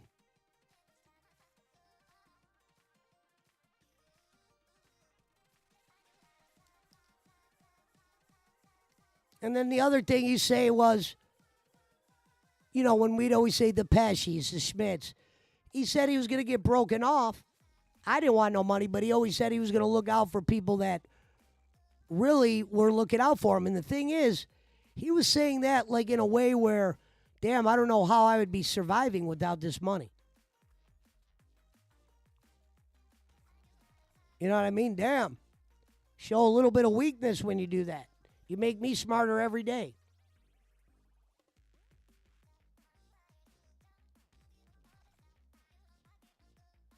His son is the same age as Barkley and lives in his mother's basement. Korean Kick Horse said, you know, Bolin is a good guy.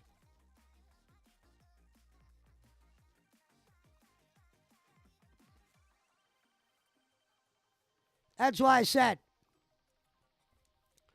if they brought us on some like real interesting show, you had Russo be the moderator, you had me on one side, you had Kenny on the other side, and you had me break Bolin down, there wouldn't even be a comeback speech. You know what I mean? All the proof and all the shit and all the smart ones will get it.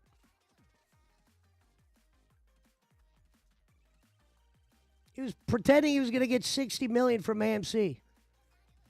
Yeah, at least, Kenny, tell people what happened with AMC. Don't just not talk about it. After some of the shit you said to people. Well, Bob, I remember when he was like, Bob, you selling? I wonder if Bob, when he would say, Bob, are you selling? And Bob just had a couple shares laying around like, I already did what I had to do with it. When Kenny said, you're looking at a millionaire, I said, damn, then sell half your stocks. If you clear $500,000 right now, Kenny, that's enough money to last you the rest of your life. How could someone be looking at the money that would secure them for the rest of their life and go, well, let's just let it keep going? Let it keep going. Kenny, there's a chance you could lose it all. Pesci, you sound stupid. Gonna call me a retard and others. Retard at that time when he looked like he was kind of partially right, but it happened so quick. Remember my boy Hami was on it. Nothing serious, 10 shares, but he got it at 17. He took Bolin's advice. Yeah, I was watching you on Bolin. See, Bolin used to actually have people watching him at one point. And I'm going to do that AMC thing.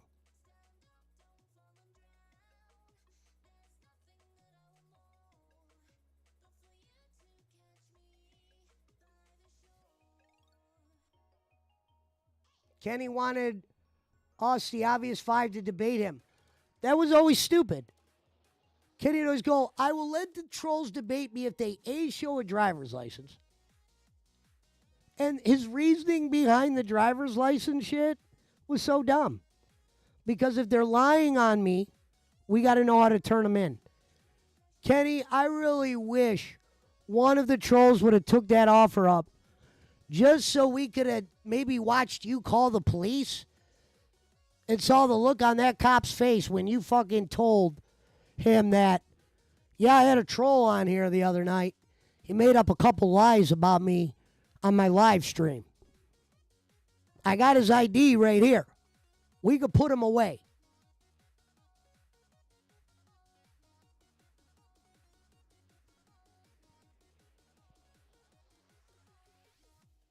Yeah, Bob could be a moderator. And I always thought, what's there really to debate? You know what I mean? It was like, what are you going to debate him about? The money? He's not a big-time hustler. So even the money he did keep, probably spent a decent chunk. A decent chunk. You could hear it.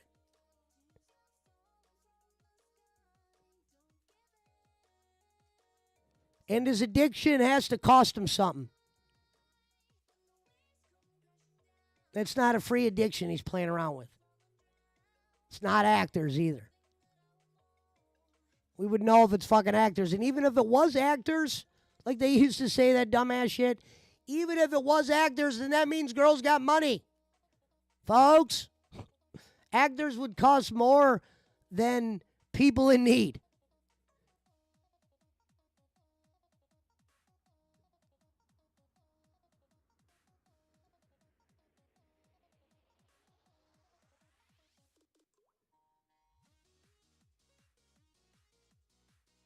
Gonzo said Bolin can't handle not knowing who is talking about him. Exactly. That's why he couldn't survive in Rene Dupree's chat. When he couldn't survive at Rene Dupree's, when we brought him on my show, I knew there was going to be trouble. Because Rene Dupree actually has a good audience. If Kenny's acting like that in front of Dupree and an audience, over here he's going to act like Hitler. Because he doesn't view me like Rene Dupree. It don't matter how much money I made him. Kenny only views people higher than him that have done shit higher than him. Like Dutch. Pete Rose. Why do you think when Conrad was on there, he was talking to him like an idiot? Because he don't know who the fuck Conrad is. You're just some goddamn podcaster.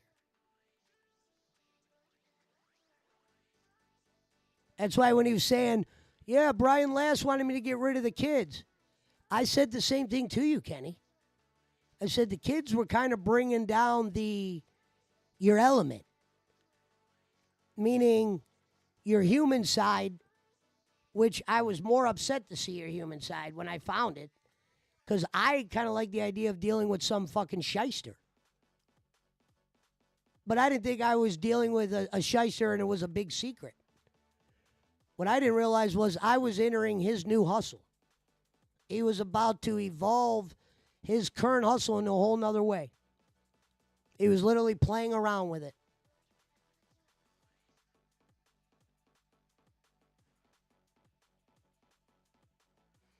Gonzo said, shout out to the oldie indie Phil.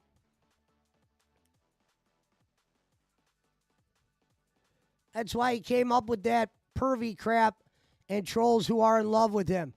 Yeah, like, he would talk about the troll in the beginning like it was one troll. Obviously, we know a bulk of it was one guy, but there was still many. Let's be real. But Kenny would point out certain accounts, and it was obvious when it was a repeat offender.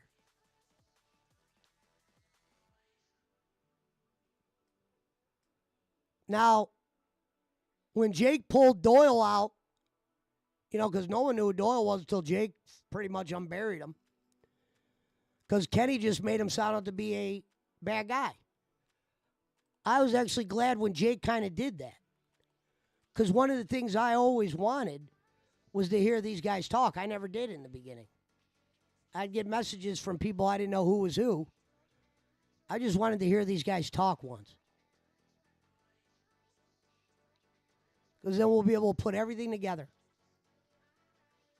They might not be honest, but I guarantee there'll be shades of the truth in there, especially if there's more than one troll, because they'll be butting heads somewhere. And when trolls butt heads, the first things they do is call out other trolls, and we've seen Doyle and our boy do that many times. I don't think I got to pull the tape up on that one if you've been around here.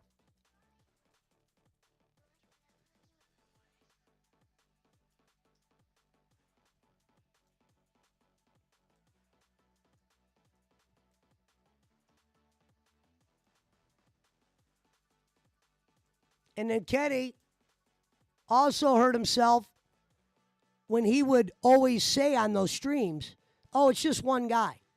Because then that troll that would be there would be like, wow, Kenny just thinks it's blah, blah, blah. So when we troll, we'll just, worst case scenario, he's going to think it's blah, blah, blah. So let's run with it.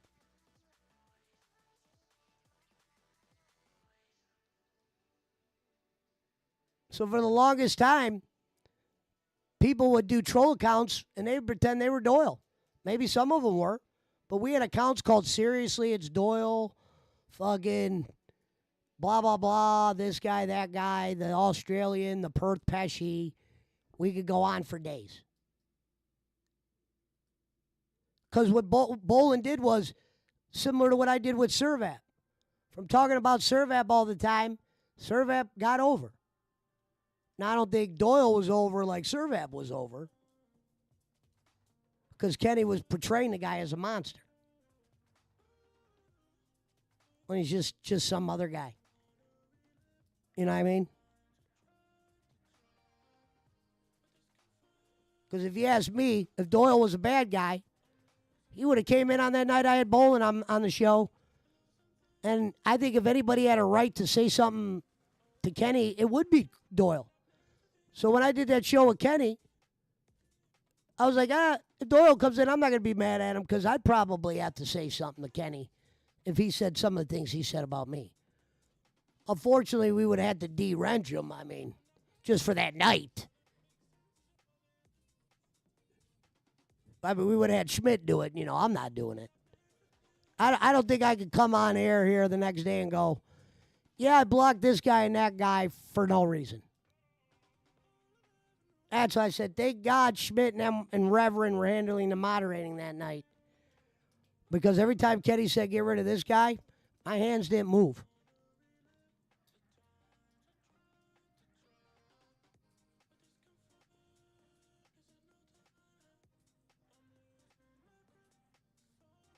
Pesci, you are still like the guy in the race who's that far behind he actually thinks he's winning. Well, I don't even think I'm winning. But to say I don't know my shit when it comes to all that shit, you're crazy.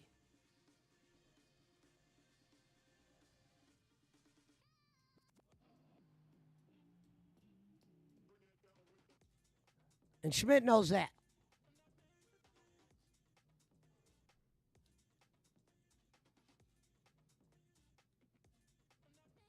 No one trolled Bolin that night except for Boss Man.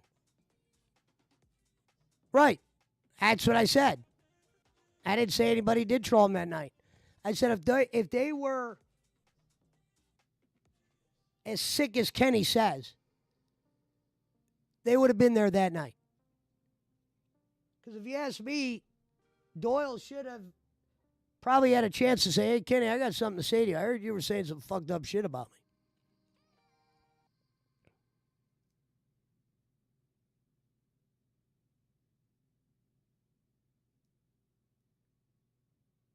He said he wouldn't do a co-stream with Ben Amin again because of his trolls. King of podcasting, my ass. That new channel might not even stand a chance, even if he didn't say the word donation.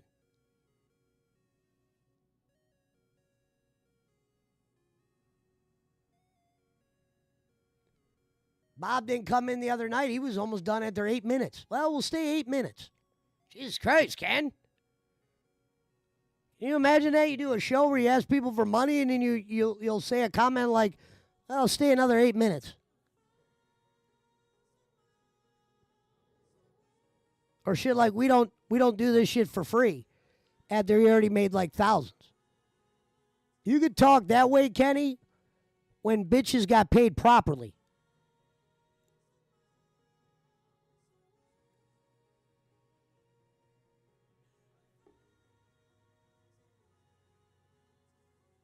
He's just a low-cal e-bagger of a low degree. Couldn't even stand in the same room as Darkside Phil. If Kenny had trolls like that, he probably wouldn't even go on air.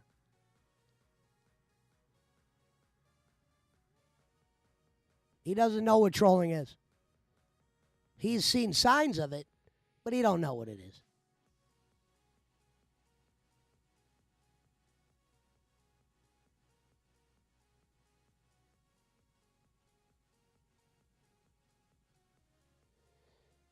And no troll should ever want to debate him. What are you going to debate him about? Kenny, we know you didn't blah, blah, blah, blah, blah, blah, blah. No need to even waste airtime on that.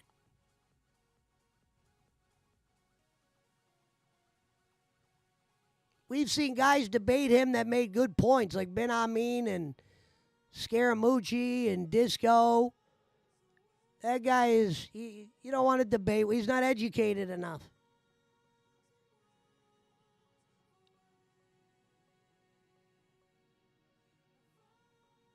What do you think when Disco goes, he's not a felon when he was talking about Trump? Bolin didn't like that, but he didn't really give a great reason on why he is.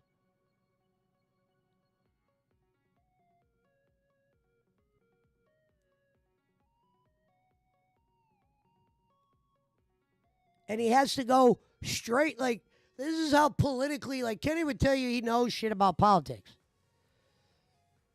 Kenny, whenever you talk about politics, you only talk about Donald Trump, and you never actually talk about what a president does or what you would like a president to do or how you were affected or blah, blah, blah. You bring up, like, headline, like, weirdo shit. Like, anything they say bad about someone, you'll just be like, yeah, well, see, look, this motherfucker was doing A, B, and C. Meanwhile, if two normal people were running for president, Kenny couldn't even tell you why he would want one guy to win and the other guy not to win. You can't have a conversation with that guy. Instead of going, this is why Donald Trump shouldn't have been president. A, B, and C. No, he goes to the same card. Because his thoughts are this. I'm not smart enough to say something bad about Trump in an educational way. So I got to say he's a rapist because what kind of human being likes a rapist? So instead of debating you, I'm just going to say, rapist, you're an idiot. Who likes rapists? Any guy that likes, you like a rapist? Not, I didn't like his policy on blah, blah, blah. I didn't like his stance on, I didn't like when he said, no, it's straight to rape. When he's talking to Scaramucci or anyone that has a brain, Ben Hameen, he says the most vile shit to where if you did say you supported that guy after the shit Kenny said he did, you look like an idiot. If that shit is true. Like he said, 45 times.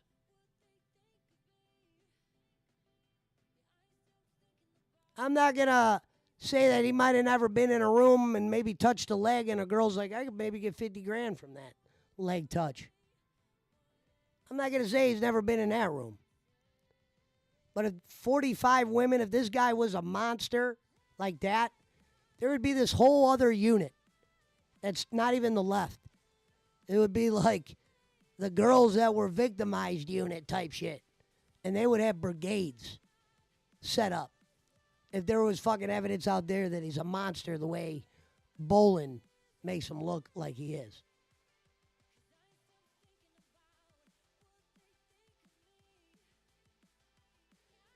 That's why the politics show we used to do with him, I thought it was great because he's always going to say something that doesn't make sense and people are going to want to argue it. Problem is he didn't know how to, he forgot how to play the back and forth battle. He used to embrace it to a degree. Then I think the trolls help fuck his head up. And every account he sees, he thinks they're fake for the most part. Yeah, you get a phone call if you got a badge from him. I would love to see those phone calls.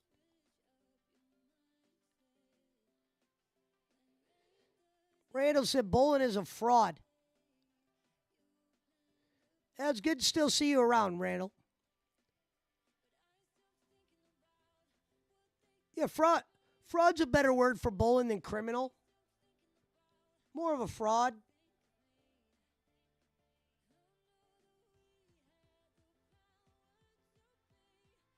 He knows how to, for instance, push Cornette away. But if you were to hear Kenny's side, you would think Cornette was a piece of shit. If you didn't know any better. I didn't need to even hear a side. It was pretty simple for me, Bolin. You were doing shows with Russo, I saw it. I knew Cornette before I knew you. I knew where Cornette stood with Russo. If you were my best friend and you teamed up with him, no matter the scenario or not, I'm probably not going to forgive you. Because if you're fucking phony enough to team up with that guy, a guy out of all guys, you're gonna go on TV shows and say we're best friends, but then you're gonna go do a radio show with that guy, and then say he was paying you more than me, which is so dumb. Russo was paying better. You didn't even you lasted a week over there. You found out Vito fucking did some fucking domestic shit. Yeah, you turned it into a funny promo or whatever. But then you fucking drew flags and shit. I'm not going to work over here with him. So think about how dumb Kenny is. He gives up the relationship with Cornette. The relationship that probably had value in pocket and out of pocket. To go team up with Russo for a week. All week. And when you came out of that, you didn't come out of that good. You forgot the character that you were. There were shades of it, because that's when I started coming around. But no, you were missing your pitcher. See, Jimmy knew how to say shit to get you going, and you at least respected Jimmy enough to stay on topic. You don't respect anybody else to stay on topic, and you don't know how to end one scenario and go on to another. We learned that in the clip show. So if I was Bolin, I wouldn't want anybody coming over to my show either. Because what I could tell you about him will open your eyes on the guy. And I'm still waiting for him to call me a liar on a show. Still waiting.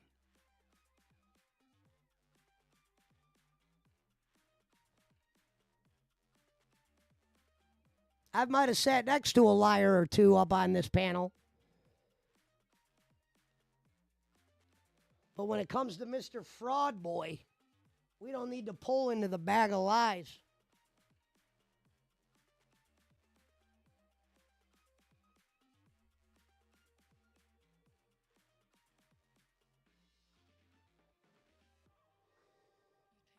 Been telling you for years, get Jeff Lane on your show. Jeff Lane ain't coming on here. Jeff Lane's got enough Kool-Aid up his nose to where he ain't coming over here. And if he did, it would cost, you'd probably have to donate to him for like a while. And the money and effort you'd have to put in to get Jeff Lane, you might as well go after Boogeyman. You know what I mean? Jeff Lane ain't going to do someone like my show for fucking free.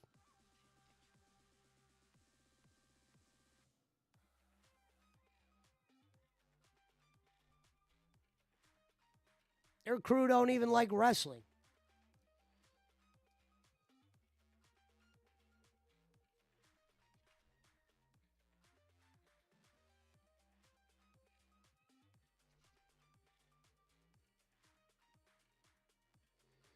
For 100, he will. That's what I said. Do I really want Jeff Lane for 100? No. There'd be no benefit from me getting Jeff Lane for 100. A, he's not going to tell some stranger everything that I would, some questions that he might, comment on shit. But there's no reason for him to tell anything good over here. He's not gonna say something that he couldn't say in front of Vince. And he's not that interesting to me.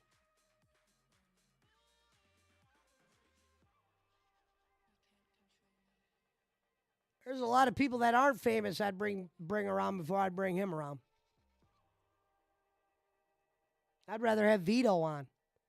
But they blocked me on Twitter when they found out I was doing shows with Ken. I don't know if that was Harry telling him to block me or what.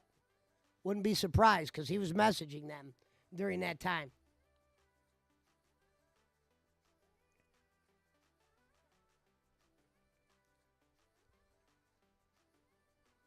That's hilarious. Jeff Lane for 100. I'd rather fucking go give fucking 100 to Eric Roman and watch him play Mario Kart for an hour and fucking flip out on everyone than fucking pay Jeff Lane and ask him questions about what? Hey, Jeff, what'd you think about Undertaker and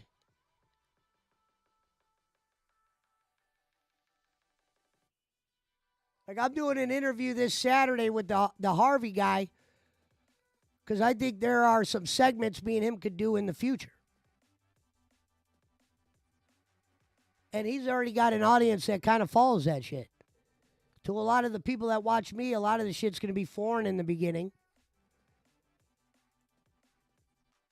But it's that kind of content hits the algorithms and it's fun to do at times. I enjoy doing the Detractor Alley. But I don't feel like that's the only one I want to do. And that's why HeyArvy, who had 40 in the build, and all he was talking about was wings today. That was amazing. Like, damn, this motherfucker's talking about Wings of Redemption's got 40 in the build. He was asking me why I was reaching out to him. He goes, I'm not really, I'm like, dude, I was like, you definitely got something going over here. You're doing better than bowling.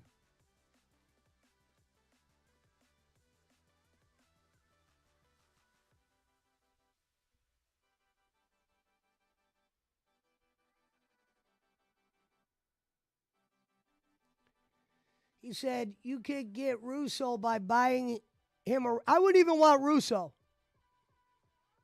I mean, Vince is only going to tell you so much, too. Nah. We did the Russo show with Bolin. It was one thing. But if I'm going to pull $1 out, no. Would I pay to be on his show, maybe? Maybe.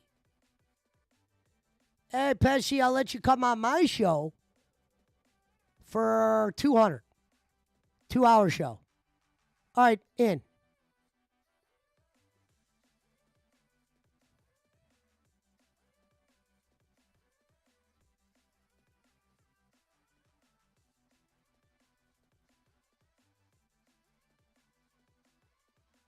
You'll get more recognition by going on somebody else's channel than bringing them the years first.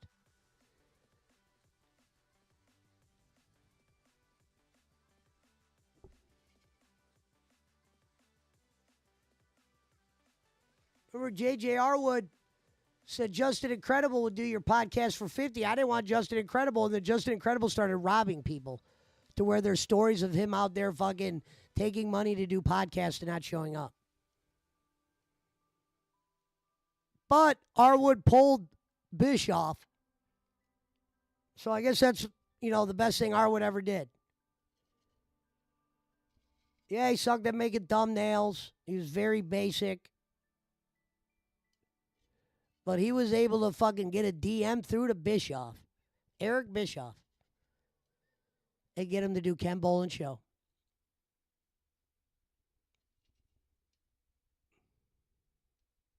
And then Arwood was responsible for the Boogeyman video that we played for years.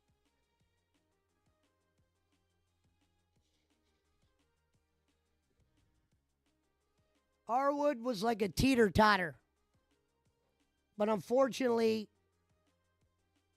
he was more down than up on the totter.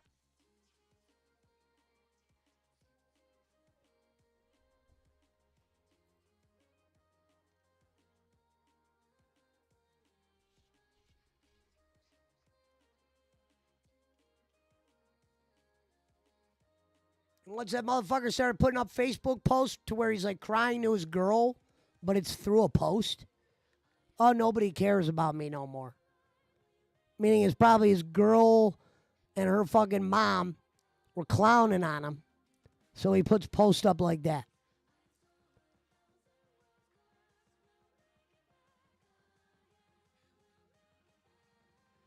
I hear Mr. Mouse is out. I hear you, Mouse. Good morning. It is about your time to come out. 2 to 7, your shift. Let's get the final J rolled up. I didn't even realize it's fucking 2 already.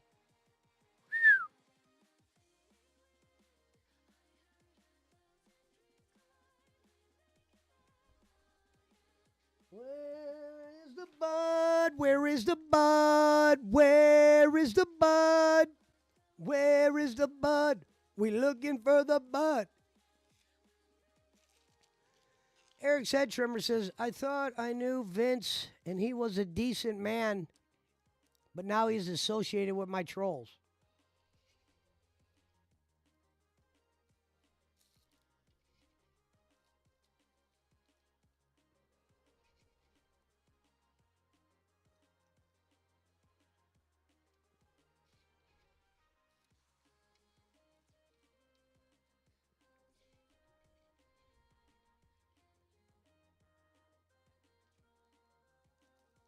I pulled the dog food. They can't get that no more. I started feeding Daisy that expensive shit, so when I feed her, she eats it all in one whop. I'm right here, Mouse. I hear the cupboards. They never give up. They still think they're going to get some shit up here. And they probably get something, but...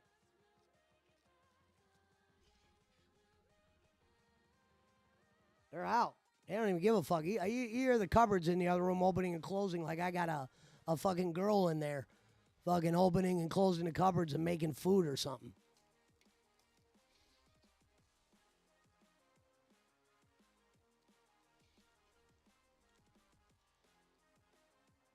Final J.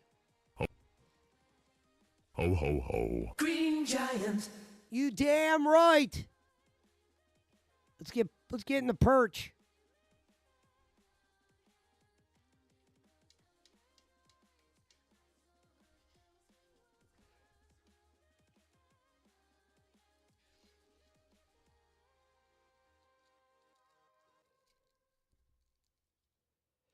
Yeah, I think that interview is going to go just fine.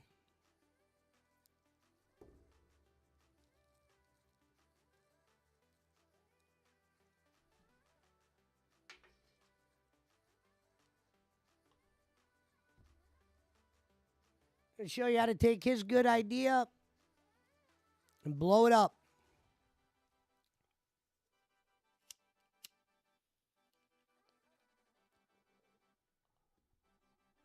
Maybe it's the ghost of Boland's donations.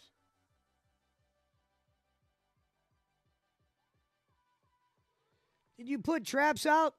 Yeah, I don't put them upstairs. I put them down. I can't risk Daisy hitting one. She opens cupboards too. She's a beagle. She ain't stupid.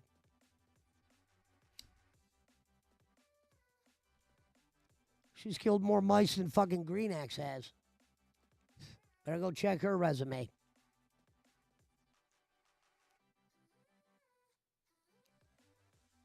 They were too afraid to show themselves when Pablo was around. They would make sure they were a lot more discreet.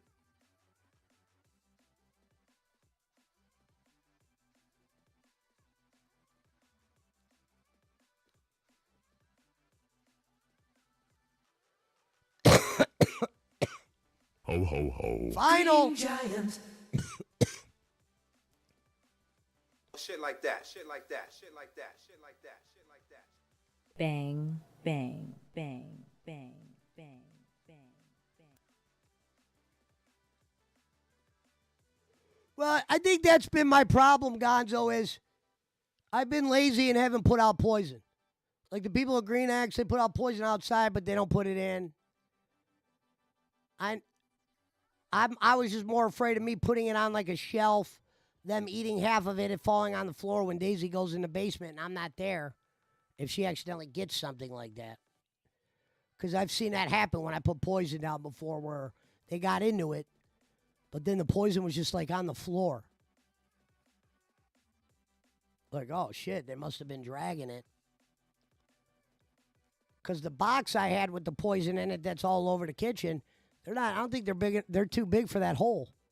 Because it's for mice. And what happened was they got so used to me putting Daisy's food out, the ones that are left, they're probably in shock right now. Like, where the hell is this bowl of food that was here for months? And it's winter out. These motherfuckers were going in cupboards. That's fucking nuts. No fear. That distraught from not having that food there. When I pulled that food, I knew I was going to get some funny behavior. You get a whole bunch of new noises, cupboards opening more, and you figure out how high they could get, nothing safe. You have to put shit in fucking real containers. It's not, set it on the very top shelf. No, they get there. And they're known for strong jaws. So they're good at creating new holes and ruining your shit.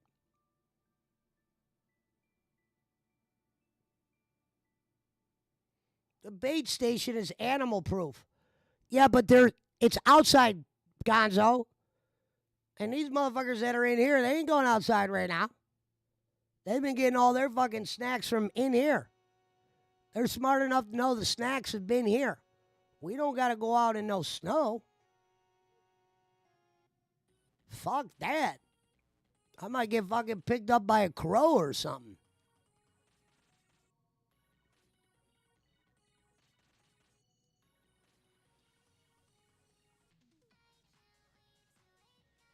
You gotta figure a mouse loves camouflage. They ain't getting that in the snow.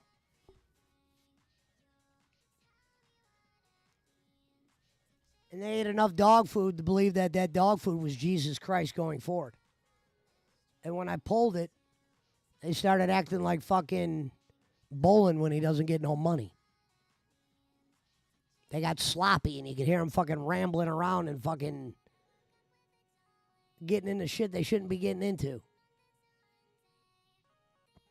Like, they never went on that one table where my microwave is. They never went on that. That was desperation at that point.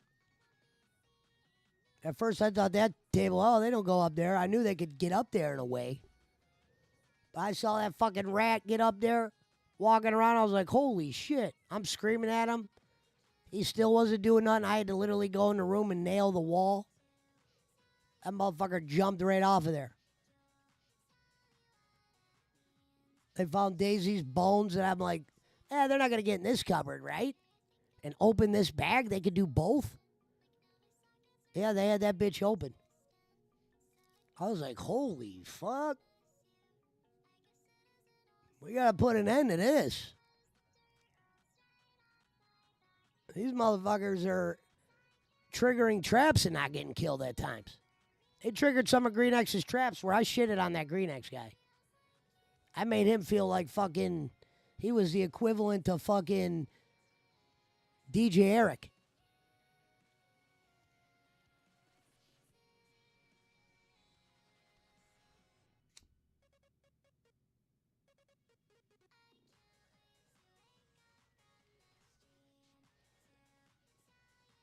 That's what they should have did, was put a bait box in the house, Gonzo. I never thought of that.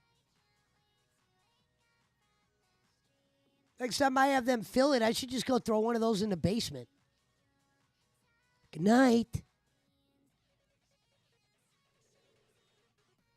Forgot why they said they don't like using poison again. I don't know if it's just because of animals being in people's houses. Not everybody has animals.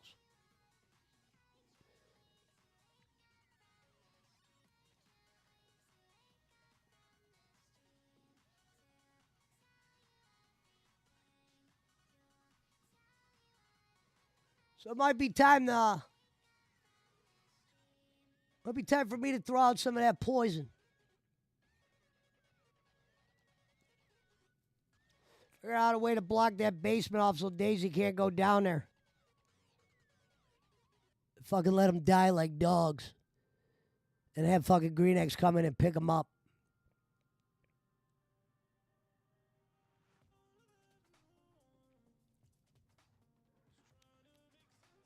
One thing, if those motherfuckers were like the chickens and knew how to ask for food.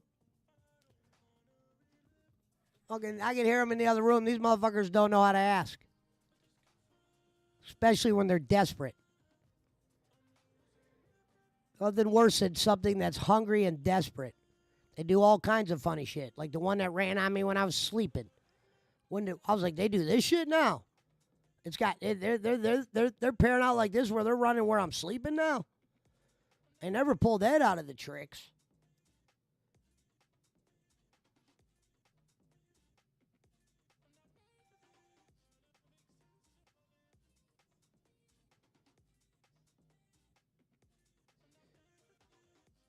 DJ Eric lives across the river, and then he says, is that the fat boy across the river? No, we don't. Unfortunately, we don't see DJ Eric anymore.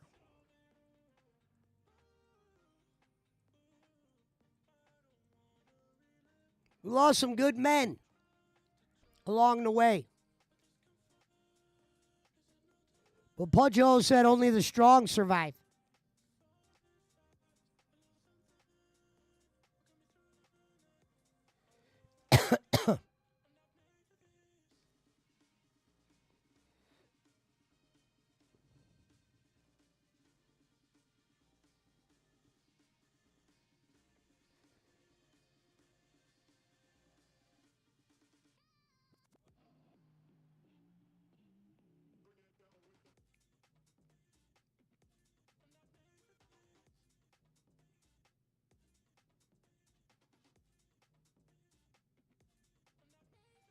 Punjabi Playboy says, come on, we don't need to ask questions. We know the answers to that. Just silly. Answers to what?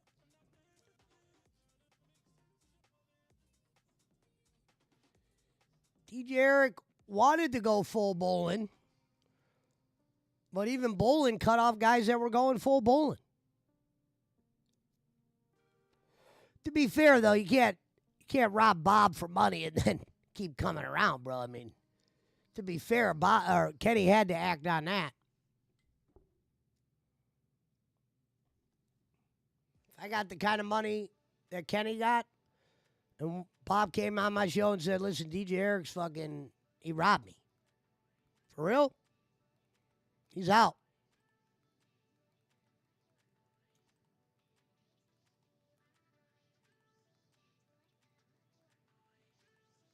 Kenny only let him come back around because Bob forgave him and then eventually gave him the money, but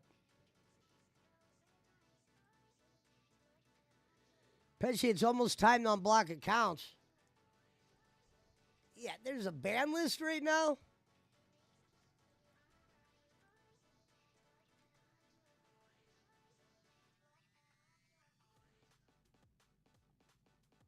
Let me check that. See what the ban list looks like. Community moderation. There's no one blocked on my channel.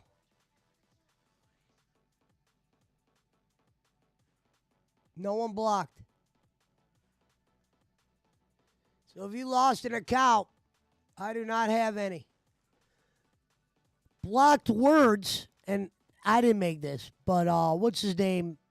Schmidt made Eunice a blocked word. I could live with that word being blocked because I really don't want Bob coming in here and seeing her name floating around and think we're over here having a parade. So that name can stay in hell. I don't think we need to even mention that name because then we look even worse.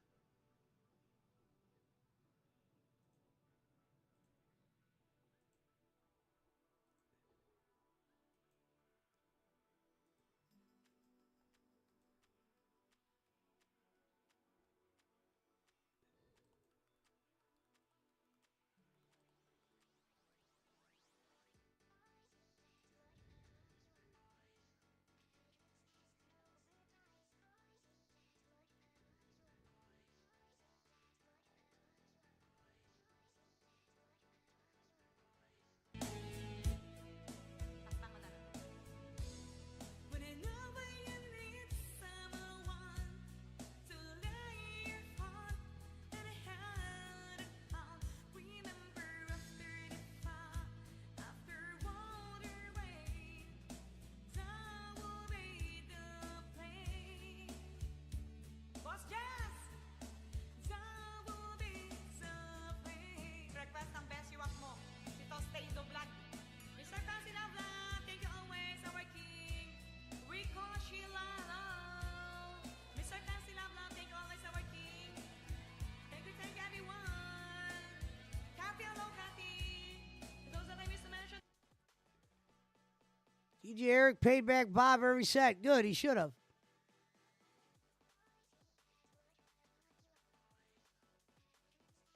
Fucking JJ got money from Bob, too.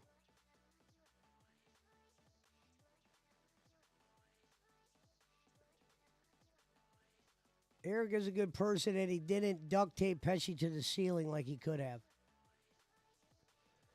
What up, Terry Tibbs?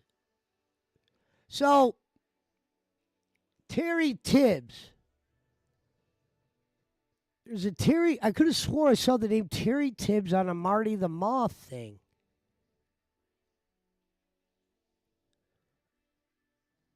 Is that you, Marty, on a burner account?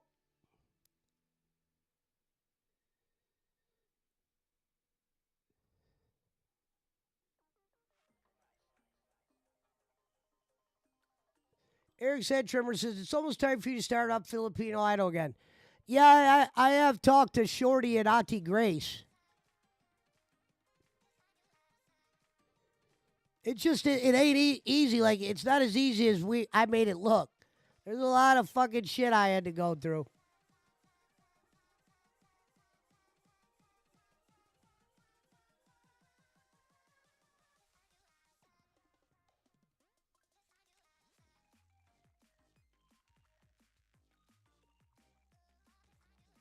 Terry Tibbs says, Marty and I go way back.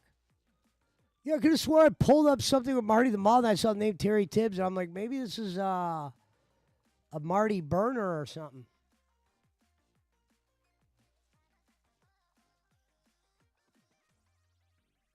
No, I understand that Terry was in my chat last night. He's been here for the last couple days.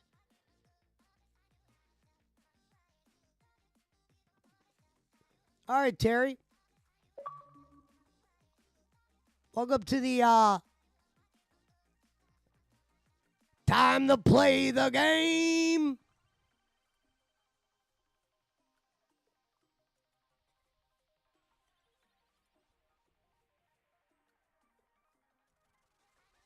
Thank you for reminding us, Rev's Bathroom. Yes, that was the question Jake Hudson asked Marty when we were on the show with him.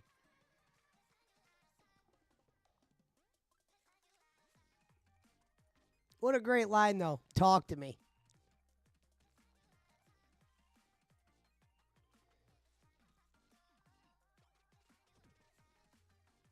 Speaking of Marty, though, now that he's going live on YouTube, see, I stopped going live on Twitch. That was really probably the only reason why I think I lost communication with him, because I stopped going on Twitch like I used to, and he was Twitch only. He has a YouTube channel, but he would only upload there. multi-streaming wasn't a thing, and then he kind of started doing some wrestling shit for a while, and I don't think I saw him. But now he's back in the swing of things on the streaming, though. Might be time to make that phone call again.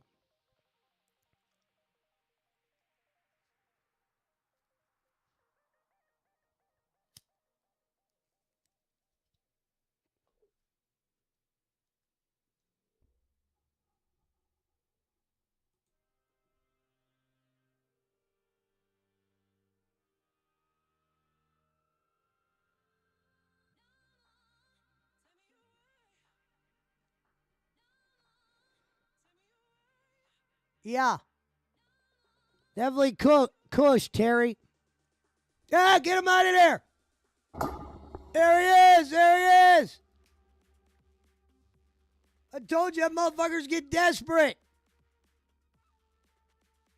Kill.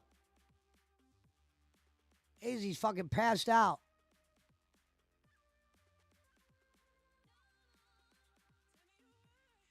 Kill.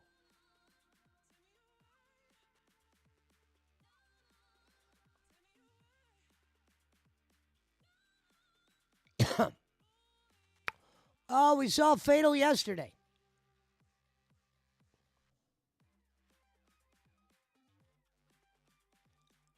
He'll be back.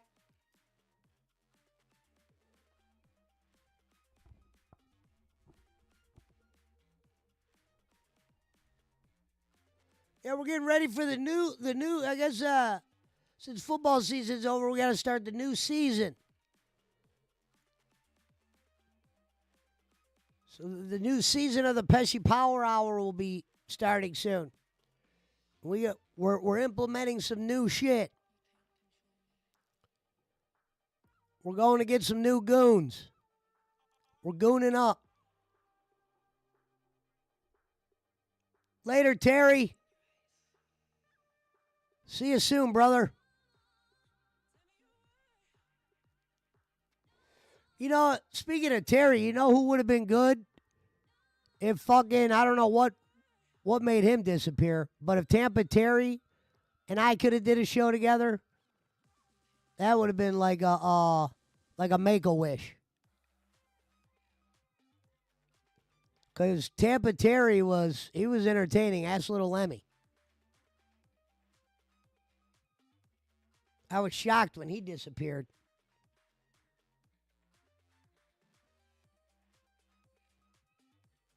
And me and him, he got along real good.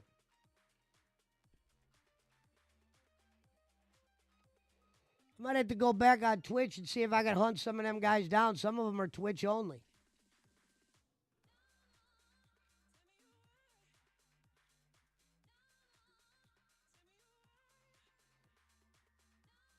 Laddie, if I wanted to troll you or interfere in your shows, I could have done it a million times. I told you, Laddie, it was Sands the whole time.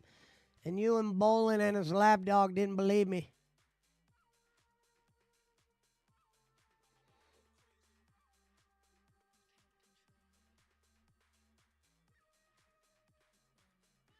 Well, you know, back then, to be fair, there was nothing really to believe. Because I was never given the real story.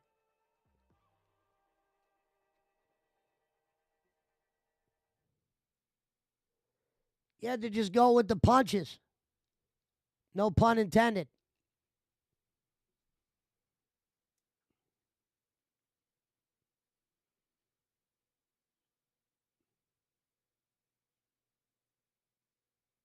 It was signs the whole time. I like how the fake accounts will always take like the best sayings and they'll say them in there as well. To where you almost wish the guy that said it could be around, where you're like, damn, remember when they used to come around?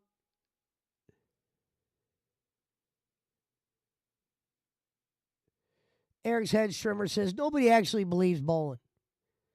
That's if that was news, that's very old news.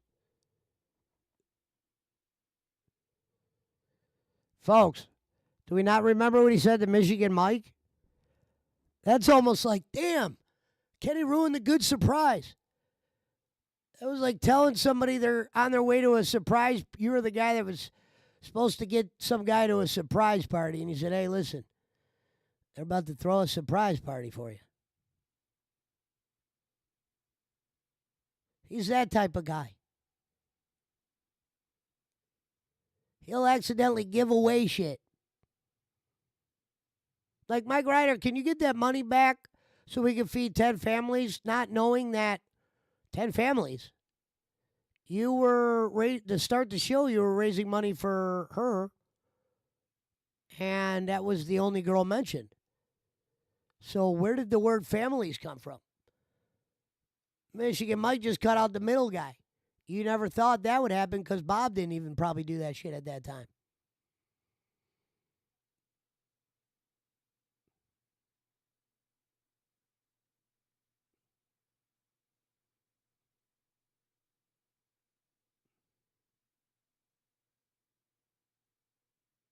This is a guy who didn't go to the post office to mail a poster. Like I said, if he made 11 off my appearances, this ain't counting the shows I wasn't on. So he damn near had 20,000. Close to, without a doubt in my mind. I would take that to God. Pesci, you really want to take this to God? Yep. Hell yeah, I do.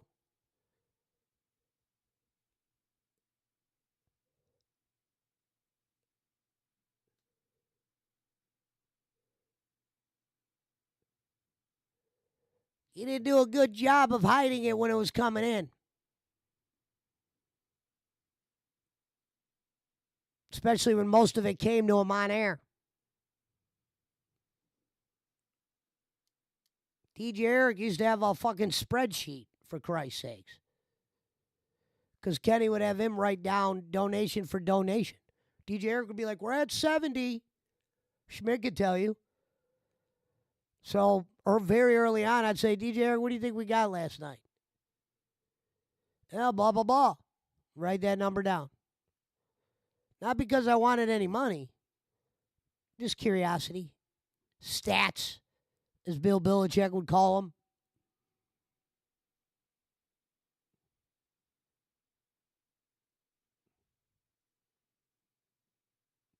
That's why he referred to the video when I showed the money that was made as me blowing myself. How? You got all the money. You were the... I didn't blow shit. I was shining light on shit. That's how you shine light, Ken. Because you were never going to bring it up again. Damn, we made fucking blah, blah, blah when Pesci was around. So I had to make a video about it. So it lives forever.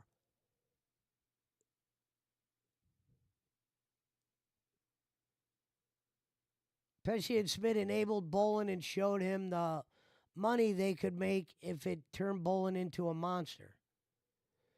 But Kenny also truly believed his shit didn't really stink.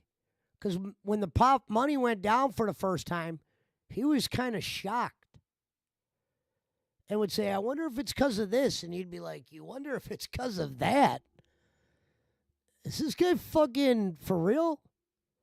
Like, I'm dealing with a borderline retard here when it comes to fucking, like, sneaky shit.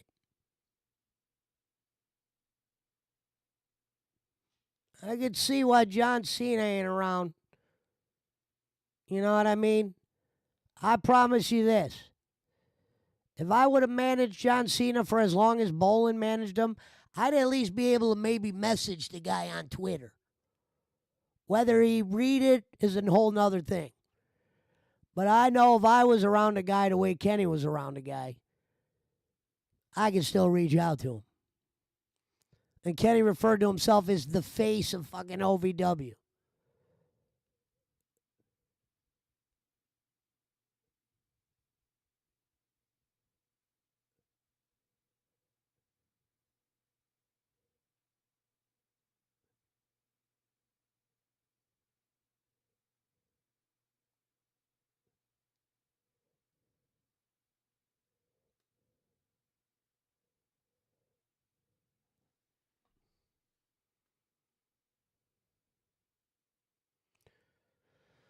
Will Jimmy and Cena mention him? No. Cornette will not.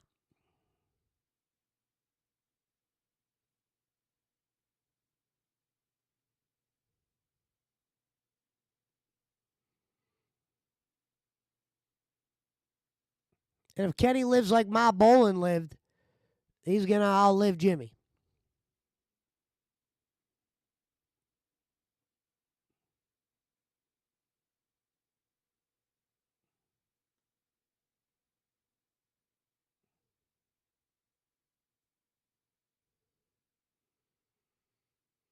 That Michael guy made a comment. It wasn't even a troll comment. And he goes, now, I would like you to know, around here, shook the guy down for money. Not even letting him breathe. Not even let it. Like, that shit there actually makes me upset. Like, I'm able to laugh at 98% of the shit he does. You know what I mean? I just like clowning on it because it's funny. But when he fucking gets greedy like that, to where he's like, someone comes in and he tells you his show's based off your comments. You finally get a comment, Kenny. You know, you don't exactly have a million of them. Like when we would say, we'll give them one. That was a joke we used to crack on the shows I was on. Because a fake account would come in every 32 seconds in those days. You know what I mean? You want to talk about Fern Gully. Even Mermaid was in there making fakes. What up, Joseph?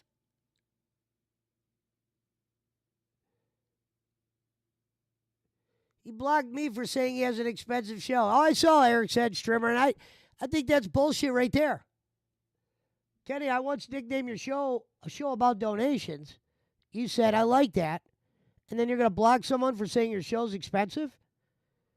Kenny, imagine every time you watched fucking Justified or The Walking Dead, they were asking you for $10. You would never be caught dead, Ken Bolin, watching a show where a man spends the first 20 minutes asking you for money. That guy barely liked rewatching Jimmy shit.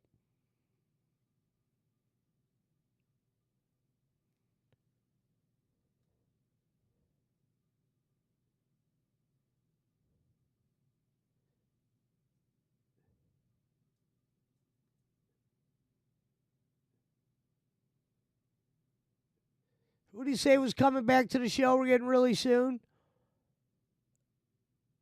What the fuck did he say the other day?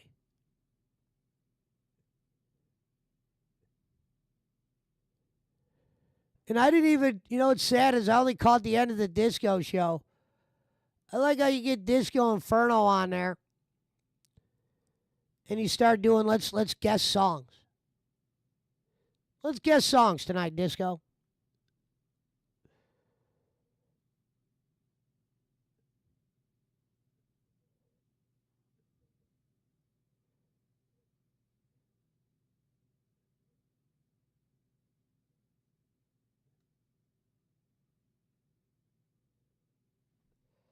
Imagine that. He once said he taught John Cena how to be a heel. How the hell can you teach John Cena how to be a heel, but when you get trolled in a chat, you lose your freaking brain cells?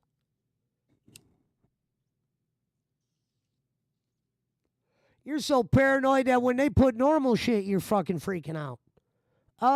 We don't like to read smart questions here unless we see 5.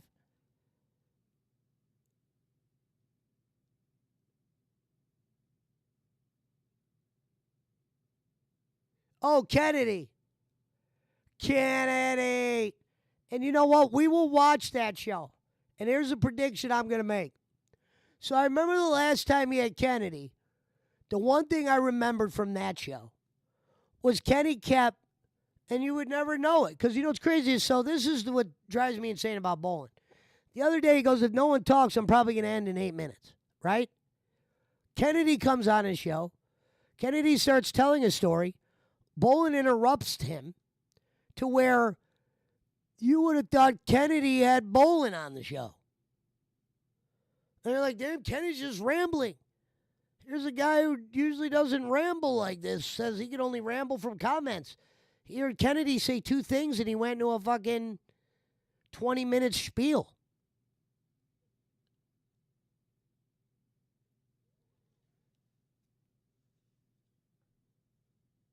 Like yesterday when he said, what was greater when he goes, well, Paul Bear waved Christopher over. Said, you want to evaluate talent with me? And I'm not even going to say that never happened. But I guarantee it didn't happen like that. Could his son have sat at a table that Paul Bear was at in Paul Bear's much older age?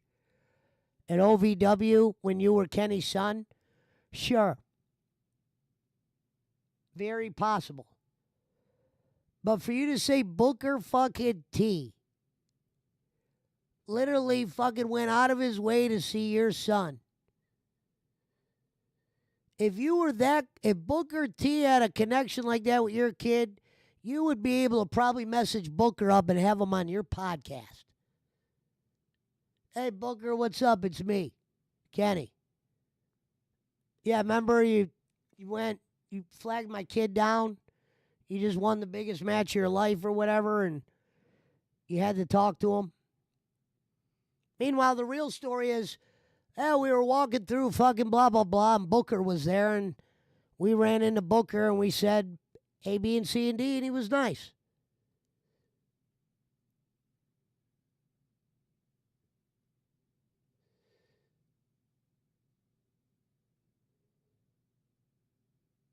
Booker T.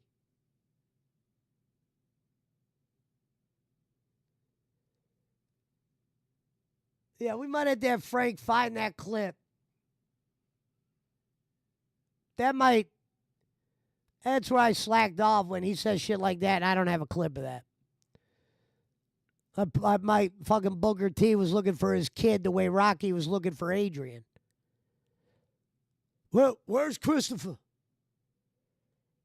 Christopher! Get Kenny Bolin's son here right now.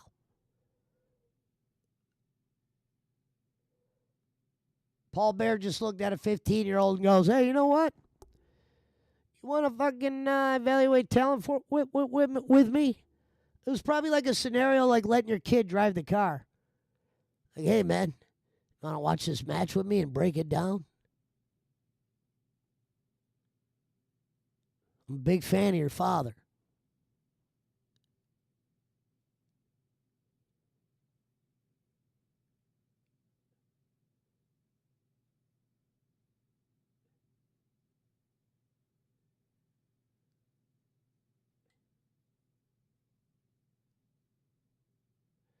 Bolin tried to make Rene Dupree and Ben Amin block people in their chat. Yeah, I mean, there's no need to do business with a guy like that. He couldn't even take money and just deal with it.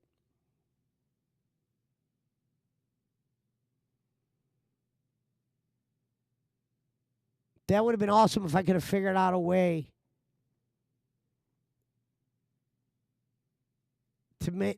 for him to see a chat that he wasn't seeing during those shows and people could just go apeshit. Christopher was very popular with the boys backstage. It sounds like a legend. I mean, damn, when Booker T, you think if he had that kind of connection with Booker T, I mean, maybe Kenny could get a Rumble ticket with that kind of fucking relationship.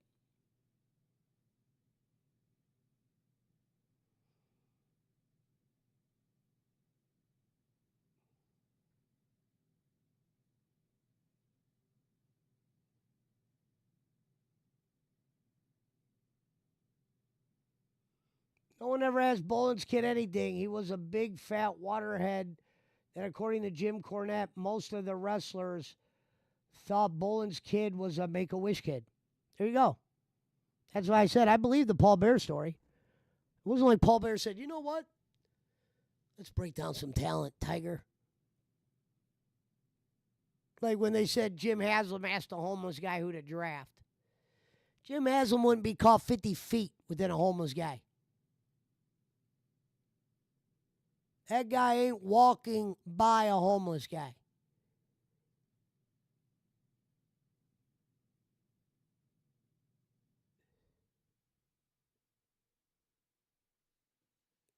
Some homeless guy said, hey, draft Manziel. I want to even know where that came from. Some people claim Jimmy said that. Jimmy, that's not even funny. If you were joking, it's not funny. We needed a quarterback that year. You know, this is when I was really into sports. You know what I mean? You made that fucking move. You want to talk about make a wish? Never apologize for it. Just fired.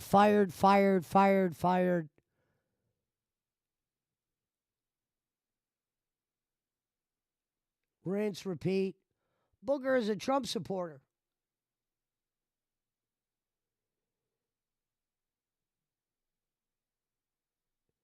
Yeah, Disco called him out for the shit when Kenny said he's a felon or whatever, or rapist or blah, blah, blah. You can't have those kind of debates around guys like Disco and shit. Because Disco actually knows a few things. That's why it's easy for them to laugh at Kenny. Like most guys that are very left like Kenny, they don't want no business being around. But sometimes with Kenny, I believe the wrestlers sometimes think, this guy, is he joking? This is his gimmick, right? He's always like needing money and shit. Because that's what I thought. Because we watched it in that video when I said, yeah, Kenny, I came on and didn't know which Kenny I was talking to. Meaning I like the old Kenny that was more of like a upfront hustler. I didn't like this sneaky hustler shit. Where's the funny shit?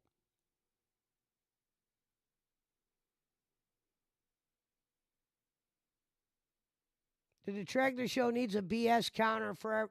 Yeah, we got to definitely add something like that.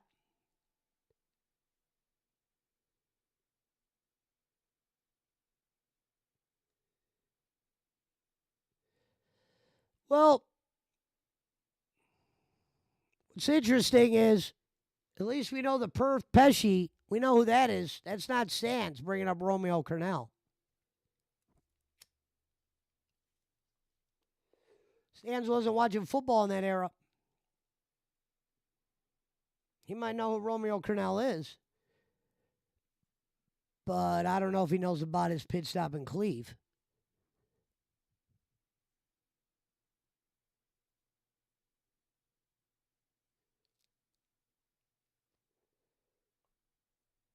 Get that mouse, Daisy.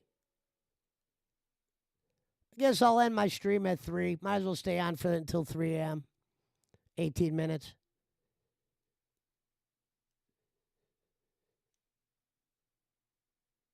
I told you, lad, he's a Korean king of whore.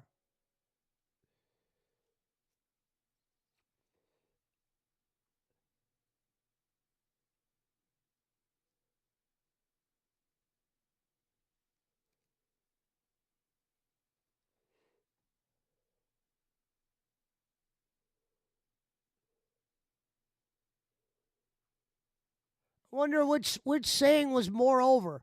I told you, Lottie, or fuck off, Brad.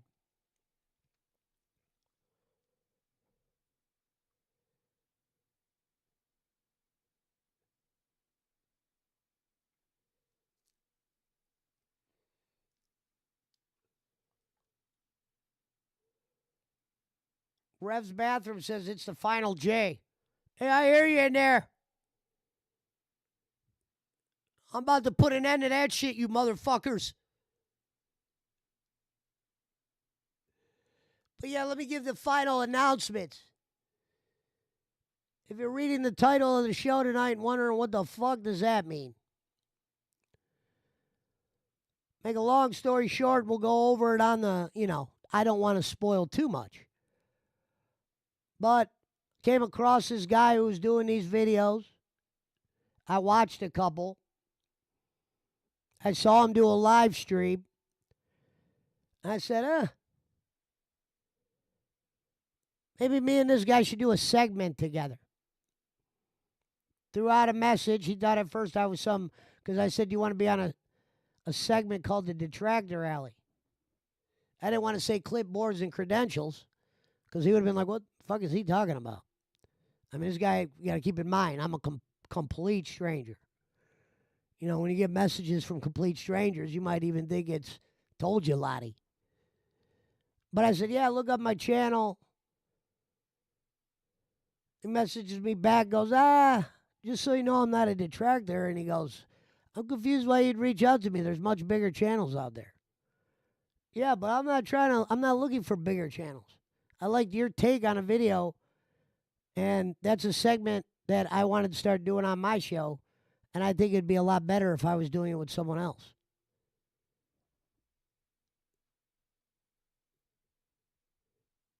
And this is before I knew he had an audience like he did.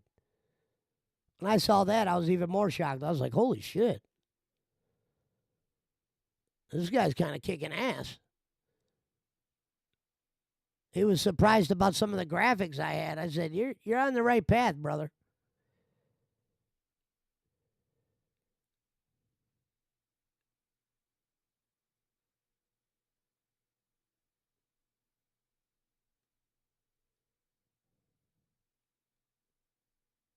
But we'll find out on Saturday.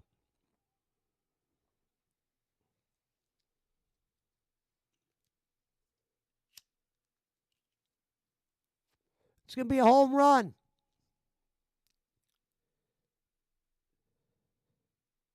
I was more shocked when he was doing the live, and I just typed the question as like, I didn't even think he was going to read it because there was a bunch of people in there commenting.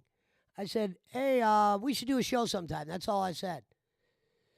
And he looked up my channel and shit, and he goes, holy shit. You look like you got some legit shit going on. And I'm like, I guess.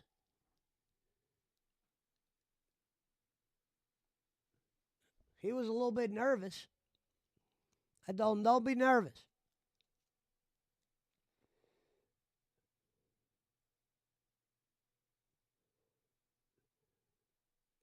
It'll be funny when I bring up that message to him and he goes, well, I'm not really a detractor. No, you're not really a detractor, but you make detractor content. There's nothing wrong with that. You got a big audience for it. You need to just embrace it. But I think I could maybe help you make it even better than it already is.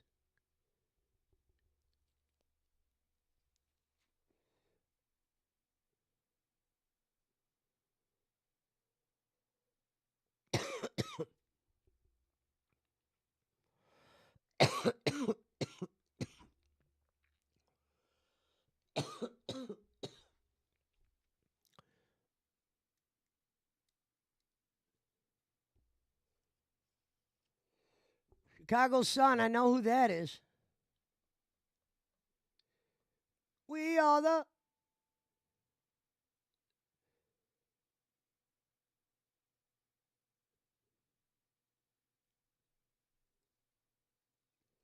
That would be, and unfortunately for Brad, Brad's probably got some great stories. But he ain't going to pull them out of the bag. Because probably some shit when he gets ashamed of something, he always wants to make it look like he's no, I got my shit together. This person doesn't know Adam from Eve.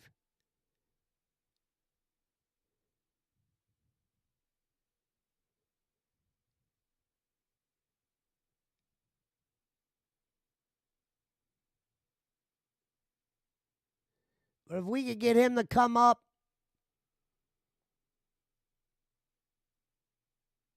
and just do one honest show, we would just call it The Night Brad Was Truthful. The Mountain of Truth.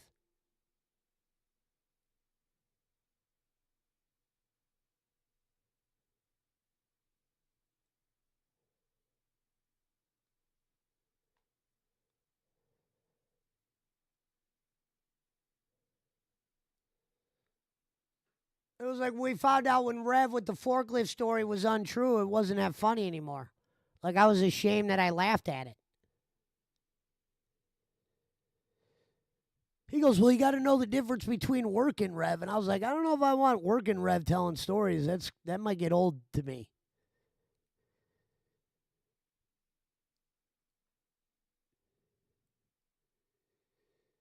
Eric's head trimmer says, Brad is a good mate. He drinks a little much, but he's a good lad. Well, we know who Eric's hedge trimmer is now. And it's not who you would think. I know a lot of you probably... Whoa!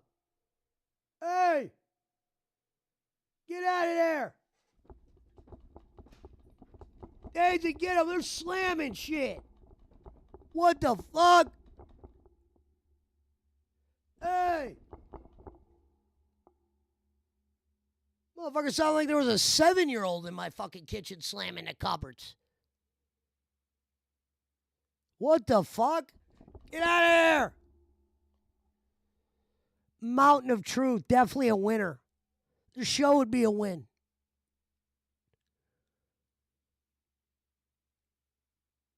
Brad doesn't realize sometimes when you're able to talk about your chaos, it's good stories. Listen to that motherfucker. Hey!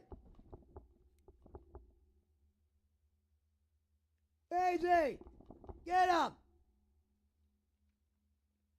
Oh, I wish I had my air compressor in the house. I just start that bitch. That shit's so loud, those motherfuckers be... Sounds like he's touching the weed bag. Daisy! Wake up, girl! Daisy, get up! Hey, get out of there, you motherfucker! Get out of there! Hey! Dude, you know it'd be awesome if we had a fucking bowling cam. Me and the kid. Whoa! Hey! What the fuck? It sounds like goddamn fucking poltergeist. Hey! Hey! Daisy, get up! Get up, Daisy, get up!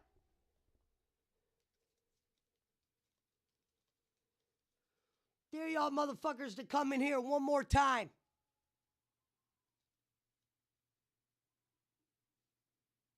You fucking earned it. Daisy, get that motherfucker.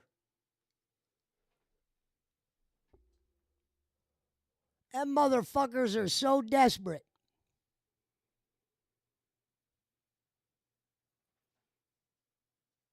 Get him, Daisy, get him. See, Daisy didn't see him because they're up high.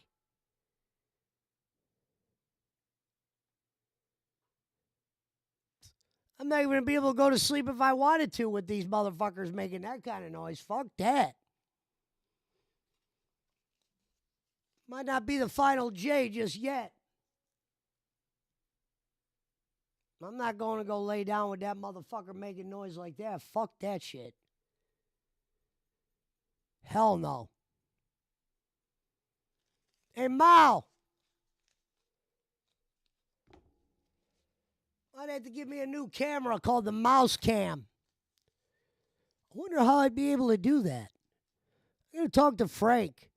If maybe I could get a camera that I could put on like, almost like a, how when you have what are those cameras that, the mini ones that I got? What the fuck's that called?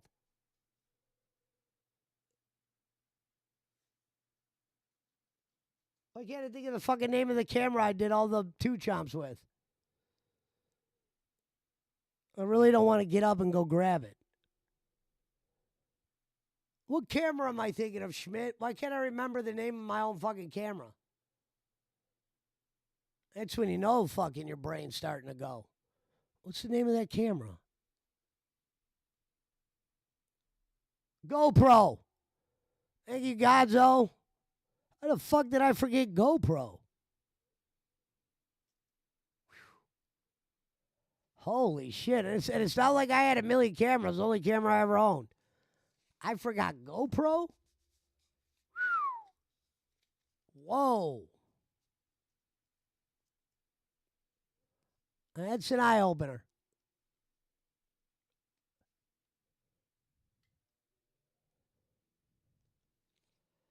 That's when you can point at dope.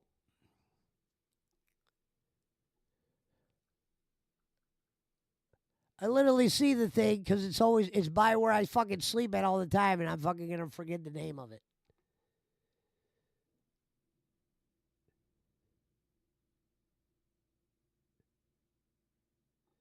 But if we could take my GoPro and Frank figure out a way to make the GoPro another source to where I can walk around, maybe we'll go after that mouse live. I mean, I like calling it mouse, but it's a rat. Yeah. Wish it was a mouse. Why do you think I got this brush right here? This probably wouldn't even kill it either. But I'd be able to get a decent, enough to let Daisy run up on it.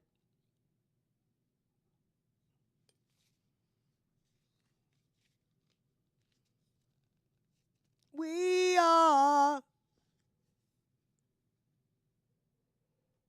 They have security cameras that have motion activated technology. I got to figure out a way that I can hook it up to the computer, but like walk around.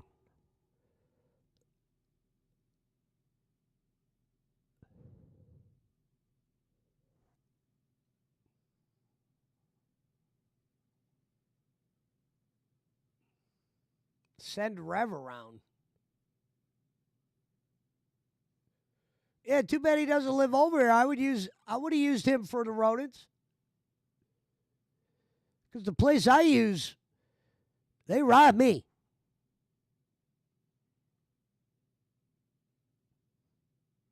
I'd be the perfect. They said, hey, send a video with your issues.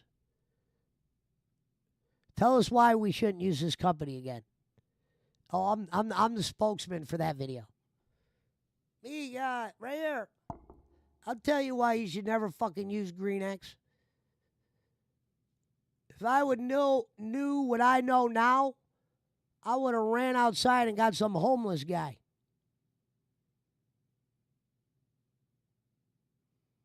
The guy I'm most mad about is that fucking piece of shit salesman. Because he actually sold me some shit that they don't even do. Well, they were smiling when I asked that. They're like, what'd you just ask? No, we don't fix holes. That's what the guy said. He goes, no, sometimes we'll patch up like a minuscule hole or something. You know what I mean?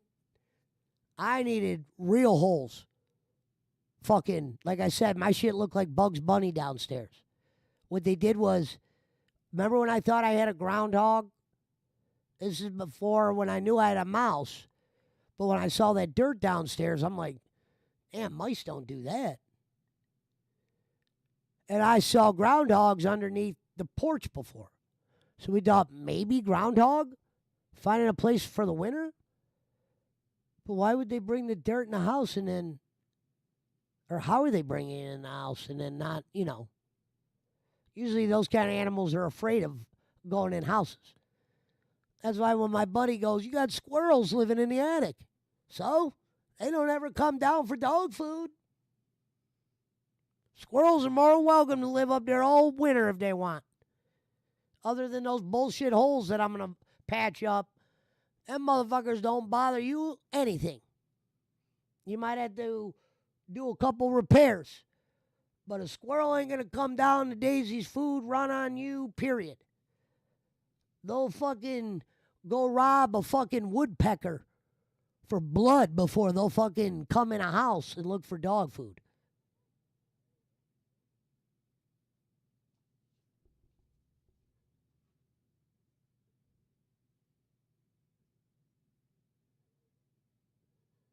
And I know I could probably put a real end to them. I got to stop. For some reason, rodents, I get a phobia from these motherfuckers.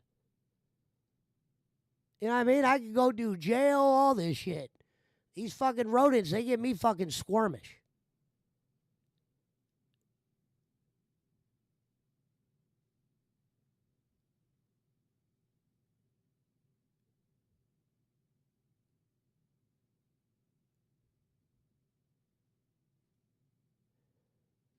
And you got to remember, it's only been 4 days of me pulling their food for real. So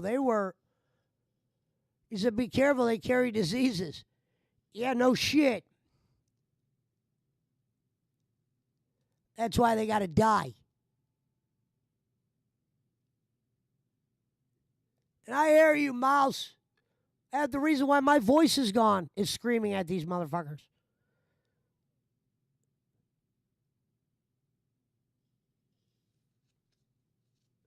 Because every time I get up, I have to make a bunch of noise. I'll walk in the fucking kitchen. He'll just be there on the table. I'll freak out.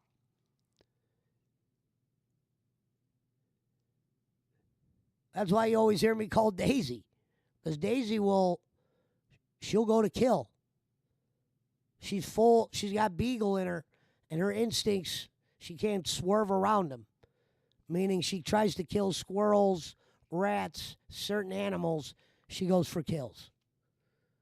Not even a warning. Straight kill. She came in the house once with a chicken in her mouth. Thank God she didn't kill it. She put the chicken down and the chicken ran to the front door. I didn't even know her jaws were strong enough to put a full chicken in her mouth. She came inside. At first I thought the chicken was dead because it was completely still. It was like something straight out of the movie The Mask. She came in, the chicken. Pablo right behind her, not knowing what to think. Chicken hit the ground, ran to my front door. But when that chicken hit the ground, that was when Pablo fucking, if he got wind, he would have went for the kill. I had to get that chicken out of there quick.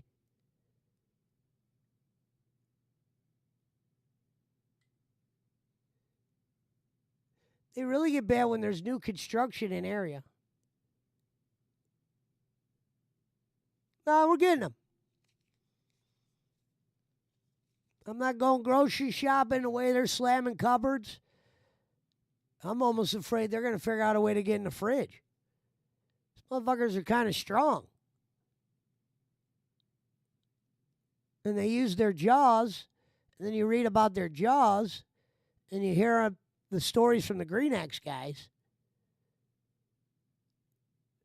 That's why it's funny. These motherfuckers, they'll come to your house like they're fucking Ghostbusters, right? And they're about to do some real rodent knocking down. Them motherfuckers didn't catch shit yet. The couple downstairs we caught, my boy Phil, the guy who originally bought this house to put me in it, he went down there because he knows I can't fuck with no traps. He goes, yeah, they triggered some of these traps. There's nothing in them. He goes, we're going to put some bait in there that's going to really get them, peanut butter. He goes, I bet you we catch a couple now. Guy came, the Green X guy, after skipping a week. Oh, look, we caught one. I go, no. Let me tell you a story, friend, because I know how I get a new guy every week. Let me tell you how much shit you guys have caught. All right? I don't want to say shit's worse since you guys got here, but damn. The amount of money you paid and all that talk like you were Venkman. Now we'll get rid of them. Stay puff. Just make sure that money's green. Tell me all the shit to do.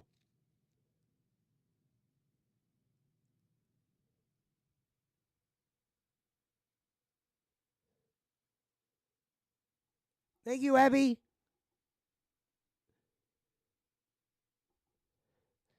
If you have a service that isn't only about rodents, you're wasting your money. Yeah, I forget exactly what service I got because the guy that sold me the plan was so thirsty because, like I told the tech guy, I go, I want to tell you about the phone call that I had, and let me tell you about the shit you guys are saying you do not do, that he said you do. You want to talk about this motherfucker didn't care. He almost knew that I would not be able to track him down.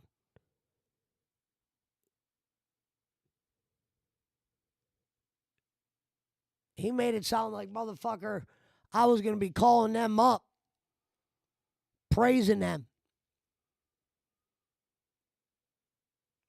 When I found out what their service entailed of, if I would have knew that was the only thing they did was what they did, I would have literally got a homeless guy or someone from Facebook, and I would have had them do exactly the same thing, except maybe my traps didn't say Green X on them.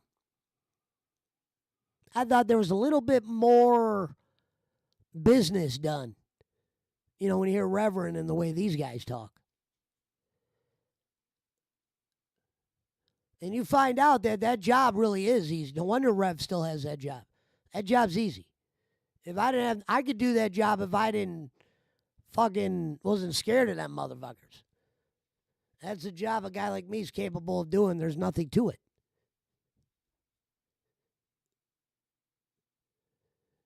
But I wouldn't be able to clean up the old ones and do that shit. I get squeamish. Screw that.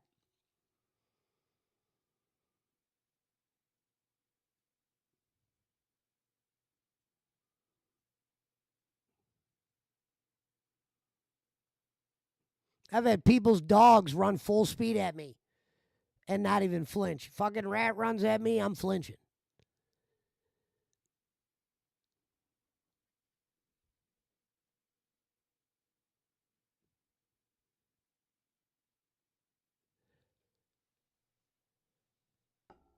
I hear you fucking motherfuckers walking around and shit. I didn't want to have to be the bad guy. Y'all motherfuckers ain't respecting the boundaries anymore. This ain't a Fibles Goes West shit. It's time to put an end to the fucking horse shit.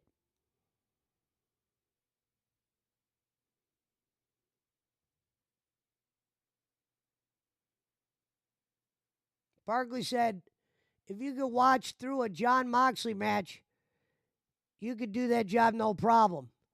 Nah, I wouldn't go that far.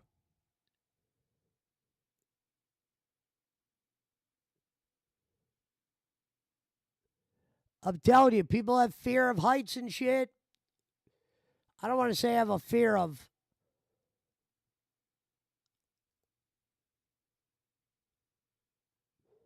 Because here's what's weird.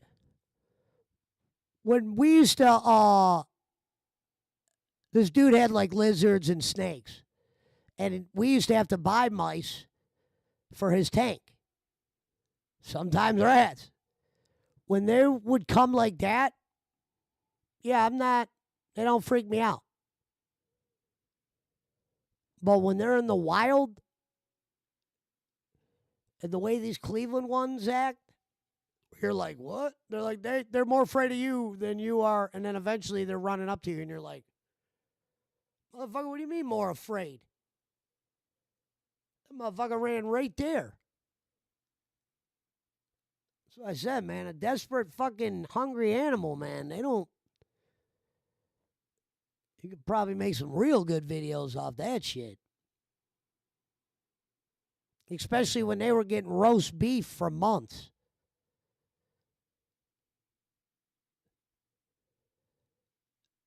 That'd be like Magic Kenny just woke up one day and went to go live and Bob just wasn't, he just was gone. That's how it was with the rats and the food. They lost fucking their, yeah, we'll stay back here.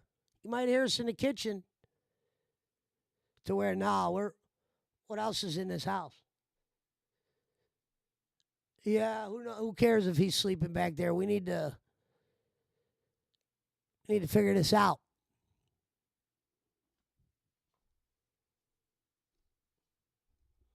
That's why Gonzo had the good idea.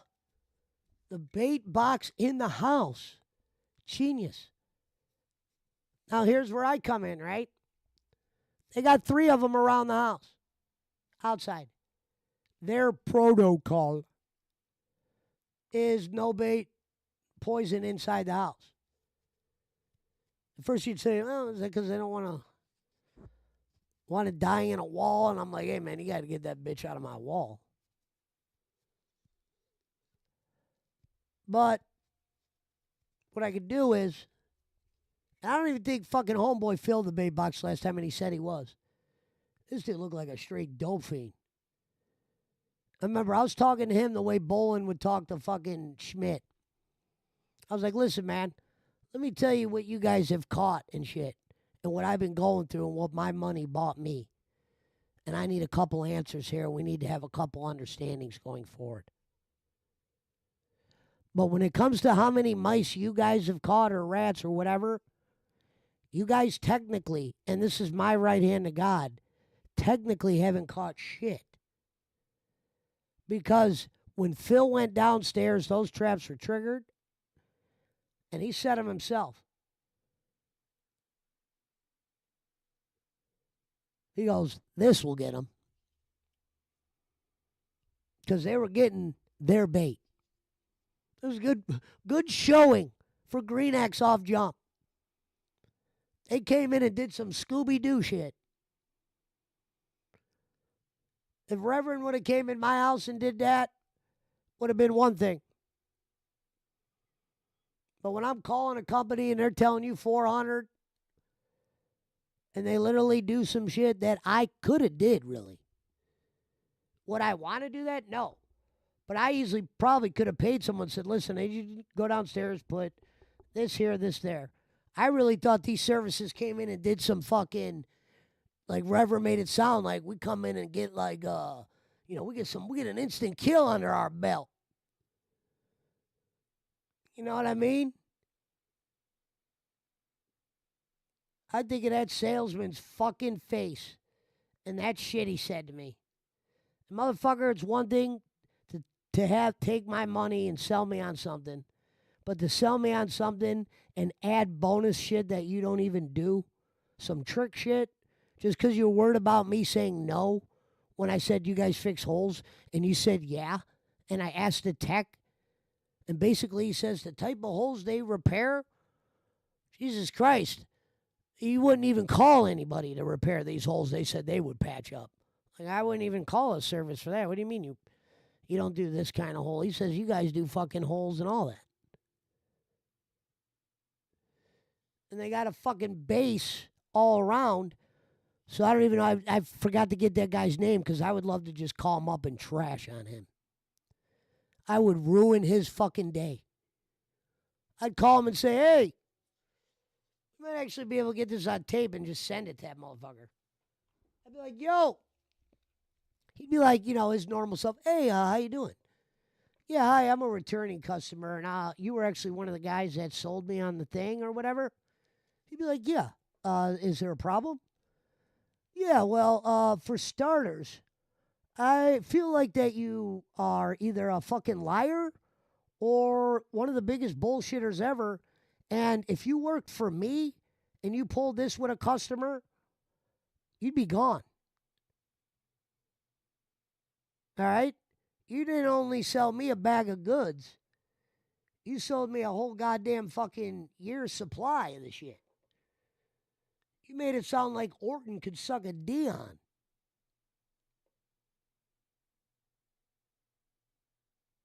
You made it sound like you guys literally have caught in fucking the Jesus Christ of rats. And you'll do all that other bonus shit too, add it on? Yeah, just for a maybe extra fee. Oh, all right. Here's my credit card. The guy gets to my house.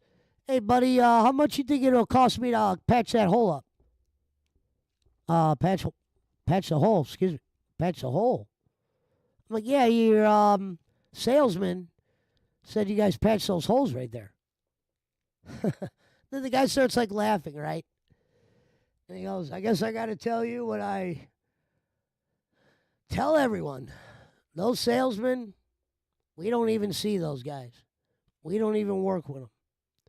Apparently, they're telling a lot of these customers that we do a lot more shit than we don't. And I really wish they would get on them for that. So what are you going to do? Shit on this guy? You know, try to get refunds and all this shit? Which I should have been a little bit more mean when I called last week and I said they didn't show up.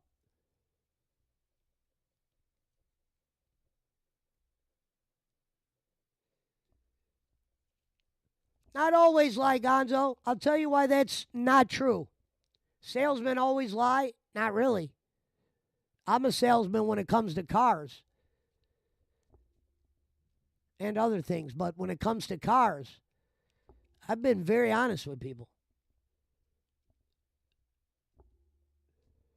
I always say, damn, for the price I'm selling it to you for, I can afford to tell you the truth. I'm not over here trying to sell you a $10,000 car. Or I got to fucking make this thing look like fucking Thor. I know why you called me for this car. It's for a price that a lot of them aren't. I already know. Trust me. I've been doing this for a while.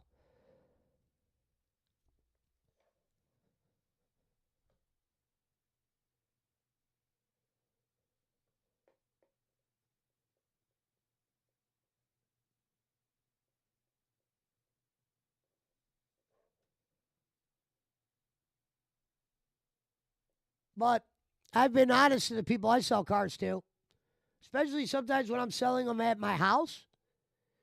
I'm about to fucking lie to a motherfucker, have them show up at my house with fucking family members and guns and cellos and shit. You kidding me? I'd rather be dead honest with you. Hey, man, I drive these at the auction. I put a bid on them.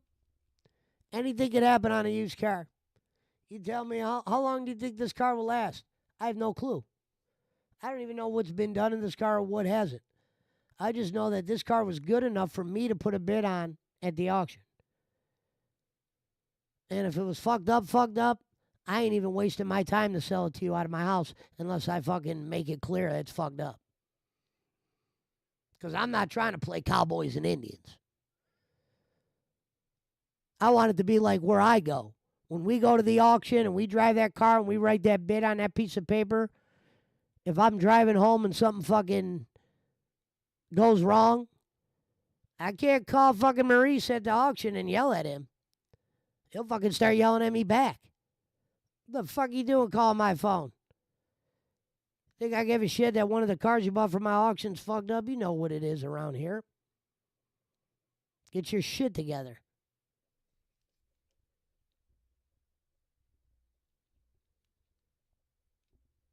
Do you tell them how much you paid? Yeah, they don't give a fuck. Like I said, they're talking like Ghostbusters. We'll handle it. We'll get there. Motherfucker, your bait failed 2 weeks in a row. I should have called tripping to where I get some kind of bonus or something.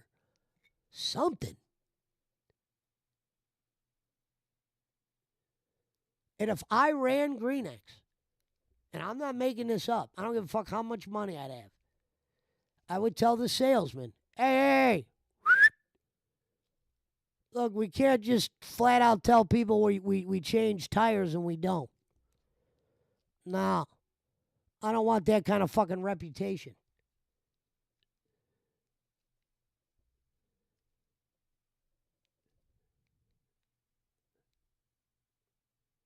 I'll tell him the motherfucker calls and says, do you do this? And you're like, yeah. And we do blah, blah, blah.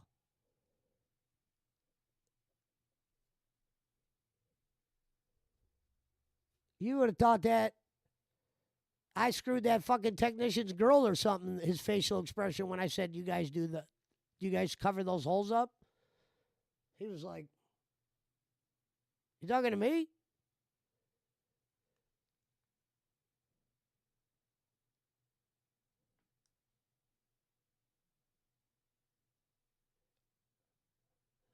I used to buy cars from the auction when I was a car salesman. What I would do is kick the tires. I've never done that.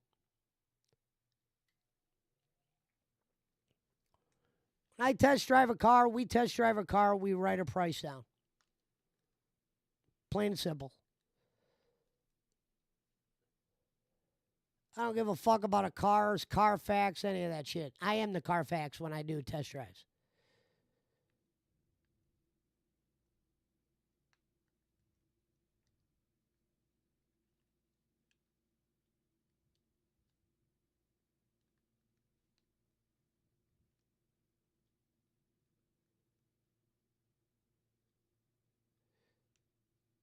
I'm speaking mostly about corporation salesmen. Well, no, I get it. A lot of them are. That's why I love it when a person will come to my house and I'll tell them something about a car, and I'm like, I understand that. Guy like me, you probably shouldn't believe, right? Because I'm probably just trying to tell you what you want to hear. But let me and I would say this to the people I sell cars to. You're dealing with a rare case when you deal with me. Meaning, I don't got time to tell you something that ain't. Especially if I bring you to my home. It'd be one thing if we were at my building in Painesville. You know what I mean? But if I'm going to bring you to my house, probably the shit I told you about the car is about everything I know about it. Can something go wrong tomorrow? You damn right. I've been in cars where shit happens all the time. But I'm used to it. That's why I keep my AAA card filled. I know I could leave the auction and something could go to where I got to get it towed.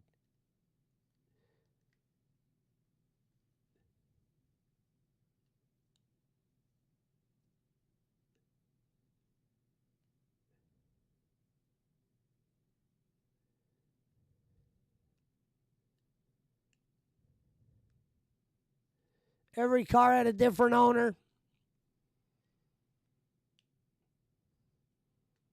Unfortunately, there's a lot of, by the time the car gets to a certain person, some people just fucking destroyed themselves. Like some people get nervous with high miles. I don't. I just know what you're doing.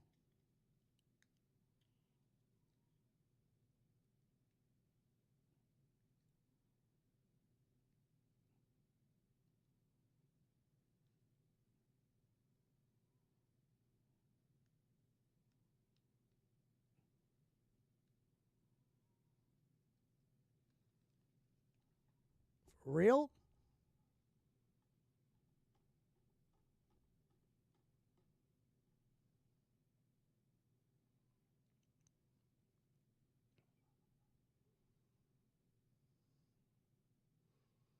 I think Rev Sauce is live playing Fort. Whiplash Boss Man and Sasha says you got to kick the tires. Well, we remember, I wouldn't really take, I've heard Boss Man talk about cars a few times. And we will just say no comment.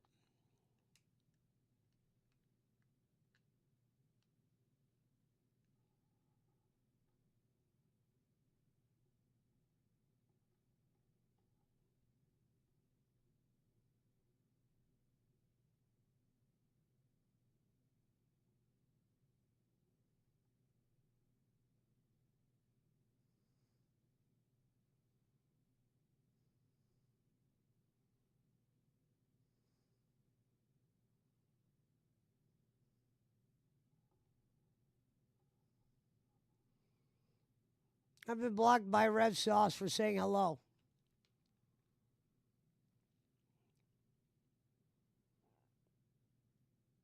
Well, he doesn't know the lore.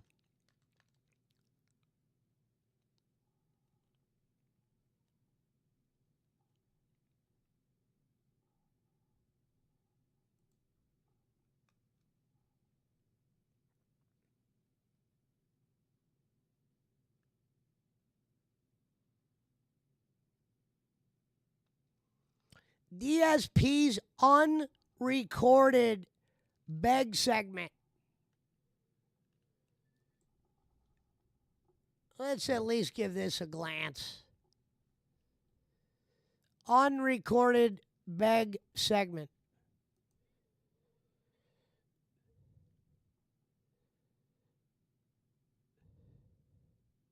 We could have made a fortune doing that out bowling. Wait, why isn't that working? Oh, that's game capture.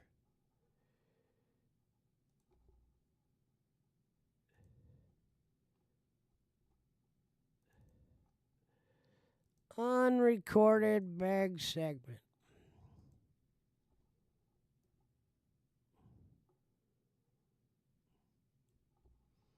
Let's do it like this. Put that there. Put that there.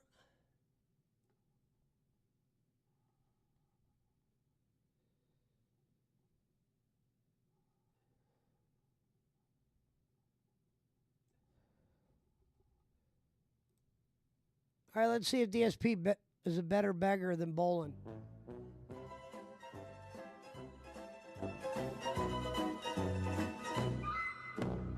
This is the finale of my Fatal Fury City of the Wolves beta coverage. It's been 3 streams, and Whoops. quite honestly, I did as best as I could in the time allotted. You know, being that I'm not a full-time fighting game player, I only got to play 3 streams of it. I mean, it's the equivalent of around 6 hours of online play. And quite frankly, because the connections have been so bad and because there's no training mode, I just stuck with one character. I really feel like if I'd swapped characters, it wouldn't have helped me at all to try to learn the game. So I'm just going to stick with Mai Shiranui again tonight to wrap up our, 6 hours of gameplay. I want to say thanks to those who've already watched and helped me out to try to understand game mechanics. I remember King Crimson has been around quite a lot trying to teach me stuff, but it's pretty impossible to learn without a training mode. You know what I mean? So let's see how it goes tonight. I hope for the best. Hope, the first 2 sessions went well. The first 2 sessions went really, really well, where I kicked major ass in this demo, or this beta, even though the connections are terrible. So I hope I can keep that up tonight and it's not just painful for the last night. I guess we'll see. What's up, Mozzie? How you doing? Vietnamese comrade, what's up? What's up, everybody? So, FYI, I just Here we made go. a Here's really the good bag. clip this morning on the podcast for the first time in many, many months. I basically completely stuck it to Review Tech USA. I essentially taught him how to use tech because he's so dumb that on his latest stream, he didn't know how to use any of the tech. So he couldn't play a game because he had no audio. He couldn't actually show his screen in a Discord call because he doesn't know how to put his OBS screen into Discord. It was a horrendous joke. So I taught him all that, plus I, ripped him a new asshole. So that highlight has been made, and that will go live overnight on the channel. So give it a look if you don't want to watch the entirety of the podcast, but you want to have a good laugh. Those clips that I was making like that were getting really good views and attention months ago. I don't know if this one will ever, do well, simply because that audience, that drama-style audience, may have moved on at this point and not care. But I He figured I would said give the it a go drama anyway. Let's see style. how that No, they goes. didn't move on, idiot. That's my highlight No for one liked the tonight, okay? video. So how is everyone tonight? What's on everyone's mind here? Anything? What's on your mind, Phil? Money? Vickers reacted and was seething. Yo, here's the funny part. He didn't react to me, right? He reacted to a detractor that cut out half the content. He's a fucking loser. So he can't be bothered to watch the content and actually react to the real content. You ordered a pizza. That's amazing news. Pizza is great.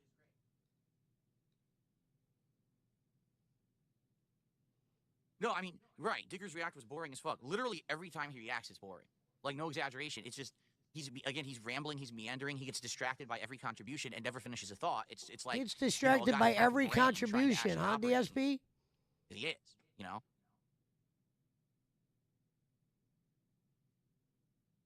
First contribution of the night just rolled in. It's a whopping $1.50 tip. What does yayo mean? Cocaine. It is slang for cocaine, if you didn't know. And I learned that by watching Scarface and playing Scarface. Or when that song played when I was playing GTA, people explained to me the yayo was the cocaine, and that's why the song was used in Scarface. So there you go. What a So dented thanks for the answer. tip. $1.50 to start tonight from the Cocaine Inquirer. So I'll call you the Cocaine Inquirer. Okay. What's funny is he's technically doing Q&A right now where he's looking at your questions, but his chat DSP says versus such the PPP dumbest sing. Oh, shit. Can PPP sing? I mean, I can sing in short bursts. I cannot maintain or sing for a long time. See? I used to actually He's be able to talking sing about well when I was singing. young, but over the years of me being a content creator, my voice has definitely changed. Like, my voice today is actually significantly different from how it sounded back when I started on YouTube. That just 16 happens years when you ago. talk This every motherfucker day, just said all my day voice sounded for different 16 years your ago. vocal No cords are gonna shit. change. So I can sing a bit, but I can't go too long. You know what I mean? Like my vocal cords get exhausted. I lose my voice. I can't hit the notes I used to hit or anything like that. No, I The never notes performed I in the used choir. to That's hit. not correct. Nope. James says they added 4 new melee weapons from Ninja Turtles. I think you'll have fun trying them in a melee run. Yeah, but aren't they DLC? You have to buy them. And isn't All it true that, like, comments each he turtle reads is like that $20 silly or ass something like shit. that? I'm not spending money on Call of Duty. So Not spending money on Call of Duty, but you'll spend hundreds and thousands on WWE Champion. Mimsy, no, you didn't. You did not send me a gray kitty wrist rest. According to Throne, you sent me a pig wrist rest, which I actually also think is kind of cute, but it's a negative meme about me. That is not a gray kitty. It's a pink pig. So I know Who you were gives trying a to get shit? attention earlier on my It first was stream. a and I fucking ignored you. gift. You can unlock the Ninja Turtles weapons free. Okay, that's good to know. Cool. That's very good to know.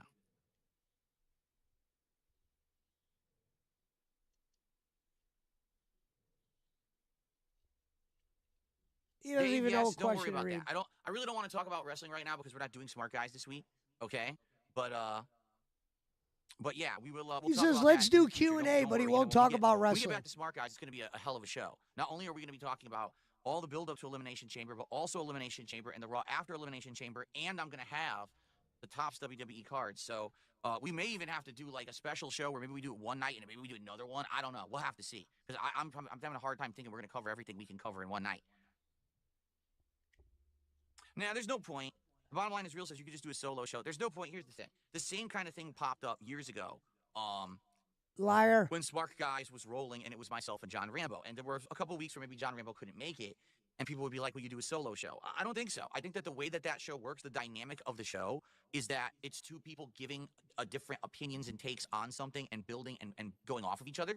Just one person giving their opinion on it, I don't feel is nearly as informative or interesting or entertaining. So I think we'll just save it all for when PPP can come back.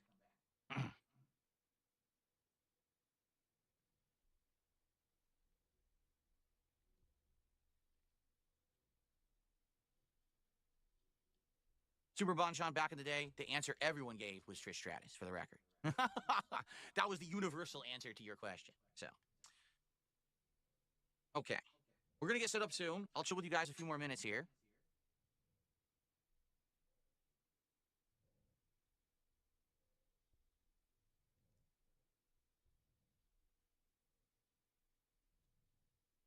So, guys, tonight, here's the deal. I don't know if you noticed. See, he didn't even know what to read. He's doing Q&A. In fact, we They actually ask him exceeded the goal, such and I was hoping dumb maybe we could shit in double his goal, but we chat. He didn't. doesn't even know what to But we did read. exceed the goal on the first stream. Now, we're at 27 There's out the of money. 30. Once we hit 30, if you remember, the reward this week is not DSP Tries It. You guys have outright told me, no more fast food right now. We want something different.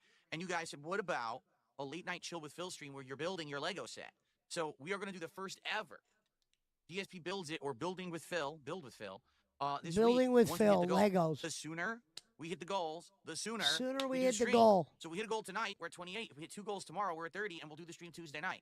If we hit 2 goals tonight, then all we got to do is hit 1 He's goal asking tomorrow you for and Tuesday, we'll do $450 so he okay? could do It means we Legos. can do it as early as possible as soon as we hit these goals. So let's get some support I'm tonight. not Please exaggerating. support my fighting game stuff. I hope that you guys have liked this. If You he guys gets told me you have liked this. $450 from when this video is The recorded, last 2 times I play it, he will do let's have this Legos. final Fatal Fury stream go out with a bang. Let's not have it go out with a fizzle, but let's actually hit our goals tonight and have a good finale to this Fatal Fury fighting game frenzy. You know what I need Finale? to do? I need to use mouthwash. I forgot to. So, allow me to go use mouthwash. I'll literally be right back, and then we'll start with Fatal Fury. Let me go use mouthwash. He calls this his business, right? Let me go use mouthwash.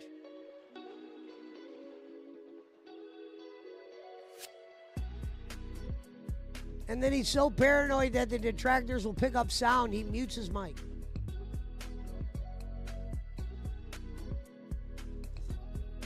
That's a level of paranoia right there.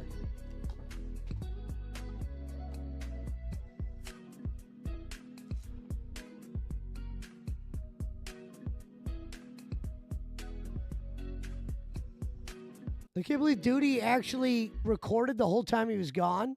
Get your shit together, Duty. Look, he's still doing Q&A. Yes, I played And he Pac-Man doesn't in know arcades, what of course I questions did. to read because they're all What we had weird. for dinner, we had homemade burritos again, but this time we used different ingredients from last time. We used a different salsa. We didn't use chicken, but instead we just used beans, rice, a fresh salsa, some fresh corn, a little bit of sour cream, and what was the other thing? This is Something a else in guy there, who too. spent So it was 70 homemade on burritos, and they were pretty Burger good. King DoorDash. And he wonders why he has to beg for money.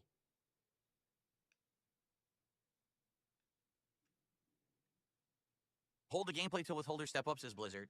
Blizzard says I shouldn't play until I get some contributions because I've gotten only Hear one tip that? so far. That's what he said. What do you think? Should I wait? Yeah, you should, because it'd make you look like a scumbag, DJ Trump says loser. withholding is completely against the law of the land. So no Fatal Fury gameplay until contributions roll in, according to Blizzard over on K.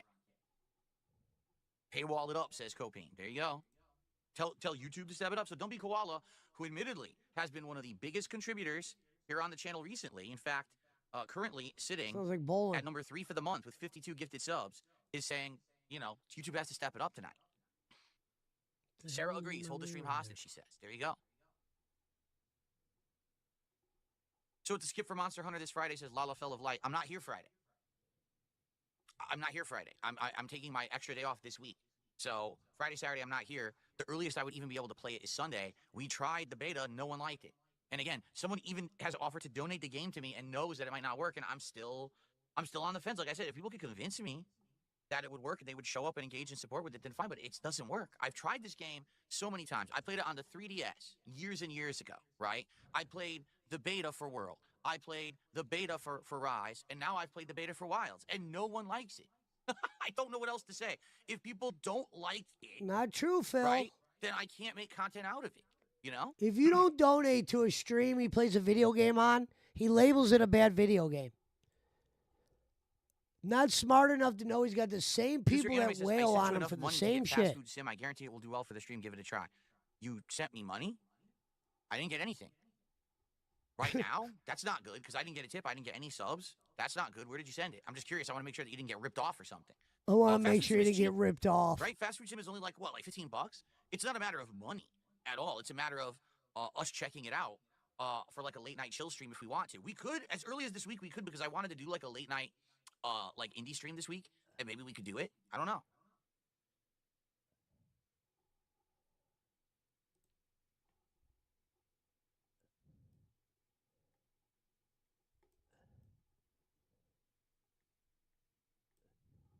Have you ever had a sweet type of cup noodles? No. I've only had the very basic. If I cup ever noodles. had a Nothing sweet crazy. cup of noodles, I don't like cup noodles. They're too salty. I like real ramen. I'm not gonna eat cup noodle.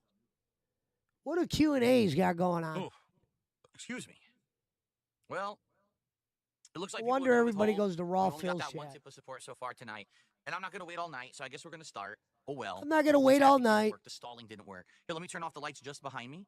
The stalling didn't work as he fucking I tried turns the off dirty the tactics. lights The that he dirty spent tactics your were money ineffective on. tonight.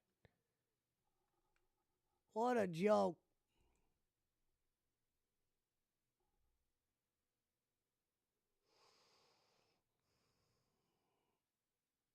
A Man Marathon Part 2, hashtag locale. Oh, DSP end streak at ICS, a whole different one. Wait a minute.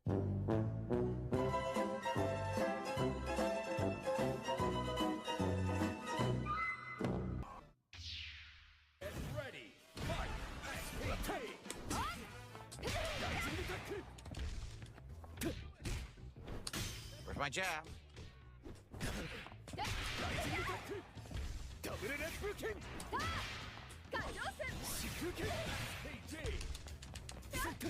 Couldn't block. I couldn't move. I couldn't move again. Apparently something's going to happen. Or he doesn't get money and he starts losing. He's playing insanely safe mode garbage. Every single time, too, he's doing the anti-air, so I could try to bait it now, I think.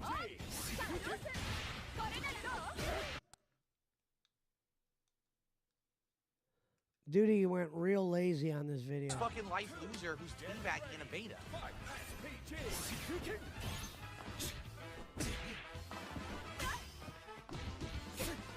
You're bashing short.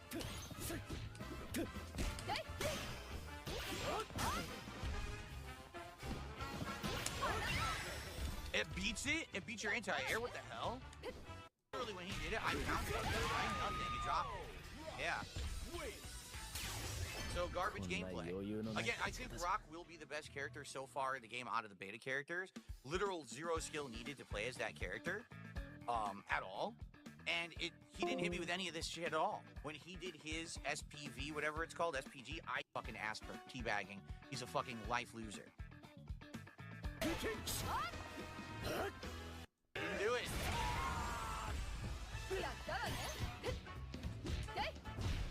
The fuck is the begging?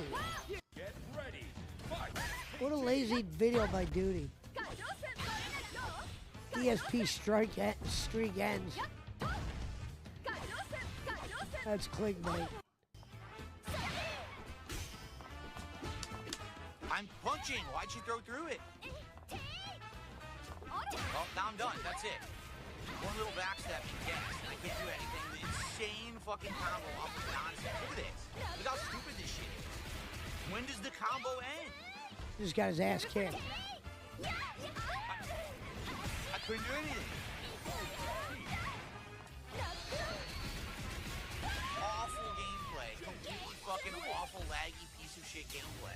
The game sucks. I'll tell you right now, this game will be shit when it actually does fucking release. So you can just get one lucky hit in and then just get juggled for like 25 seconds. It's awful. The gameplay is terrible right now. I'll tell you, this is fucking shit for a fighting game. Get ready. Fight. What happened? I was in the air. I wasn't even on the ground.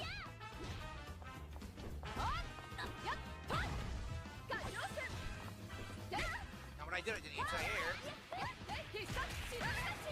I didn't do anything. The game is fucking whole game. Then walk back and forth. One safe move, safe. Safe move, safe. Safe, safe, safe.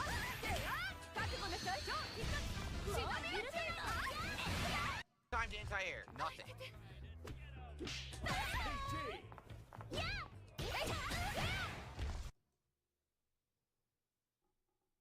I can't believe what is wrong with these fucking modern game developers? Why are they so bad? Why are modern game developers so fucking brainless? Why are they such twits? Why are they such mouth droolers? Why would you make a game like that? This is complete awful garbage. She just keeps hitting me by mashing buttons because this character is completely safe in every situation and can mash buttons and get rewarded for it. Just mash, safe, and then after that one hit, giant flowing combo. Yeah, it's garbage. They fucked the game up. I'll tell you right now, the game is shit. Morons, once again, these game developers of modern fighting games have no fucking clue how to make a fighting game, and it drives me nuts. What happened to the era of people with brains who actually made games? What happened to them? Thank you, King Dog Hearts fan. He said, what happened to the era where people had brains that made games? Challenger. This game is awful.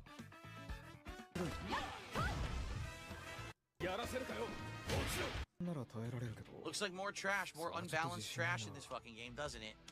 Indeed it does. And he ends it after one because he's a complete fucking pussy. What a cowardly pussy. Run for the hills, you bitch. I got insanely lucky. And did a move he didn't even know what it does. I hit him with it for the counter hit property, and it did insane damage. Oh, let me run now. Why did his throw, literally his throw did like a huge chunk of my health bar? Why? Was it a normal throw or does he have a command throw? Here comes a new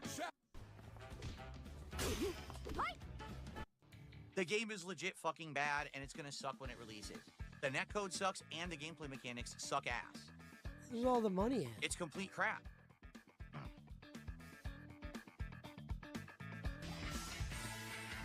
Shall we enjoy some treats during our break? What treats? I ate my treat earlier. We ate the treat that I owed you for the first stream. We've already done it. So... what I would like is we get some more support. Right now we're only at 30-something bucks. He eats treats at $1.50 every for other you. Stream we've done Treats. at Fury up to now, we hit the goal. So it would be great to have a third stream where we hit the goal. If not, it's kind of a flop finale, which would really suck. Flop so finale. we No will one hit it likes this game. tonight. Guys, let's get some support. Right now we only have one super chat. I take that back. There were two super chats. We have no members at all. Today we had like almost no members whatsoever. I don't think we had any on the first stream, and we have none on this stream either. All right? Let's get some tips. We only have like one tip, right? And let's get some some subs. Do we have any subs tonight? One, I think, right? Like, we have like one of everything.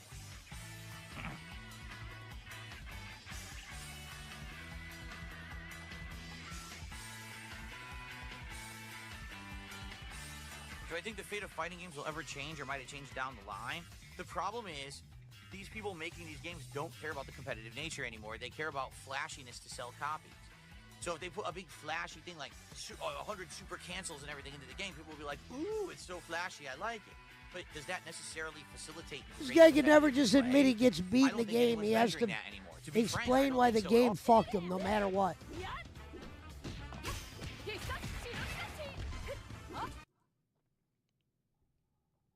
And she mashes buttons and hits me again. The game decent connection. Guys, we got about a half an hour left on stream, okay? So if you're enjoying the gameplay, please support the stream tonight. I would appreciate it if you could. We basically hit a wall, and we haven't had any contributions in a long time. It would be great to get We hit a more. wall. Like I said, even if we can't get to the goal, get a little bit more tonight would be appreciated, okay? Round one. Get ready. Fight.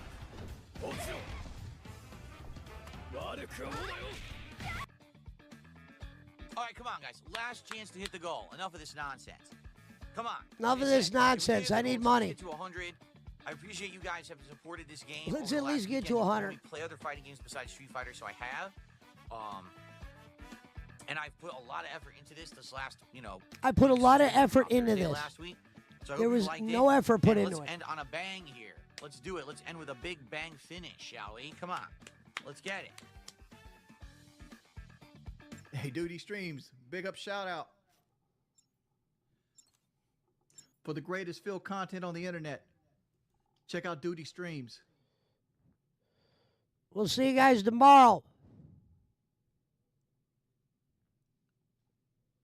Everyone around you. Because Don't forget. you just don't know, right? You just don't know what the hell's going on. Mr. Mao will be going down this week.